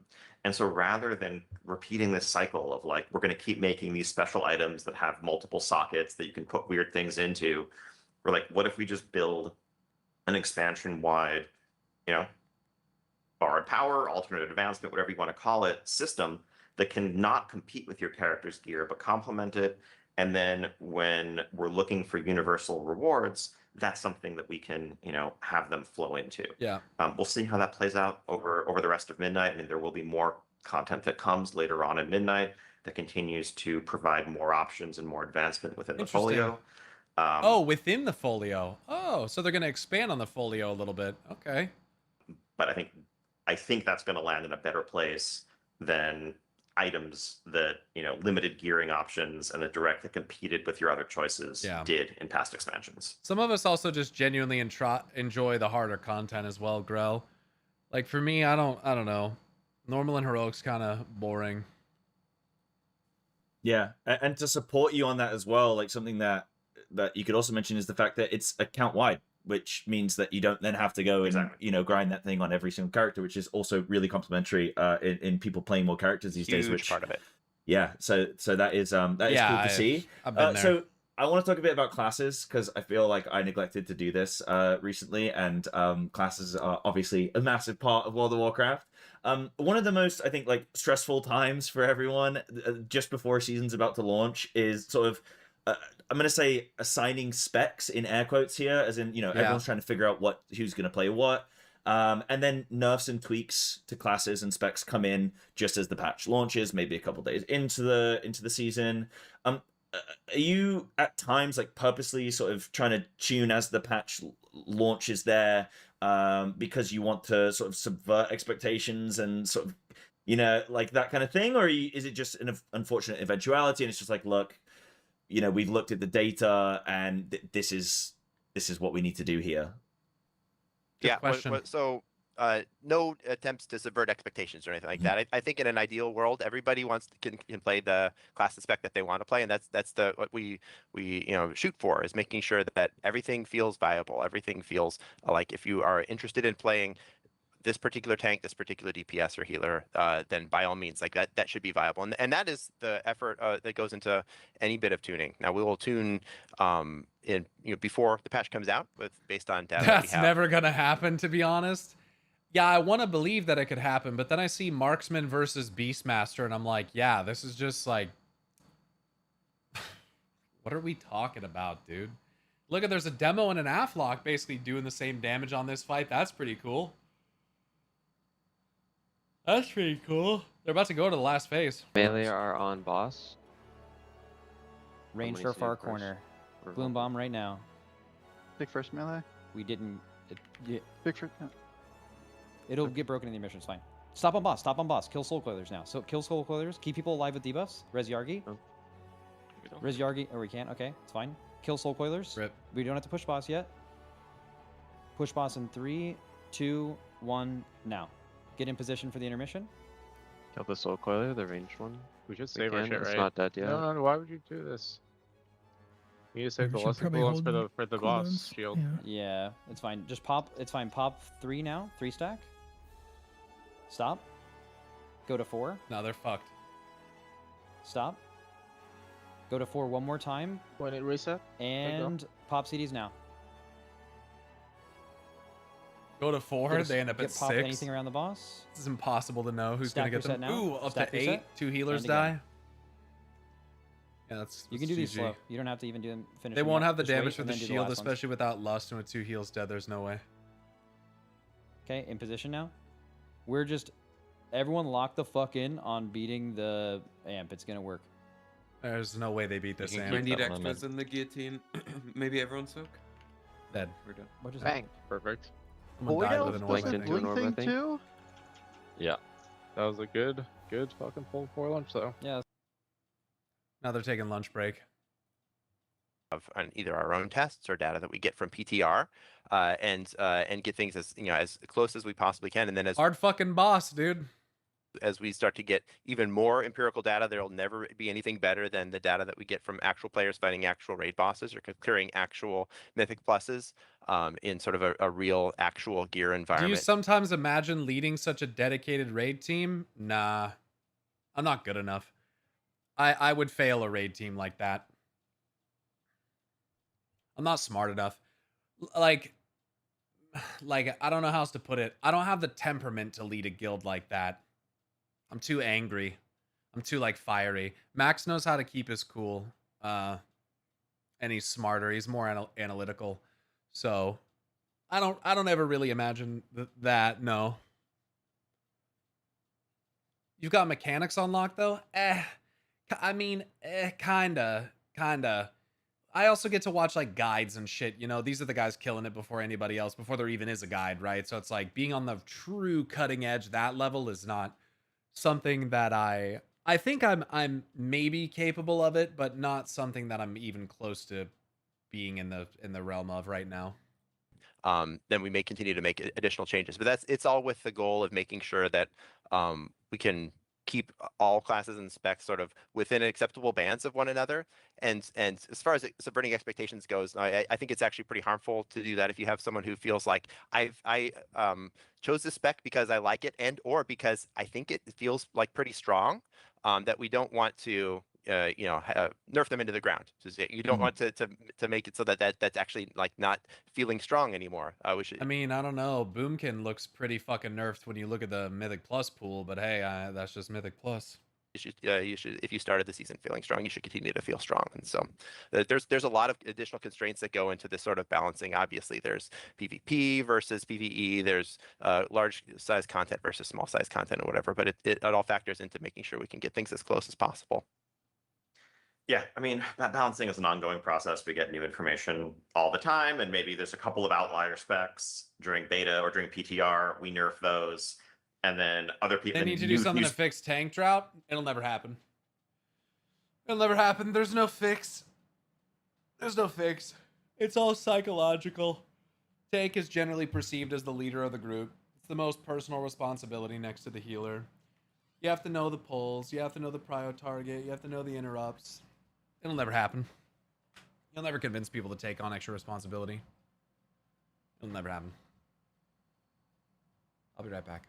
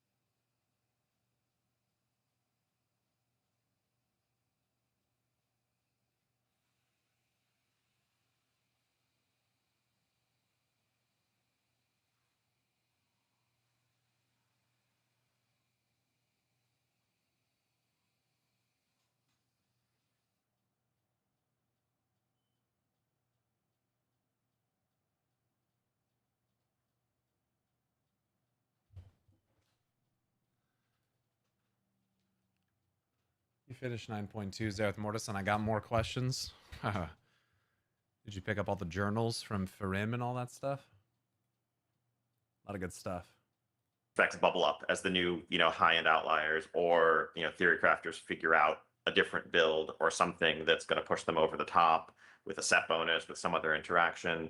And so we're just always responding to the information that we have. I mean, I think the key here is, as Paul said, we want people to feel empowered to play what they want to play for whatever reason that is. And hopefully, and I know, we can always do better here. Part of our goal with announcing things like a tuning schedule ahead of time, where we're going to say, hey, we're going to do a tuning pass here, then at the end of this week, then a couple of weeks into Mythic, then a couple of weeks after that, is to give players some reassurance and some context into what to expect.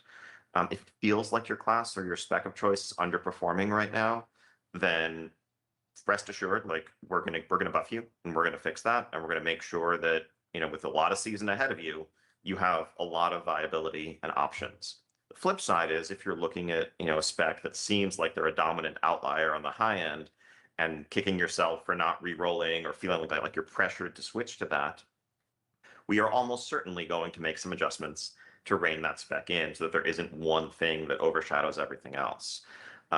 We tend to nerf more at the start of a season and buff for the rest of the season after that. I think early on, that's our chance to rein in those outliers. We're more mindful, I will say, once we get to like the midpoint of the season and beyond, that like nerfing in a meaningful way can mean that groups now suddenly find that they fail in situations where they succeeded yesterday, right? Like if we nerf a dominant tank spec in Mythic Plus in week 12 of a season, or we nerf an outlier have to do it healer early that or has never. incredible raid throughput in week 15 of the season, suddenly a group that could time a dungeon or could beat a boss or was progressing on a boss yesterday might find that the whole group struggles because of that reduction in throughput. So that's something that we're more hesitant to do for that reason. And so like you'll see as we go later and later into a season, our approach shifts more and more towards bringing up those low end outliers and just kind of accepting that the high end is what it is. Yeah. And if there's systemic issues that are making them, scale in problematic ways, we'll look to a patch to the next season to fix those there.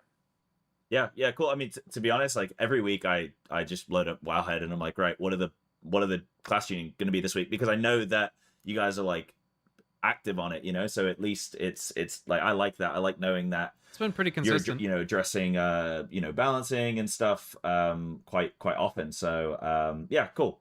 I think Feral's pretty good right now.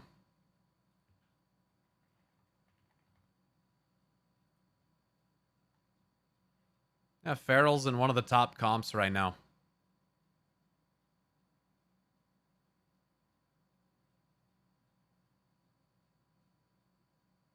Feral is like in the Fizz comp right now, doing 18s.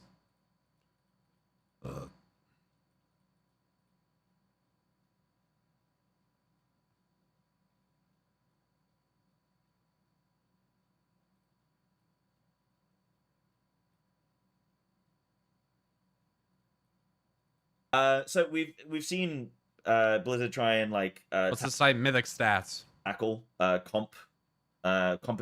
composition issues in Mythic Plus specifically with that the smaller group size. Is Holy Paladin Biss? Holy Paladin is very good. Yeah.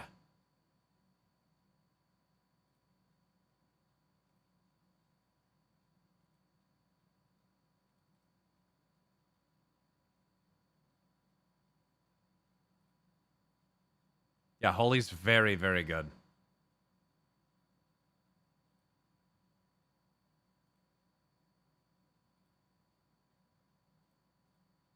A redesign with some of the healers with like removing interrupts from some of them.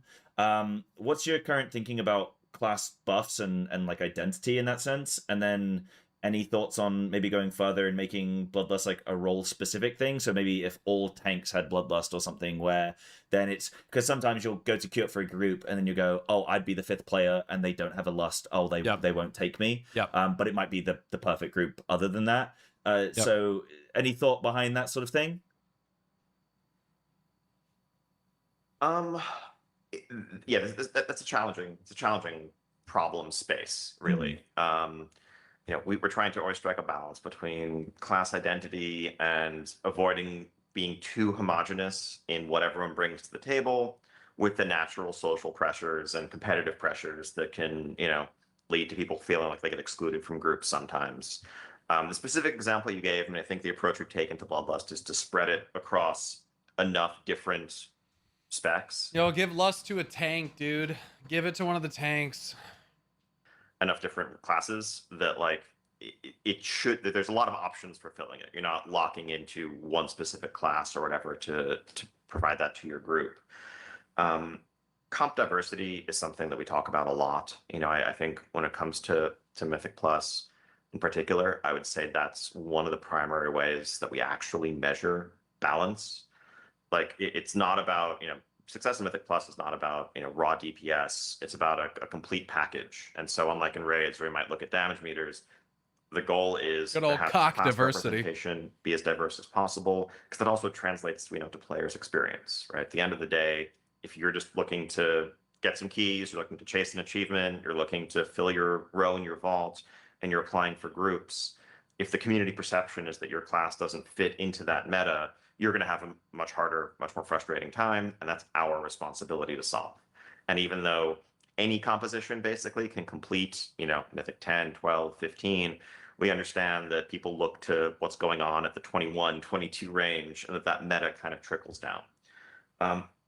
One idea I will float that we are kicking around, not for this season, but for a future season, is changing some of our end of season leaderboards, think about the 1% cutoff, to be spec based instead of universal.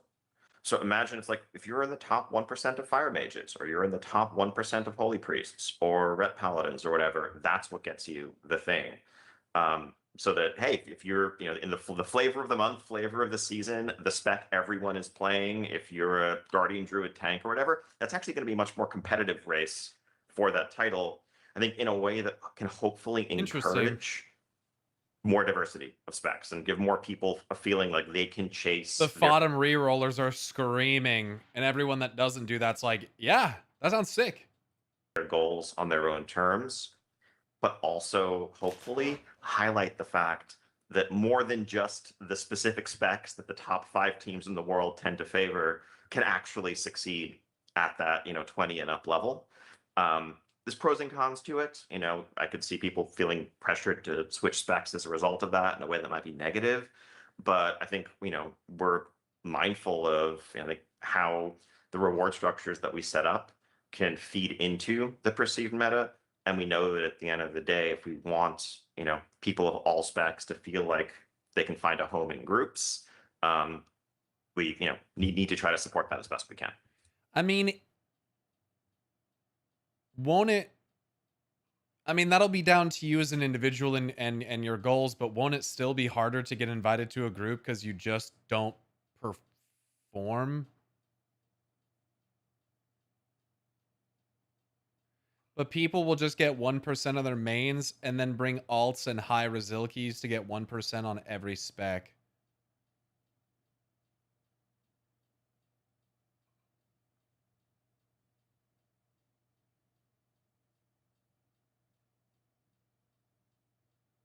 A lot of the BIS comps in Mythic Plus really depends on the buffs, the raid buffs, right? Druid, Shaman, Mage. Huh. Yeah, part of the theory behind a change like that, I think, which I think is really exciting, is you just play what you want or play what you're good at. If you feel like Monk Tank is meta, Monk Tank is going to be able to get a higher absolute score, but you really want to shoot for that 1% and you prefer to tank as a paladin, then you should probably tank as a paladin. You'll have a better chance of getting that 1% at the classes you're good at. And so I think a change like that could really be interesting to encourage more spec diversity, particularly in Mythic Plus. Yeah, I mean, as somebody who has played an I guess it would make it better, especially if you're forming your own groups or playing with a group of people that you enjoy playing with. Unless, one of you is playing meta and then another one of you is not. Because then your non-meta friend is holding the group back. Sure, they'll get 1%, but what are the chances that you get 1%? Because you're bringing something that's off meta and maybe not as good, in air quotes because it has been meta at times, but like, you know, playing Feral Druid, that's always been something that's been like that idea, that concept of a spec title is really cool. So you've made at least 5 people happy today, so that's really good. No, that's in all seriousness. Think they'll ever add really, solo cool. queue for Mythic Plus? So I'm looking forward to that. No. I don't think so. In terms of then like just class design in theory, what do you guys feel makes a great class when you look at how you can design a class around role play themes, right? Or power, like how, you know, the meta of classes, the class fantasy, the flashiness of abilities, or the accessibility in gameplay loop. Like, how are you looking at these things? Is it a data point that you go, this is a good class because 20,000 people play this, so therefore it's good. And then yeah, like how are you processing that? How are you looking at what makes a great class? It's a tremendous number of Tag. Thank you for the 28-month factors that resub. go into a good class. I'm glad you started with fantasy though, because that's where I would start. How's your hunter personally, too. doing? It's just like you want to start any class design with like, what am I? If you look back to like other sort of examples of the fantasy of what a warrior could be. What does a warrior feel like to fight? Am I a sword and board, or am I 2 weapons, or am I holding one big giant weapon? Well, actually, we can do all of those things in World of Warcraft. Similarly, with you know, extrapolate that to any other class. You got 4 sets What today? is the fantasy Fuck behind the type of character I am? Some of those fantasies are. What eye level are you? You know, seen in other IPs and other. Did you get a weapon? Examples in the world. I gave the example of Mage and Warrior, but also there's a lot of things which are local to World of Warcraft. Warcraft's version of a Paladin, a Death Knight. I think a lot of these fantasies also start with characters, right? When we look at like a Death Knight or a Demon Hunter, well, there's a lot of Arthas and Illidan in those quest lines, or in those classes, right? When we added the Devourer Demon Hunter spec, thank you something for that we thought the about 30 months. Appreciate you guys. at this time was like making sure that people had a comp, like to understand like, well, what is a Demon Hunter that fights with Void? And so there was a very intentional choice to say in that Koresh raid, say, well, let's have 3 Demon Hunter fight, and let's have one of them fight with Void, so that you can have sort of a touchstone to say like, oh, remember that guy that did that Void Ray thing? That was actually kind of sick. It would be cool if I fought that way itself. Obviously, that particular character was not quite an Arthas or an Illidan, but it did give you sort of a touchstone to jump off of for that new spec. And so fantasy is the place to start. But then beyond that, like I mentioned, an enormous number of additional constraints that go into making a class interesting, making sure they fill a role, that they can bring something that that feels unique, doesn't feel like a coat of paint on something that we have already seen in the past. Making sure that they're viable, making sure that they have interesting play styles and interesting play patterns, and any number of additional things. So, but I would always start with that, like, but who's the guy? Who is the character? Who am I actually being? Yeah. Yeah, just to very quickly elaborate on that. I think 15 years ago, there was kind of a legendary talk given by Rob Pardo, original design leader at Blizzard, about Blizzard design values. And I think one of the core ones that he laid out was just, what is the fantasy? And that is, like, I think, central to design and conception of a new class more than almost anything else. It's like, before we get into the rotation, are you a builder spender, are you reactive proc driven, like, before any of that, that's like stage 3, stage 4. It's like, what are some signature abilities? What can we do to make this class embody and deliver a powerful fantasy? And so, you know, before Demon Hunter, before rotation existed, I think they've done that really well with every class. We actually were working on things like double jump, glide. Honestly, I think every class has like pretty clear fantasy. Every single one. Even all the classes that they've added over time, whether that's DK or Monk or Demon Hunter or Evoker, they all have a strong fantasy. They're all like very recognizable and unique. I deem like making sure that those worked and that we could support them in our engine and that they felt visceral, because it's like, how is, as Paul said, if you have the fantasy of like, I want to feel like I'm Illidan, I want to feel like I'm this ultra mobile, you know, character that's like breaking some of the existing rules compared to classes that are already out there. How are we going to deliver that? Same thing looking at, you know, some of the unique draconic abilities of Evoker. It's like we start there, make sure we've nailed that, And then, yeah, there's the nitty gritty of, all your talent choices and combinatorics and customization. But if we have ideas, I'm not going to get into right now, but we've had ideas of new classes we might add in the past. No, Ian, and you can spent get some into time- it. You can get into it. No. It's Maybe another day. I'd really love for them to continue adding more specs, dude. Like Blood Mage or Void Paladin. Please.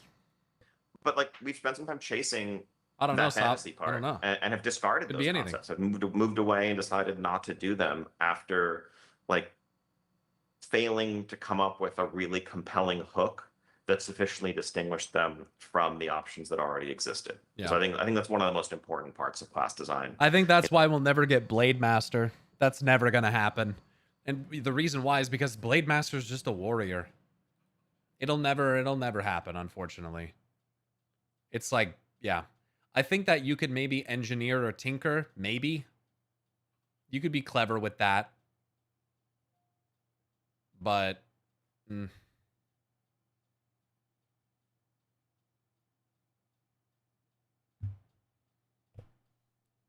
At the very high end, people might switch from season to season based on what's listed as, S tier in some guide. But I think for most people, when they're first sitting down to play the game or when they're coming back after a long time away, their choice is driven by fantasy. What seems cool? What do I want my role to be in this world? And then it's up to us to deliver. Yeah. Yeah, that's cool. Yeah, because I choose my class. Blade Master spec and Warcraft 3, they had illusions, could do something around that. Yeah, but it makes me think of Rogue, Shadow clones and shit like that. On fantasy and what I like kind of gravitate towards. I feel that. like Blade Master is like almost like a samurai. No? Doesn't the Blade Master design also incorporate like Eastern motifs? Like headbands and like kind of more Eastern armor and shit? Or isn't that like kind of the theme of them? That'd be a bit of a struggle, I think, there. So yeah, that's really cool. When you then, so I'm going to take an example that I know, that I understand, and can give an example of. So like the class fantasy of being a feral druid, you then also have the snapshotting, which has kind of almost now become like ingrained as part of the fantasy of the spec. Because I know some people aren't going to like when I say this, but one of the things that I really do think is cool about Final Fantasy XIV is every job or class uses a specific weapon. So all of the weapons that the class uses are like the same type. Like a samurai always uses a katana or variation of katana, right?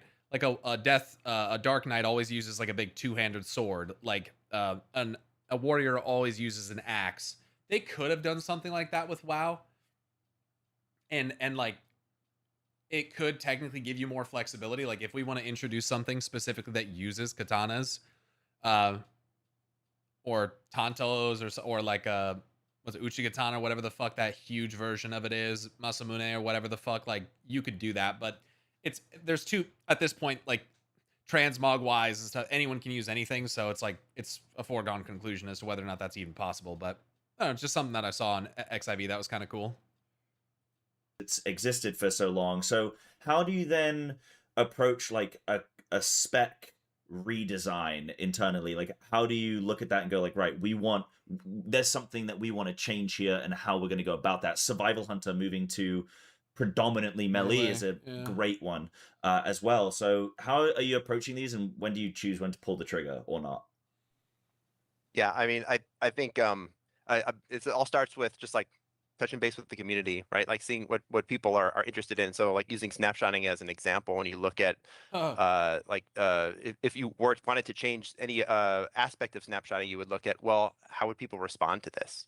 We can talk to players, and we regularly do. We'll just bring in a bunch of Druid players and say like, hey, what do you think about some of these ideas, and share a bunch of ideas and say like, would this give you a positive feeling, a negative feeling, neutral, and whatnot, and sort of start to get a baseline, not only from that, but also like being in touch with places like forums and Reddit and anywhere else where World of Warcraft is discussed to make those changes. And then ultimately, if you want to make any large changes that sort of disrupt the status quo of a class that folks have gotten used to playing, you want to have a really good reason for it. So that could be a fantasy reason. That could be something.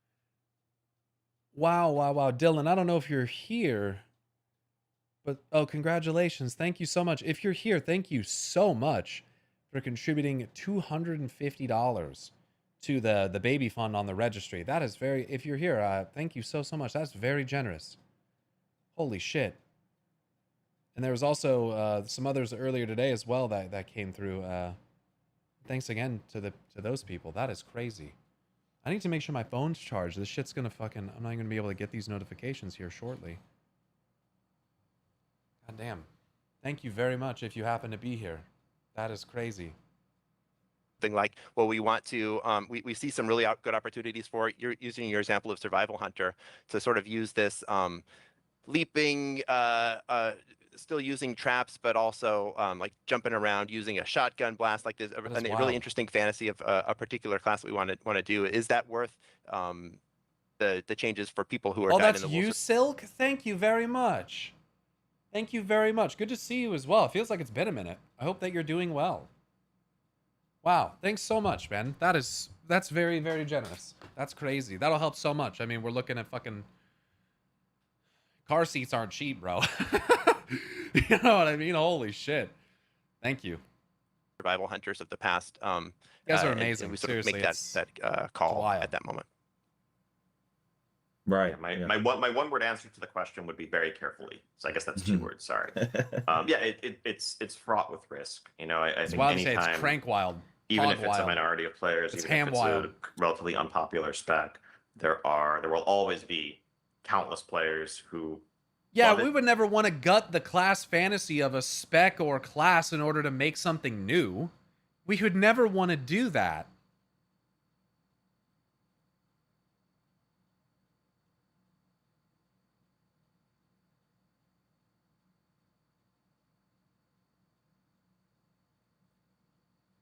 And have play that because they enjoy the specific play style, the specific rotation, the specific fantasy, and so if we're changing it, Work we sucks. need to feel confident. Gotta do it, brother. Gotta do it. I'm lucky. I can't complain. You know how it is. Good to see you as well. Thanks. Are you going to BlizzCon or anything this year? That it's going to be enough of an upside and attractive to enough people on the other side of that change that it's worth risking that some number of players who loved what it was previously may no longer feel like it's for them. Yeah. And there are times where we've gone too far here or misjudged. Yeah. It's not. We've certainly heard from players where we over the course, in Legion in particular, I think we set out to really reinvent and anchor spec fantasies for nearly all of our specs. Yeah, and for some reason, in so doing, you decided to take Burning Embers, the class resource for Destro, and turn it into Soul Shards. You decided to take Demonic Fury, the class resource, a spec resource for Demo, and make it into, oh right, Soul Shards. I've never understood how they could do something so blatantly, overtly antithetical to their philosophy and continue to repeat what their philosophy is. I cannot wrap my brain around that. What the fuck? And I'm never going to stop being butthurt about it. I miss my burning embers floating over my shoulders, dude. Some of those miss the mark for some people. Yeah. Using Survival Hunter example, I think part of what led to us making that demo form. Oh, I already ranted about that earlier. That's why I'm not bringing it up. But yeah, that too. Decision at the time was it feeling very hard to distinguish in terms of fantasy marks versus survival. Busy role, very busy. I see. Always on the grind, man. Always on the grind. Well, hopefully one day you get a sick fucking retirement and then you get to do whatever the fuck you want. Thanks again, man. That is so awesome of you. BM had a very clear identity. It's like, okay, this is pet forward. You want to specialize and focus on your pet. Cool. But pet classes fucking suck, dude. Coming from someone who played Lock forever, anytime we could run Gosack, it was the fucking wave, dude. Being able to just run Gosack in Siege of Orgrimmar, sacrifice your pet, get their ability, have more HP, fucking sick. I miss that, dude. I miss that so much. I love Gosack. Fuck pet classes, man. That's why I don't play a hunter, because I don't like to spend half my globals pressing mend pet. What a piece of fucking dog shit ass fucking spec that is. And survival both just had different themes No, to y'all have to take over the business. Oh goodness, man. Yeah, depending on your line of work, that can be an insane amount of work. their attacks, but they were playing very similar ways, using similar sorts of abilities. And so we looked at, as Paul That's mentioned crazy, earlier, bro. an iconic character like Best of luck. Rexar, and said, okay, like if you want to be that hunter, how can we capture that fantasy? Yeah, that's more like And what survival for is. some people who had no interest in playing melee, they moved to another spec. I think many of them found a home in Marks because it was similar enough. But in turn, there are those who, love the way of the spear, and that's what brought them into survival. Yeah. Yeah. Yeah, they even had a Yo, thanks year, for I think. subbing as well, The man. year of the 21 spear. I months. remember that. Indeed. That was a fun time. Yeah, like Rexar, I think is a perfect one where I looked at like pack leader and I go, oh, this is cool. Somebody who played Warcraft 3 and got into WoW that way. Yeah, I think that's really cool to kind of put that into some of the specs and stuff.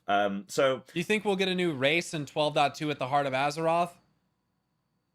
I mean, we don't really know that we're going to the Heart of Azeroth. I understand why you say that. Do I think that we will? No. No. I would love to. If they add another dwarf and it's Thragar, dude. Oh my god. Thragar customization for Earthen would be fucking dope. But they're more like mythical. Like, you gotta come up with a lore reason. Or you could just say fuck it because it's cool. moving on then a bit to like Mythic Plus and Raid simultaneously, I'm going to kind of tackle both of these. So something that I think that's been really quite cool and unique. I'd think we'd get the Amani before any other race in this expand. We're not getting the Amani. They already gave us Amani customizations for Darkspear. They're not. It's not going to happen. But the thing that's ironic about this is that the Darkspear didn't come from the Amani. They came from the Gurubashi, and the Gurubashi and the Darkspear fucking hate the Amani. So at least they used to. So it's kind of hilarious that the Darkspear have Amani customizations. In recent times is that the community votes in part on some of the Mythic Plus dungeon pool for seasons that has happened previously. Are there any plans to have any other community involved, like design decisions directly, where you're going to say, right, here's a couple things, choose one? Or I know it's obviously a delicate one to do, but maybe. I think a Oh, challenge. dude, I gotta be honest. Next to Ethereals, Sethrak are the greatest allied race that never was. That, in my opinion. I think Sethrak would be fucking dope. I would love that. I wish they did that instead of fucking whatever those little things are called. Volpera. With a challenge with boats in a game like WoW, where there are very diverse playstyles and people with like. I think this is part of the issue, by the way, of having all these separate, disparate cultures in World of Warcraft, is that instead of just making a troll and then picking your sub-troll race, like I'm a Mani, I'm a Gurubashi, I'm this, and then getting customizations based off that, and then having like a shared troll society from which you stem, they're all like separated from each other to where like you have to have a separate race and starting experience for each of them. And I think that's really problematic when you're trying to make a new fucking character.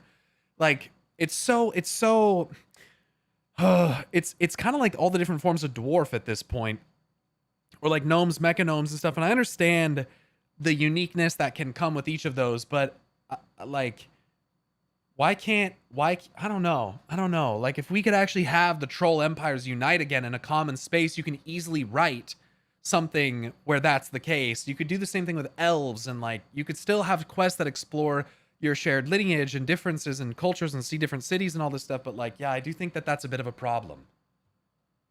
Very varied and often directly opposed preferences for what they want to see and how they approach. I think that's what they're going to fix after TLT. I really hope so.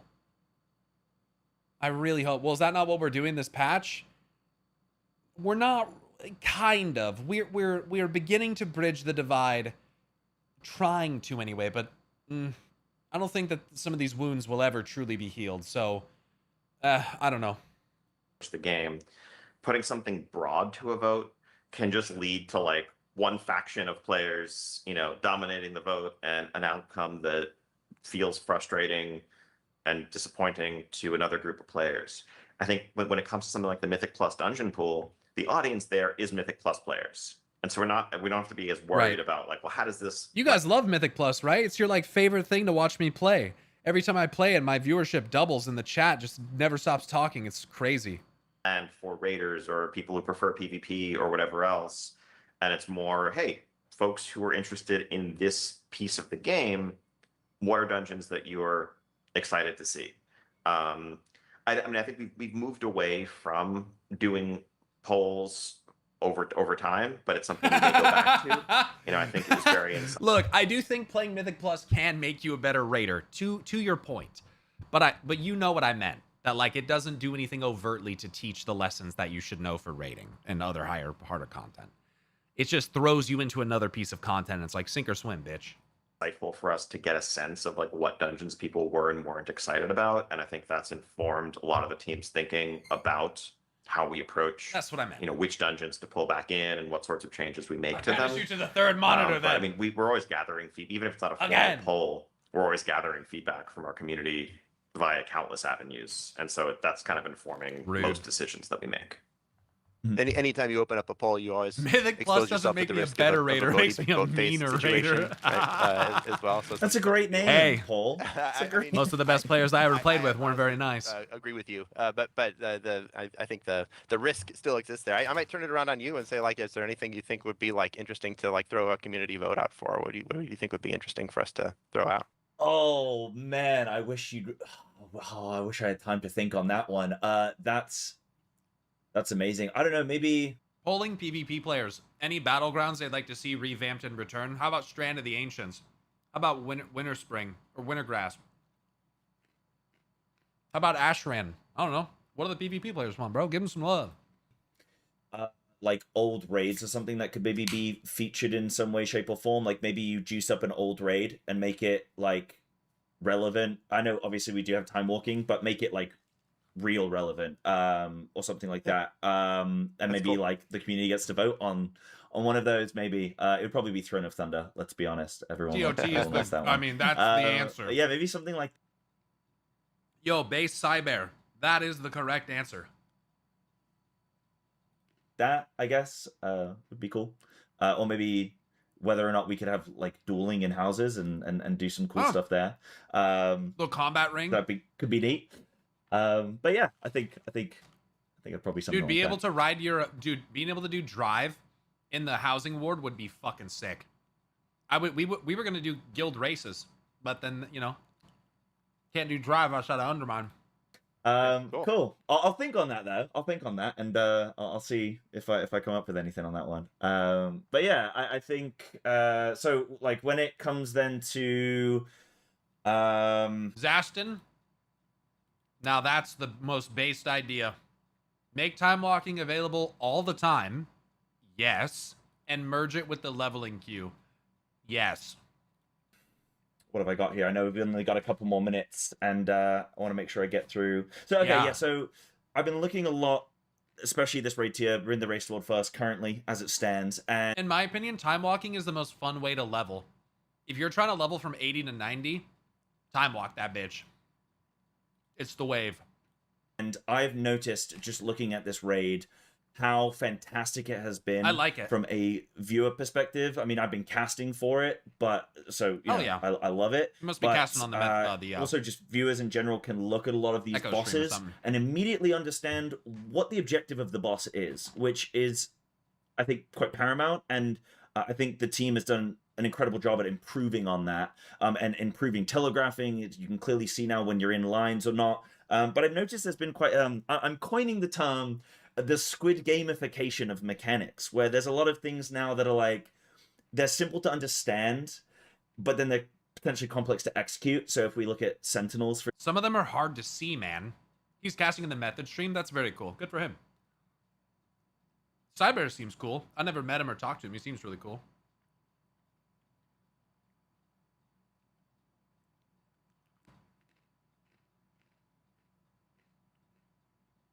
They should also open up the time walking pool. More dungeons in it. So you don't have to run the same ones as much.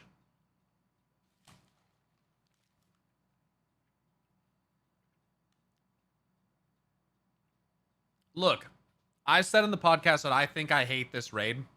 I just think that there's a couple fights that have bugs and terrible visual clarity. I really think... Do you want any of this? That the first fight, Scissorak is like unforgivably bad in my opinion. I hate Scissorak. For example, where you've got to count to 4, but then that's gonna cause a lot of wipes, you know, in teams, and I think it looks like a lot of fun. These easy to understand mechanics, but then difficult to execute. Is the team happy with the progression of how mechanics are being designed and just how all this content is coming together? Yeah, I'd say so. I Siege think of Neozot Temple is kind of annoying because of the literal time gate. But also, Gate of the Setting Sun was dog shit too. I don't like that one either.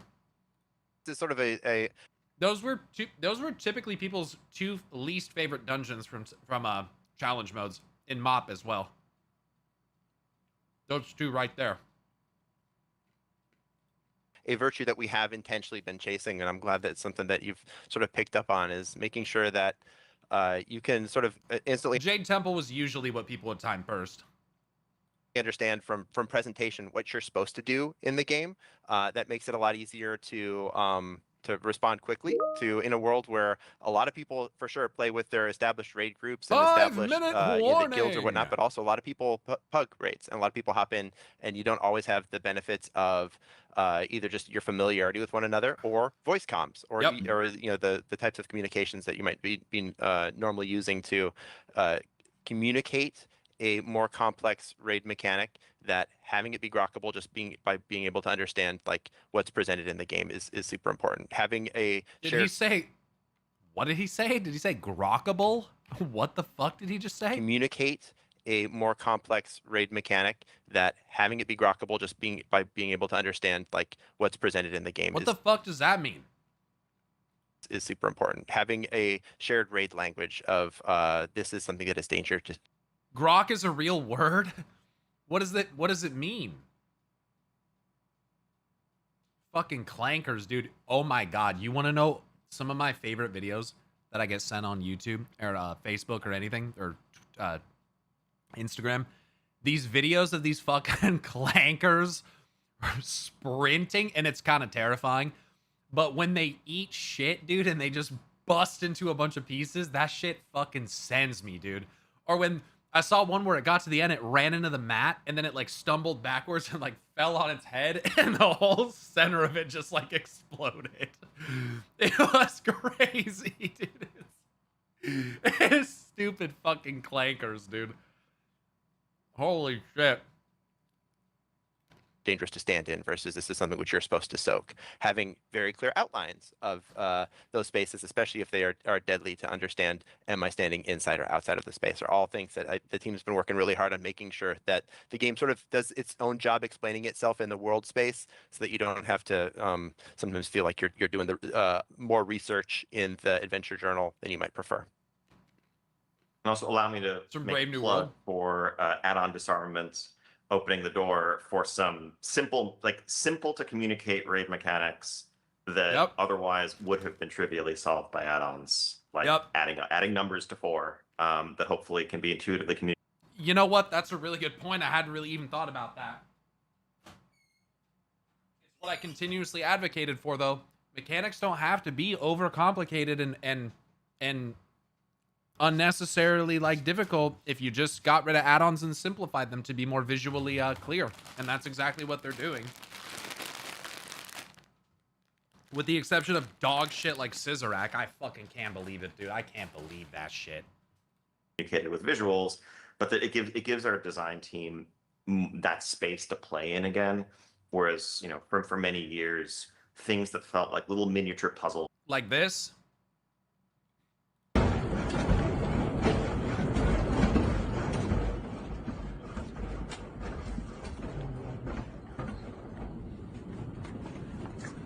The IQ 10 RRE, ladies and gentlemen.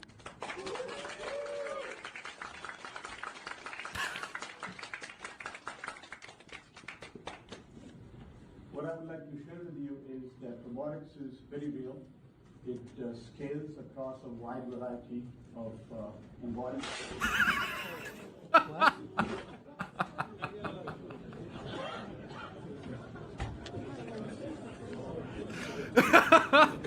Bro, they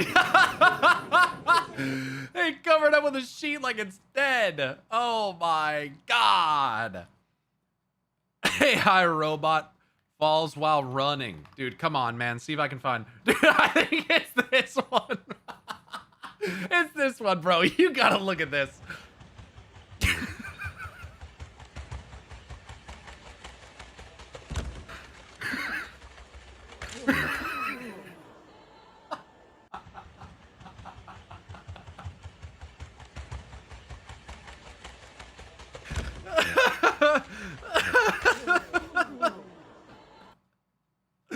Oh, fucking clankers, dude. Oh my god. It is, dude. It's fast as fuck in a straight line. Yeah, yeah. Interactions. We knew they would just get automated by add-ons. Like I said, it's scary, but it's also consistently veered away hilarious. from that space in lieu of more swirlies and circles to step out of under your feet. So yeah, I mean, it's exciting to see, particularly with support of visual language from our VFX team, what the team's going to cook up. Yeah, absolutely. You mentioned it, so you beat me to it, but I was going to lead into has some of the add-on disarmament, as you mentioned it, enabled a lot of that. So I love the comments on videos like that. They just say things like, "I just wanted to do my laundry, man." Like, why does it need to run as fast as Usain Bolt? We all know why, but why though? So that's great that you touched on that already. In terms then of like Mythic Plus changes, we've had the removal of many affixes. Obviously, they still exist up to the plus 12 now. So are there any, like, how has the team been finding this? Are you happy with the removal of a lot of affixes? Can we see potentially anything new being added into the system to layer on complexity as you're pushing keys at a higher level to prevent things getting stale? Again, I'm going to put that in air quotes because I don't think that's necessarily the case that it is stale, but is there any plans there? No specific plans, at least not to announce, but I can say that, like, as we look to Mythic Plus and sort of mixing up gameplay and making sure that we're being responsive to player needs, especially as the world changes, as more and more folks are getting into higher keys, that there will be demand for more variation, more intrigue, more interesting things happening in the higher keys. We've already made some changes on the reward side by adding Keystone Myth achievements and things like that to make sure that you have reason to be able to climb that high. But then when we look to the future, I think affixes are absolutely a place that we look at as a way that can make sure that runs feel meaningfully different and give you some different choices run to run, week to week. Mm-hmm. Yeah, I think, just nothing specific to announce, but definitely looking at, how to keep things interesting, but still aligned with what we've heard loud and clear that players at the high end are looking for from that system. I think we want interest and depth, but clearly not, variation that feels random or feels like it's, going to get in the way of skill-based progression through the system. But yeah, TBD. But definitely something the team is noodling on. I think reflecting on Mythic Plus and evolutions to it over the years, overall, I think we're happy with the shift away from rotating affixes and impactful affixes at the low end of the system, in the middle ranges of the system. But it does leave some gaps that touch on some of the spec diversity issues that we were discussing earlier in this conversation. Like as someone who was involved in the design of the original rollout of Mythic Plus back in Legion, some of the affixes were designed specifically to encourage and almost force spec diversity. And hey, this week, blood tanks are not going to be great because, necrotic or whatever. And that helped with meta variety. Now, obviously, don't need to repeat how frustrating that proved to be to many players in the long run to feel like, well, I am that tank, so what? I guess I just have to take this week off from pushing. That didn't land in a very good place. No. But removing those, while I think it's provided a more streamlined experience, has left some gaps that we definitely discuss, how we want to fill going forward. And so that leads to some of the ideas like we touched on earlier of spec-specific ranks, but there may be more. Yeah, Interesting. no, I was smiling there to myself because that touched on memories of where you'd have the dead week and then push weeks, and I used to get most of my IO during the dead week because it was like when I could finally get invited to keys because no one else was playing. So those are actually, that was my bread and butter, Ian. That was my time to shine. No, that's Yo, great interview. Come show some love. I'm gonna go raid chat. I'm gonna get the fuck out of here. Thank you guys for hanging out. I appreciate y'all for watching, whether you watch on Twitch or on YouTube today. Thank you for being here. I will be live again tomorrow. Well, I should be. It might be later in the afternoon tomorrow, but I should be live tomorrow. So I'll probably stream maybe a little bit later, but keep an eye out. Join the Discord if you want to know when I go live. Thank you so much for all the support, seriously. Whether it was just lurking and watching, following, chat and sub, or gifting subs, which there was quite a lot of today, or generous donations or whatever contributions to the gifts to the baby fund. We really appreciate that. If you want to contribute yourself, you're welcome to. You can just check out the link there in the chat. tinyurl.com/pyrobaby. She's coming in October, so not too long from now. But maybe tomorrow we'll take a look at some of the supposed BlizzCon leaks. If you guys are interested in that stuff, take a look and see if there's anything hidden around the corner that we might want to see if it sounds plausible or if it sounds like complete bullshit. Because usually it's complete bullshit. So thanks again, everyone, for watching. Appreciate you very much. Stay awesome. And until next time, which will be probably tomorrow, I hope to see... Oh, and we're doing a baby shower on Sunday, so I probably won't be streaming on Sunday. Maybe earlier in the morning. So I don't know. I'll let you know. I hope to see you all later. Peace!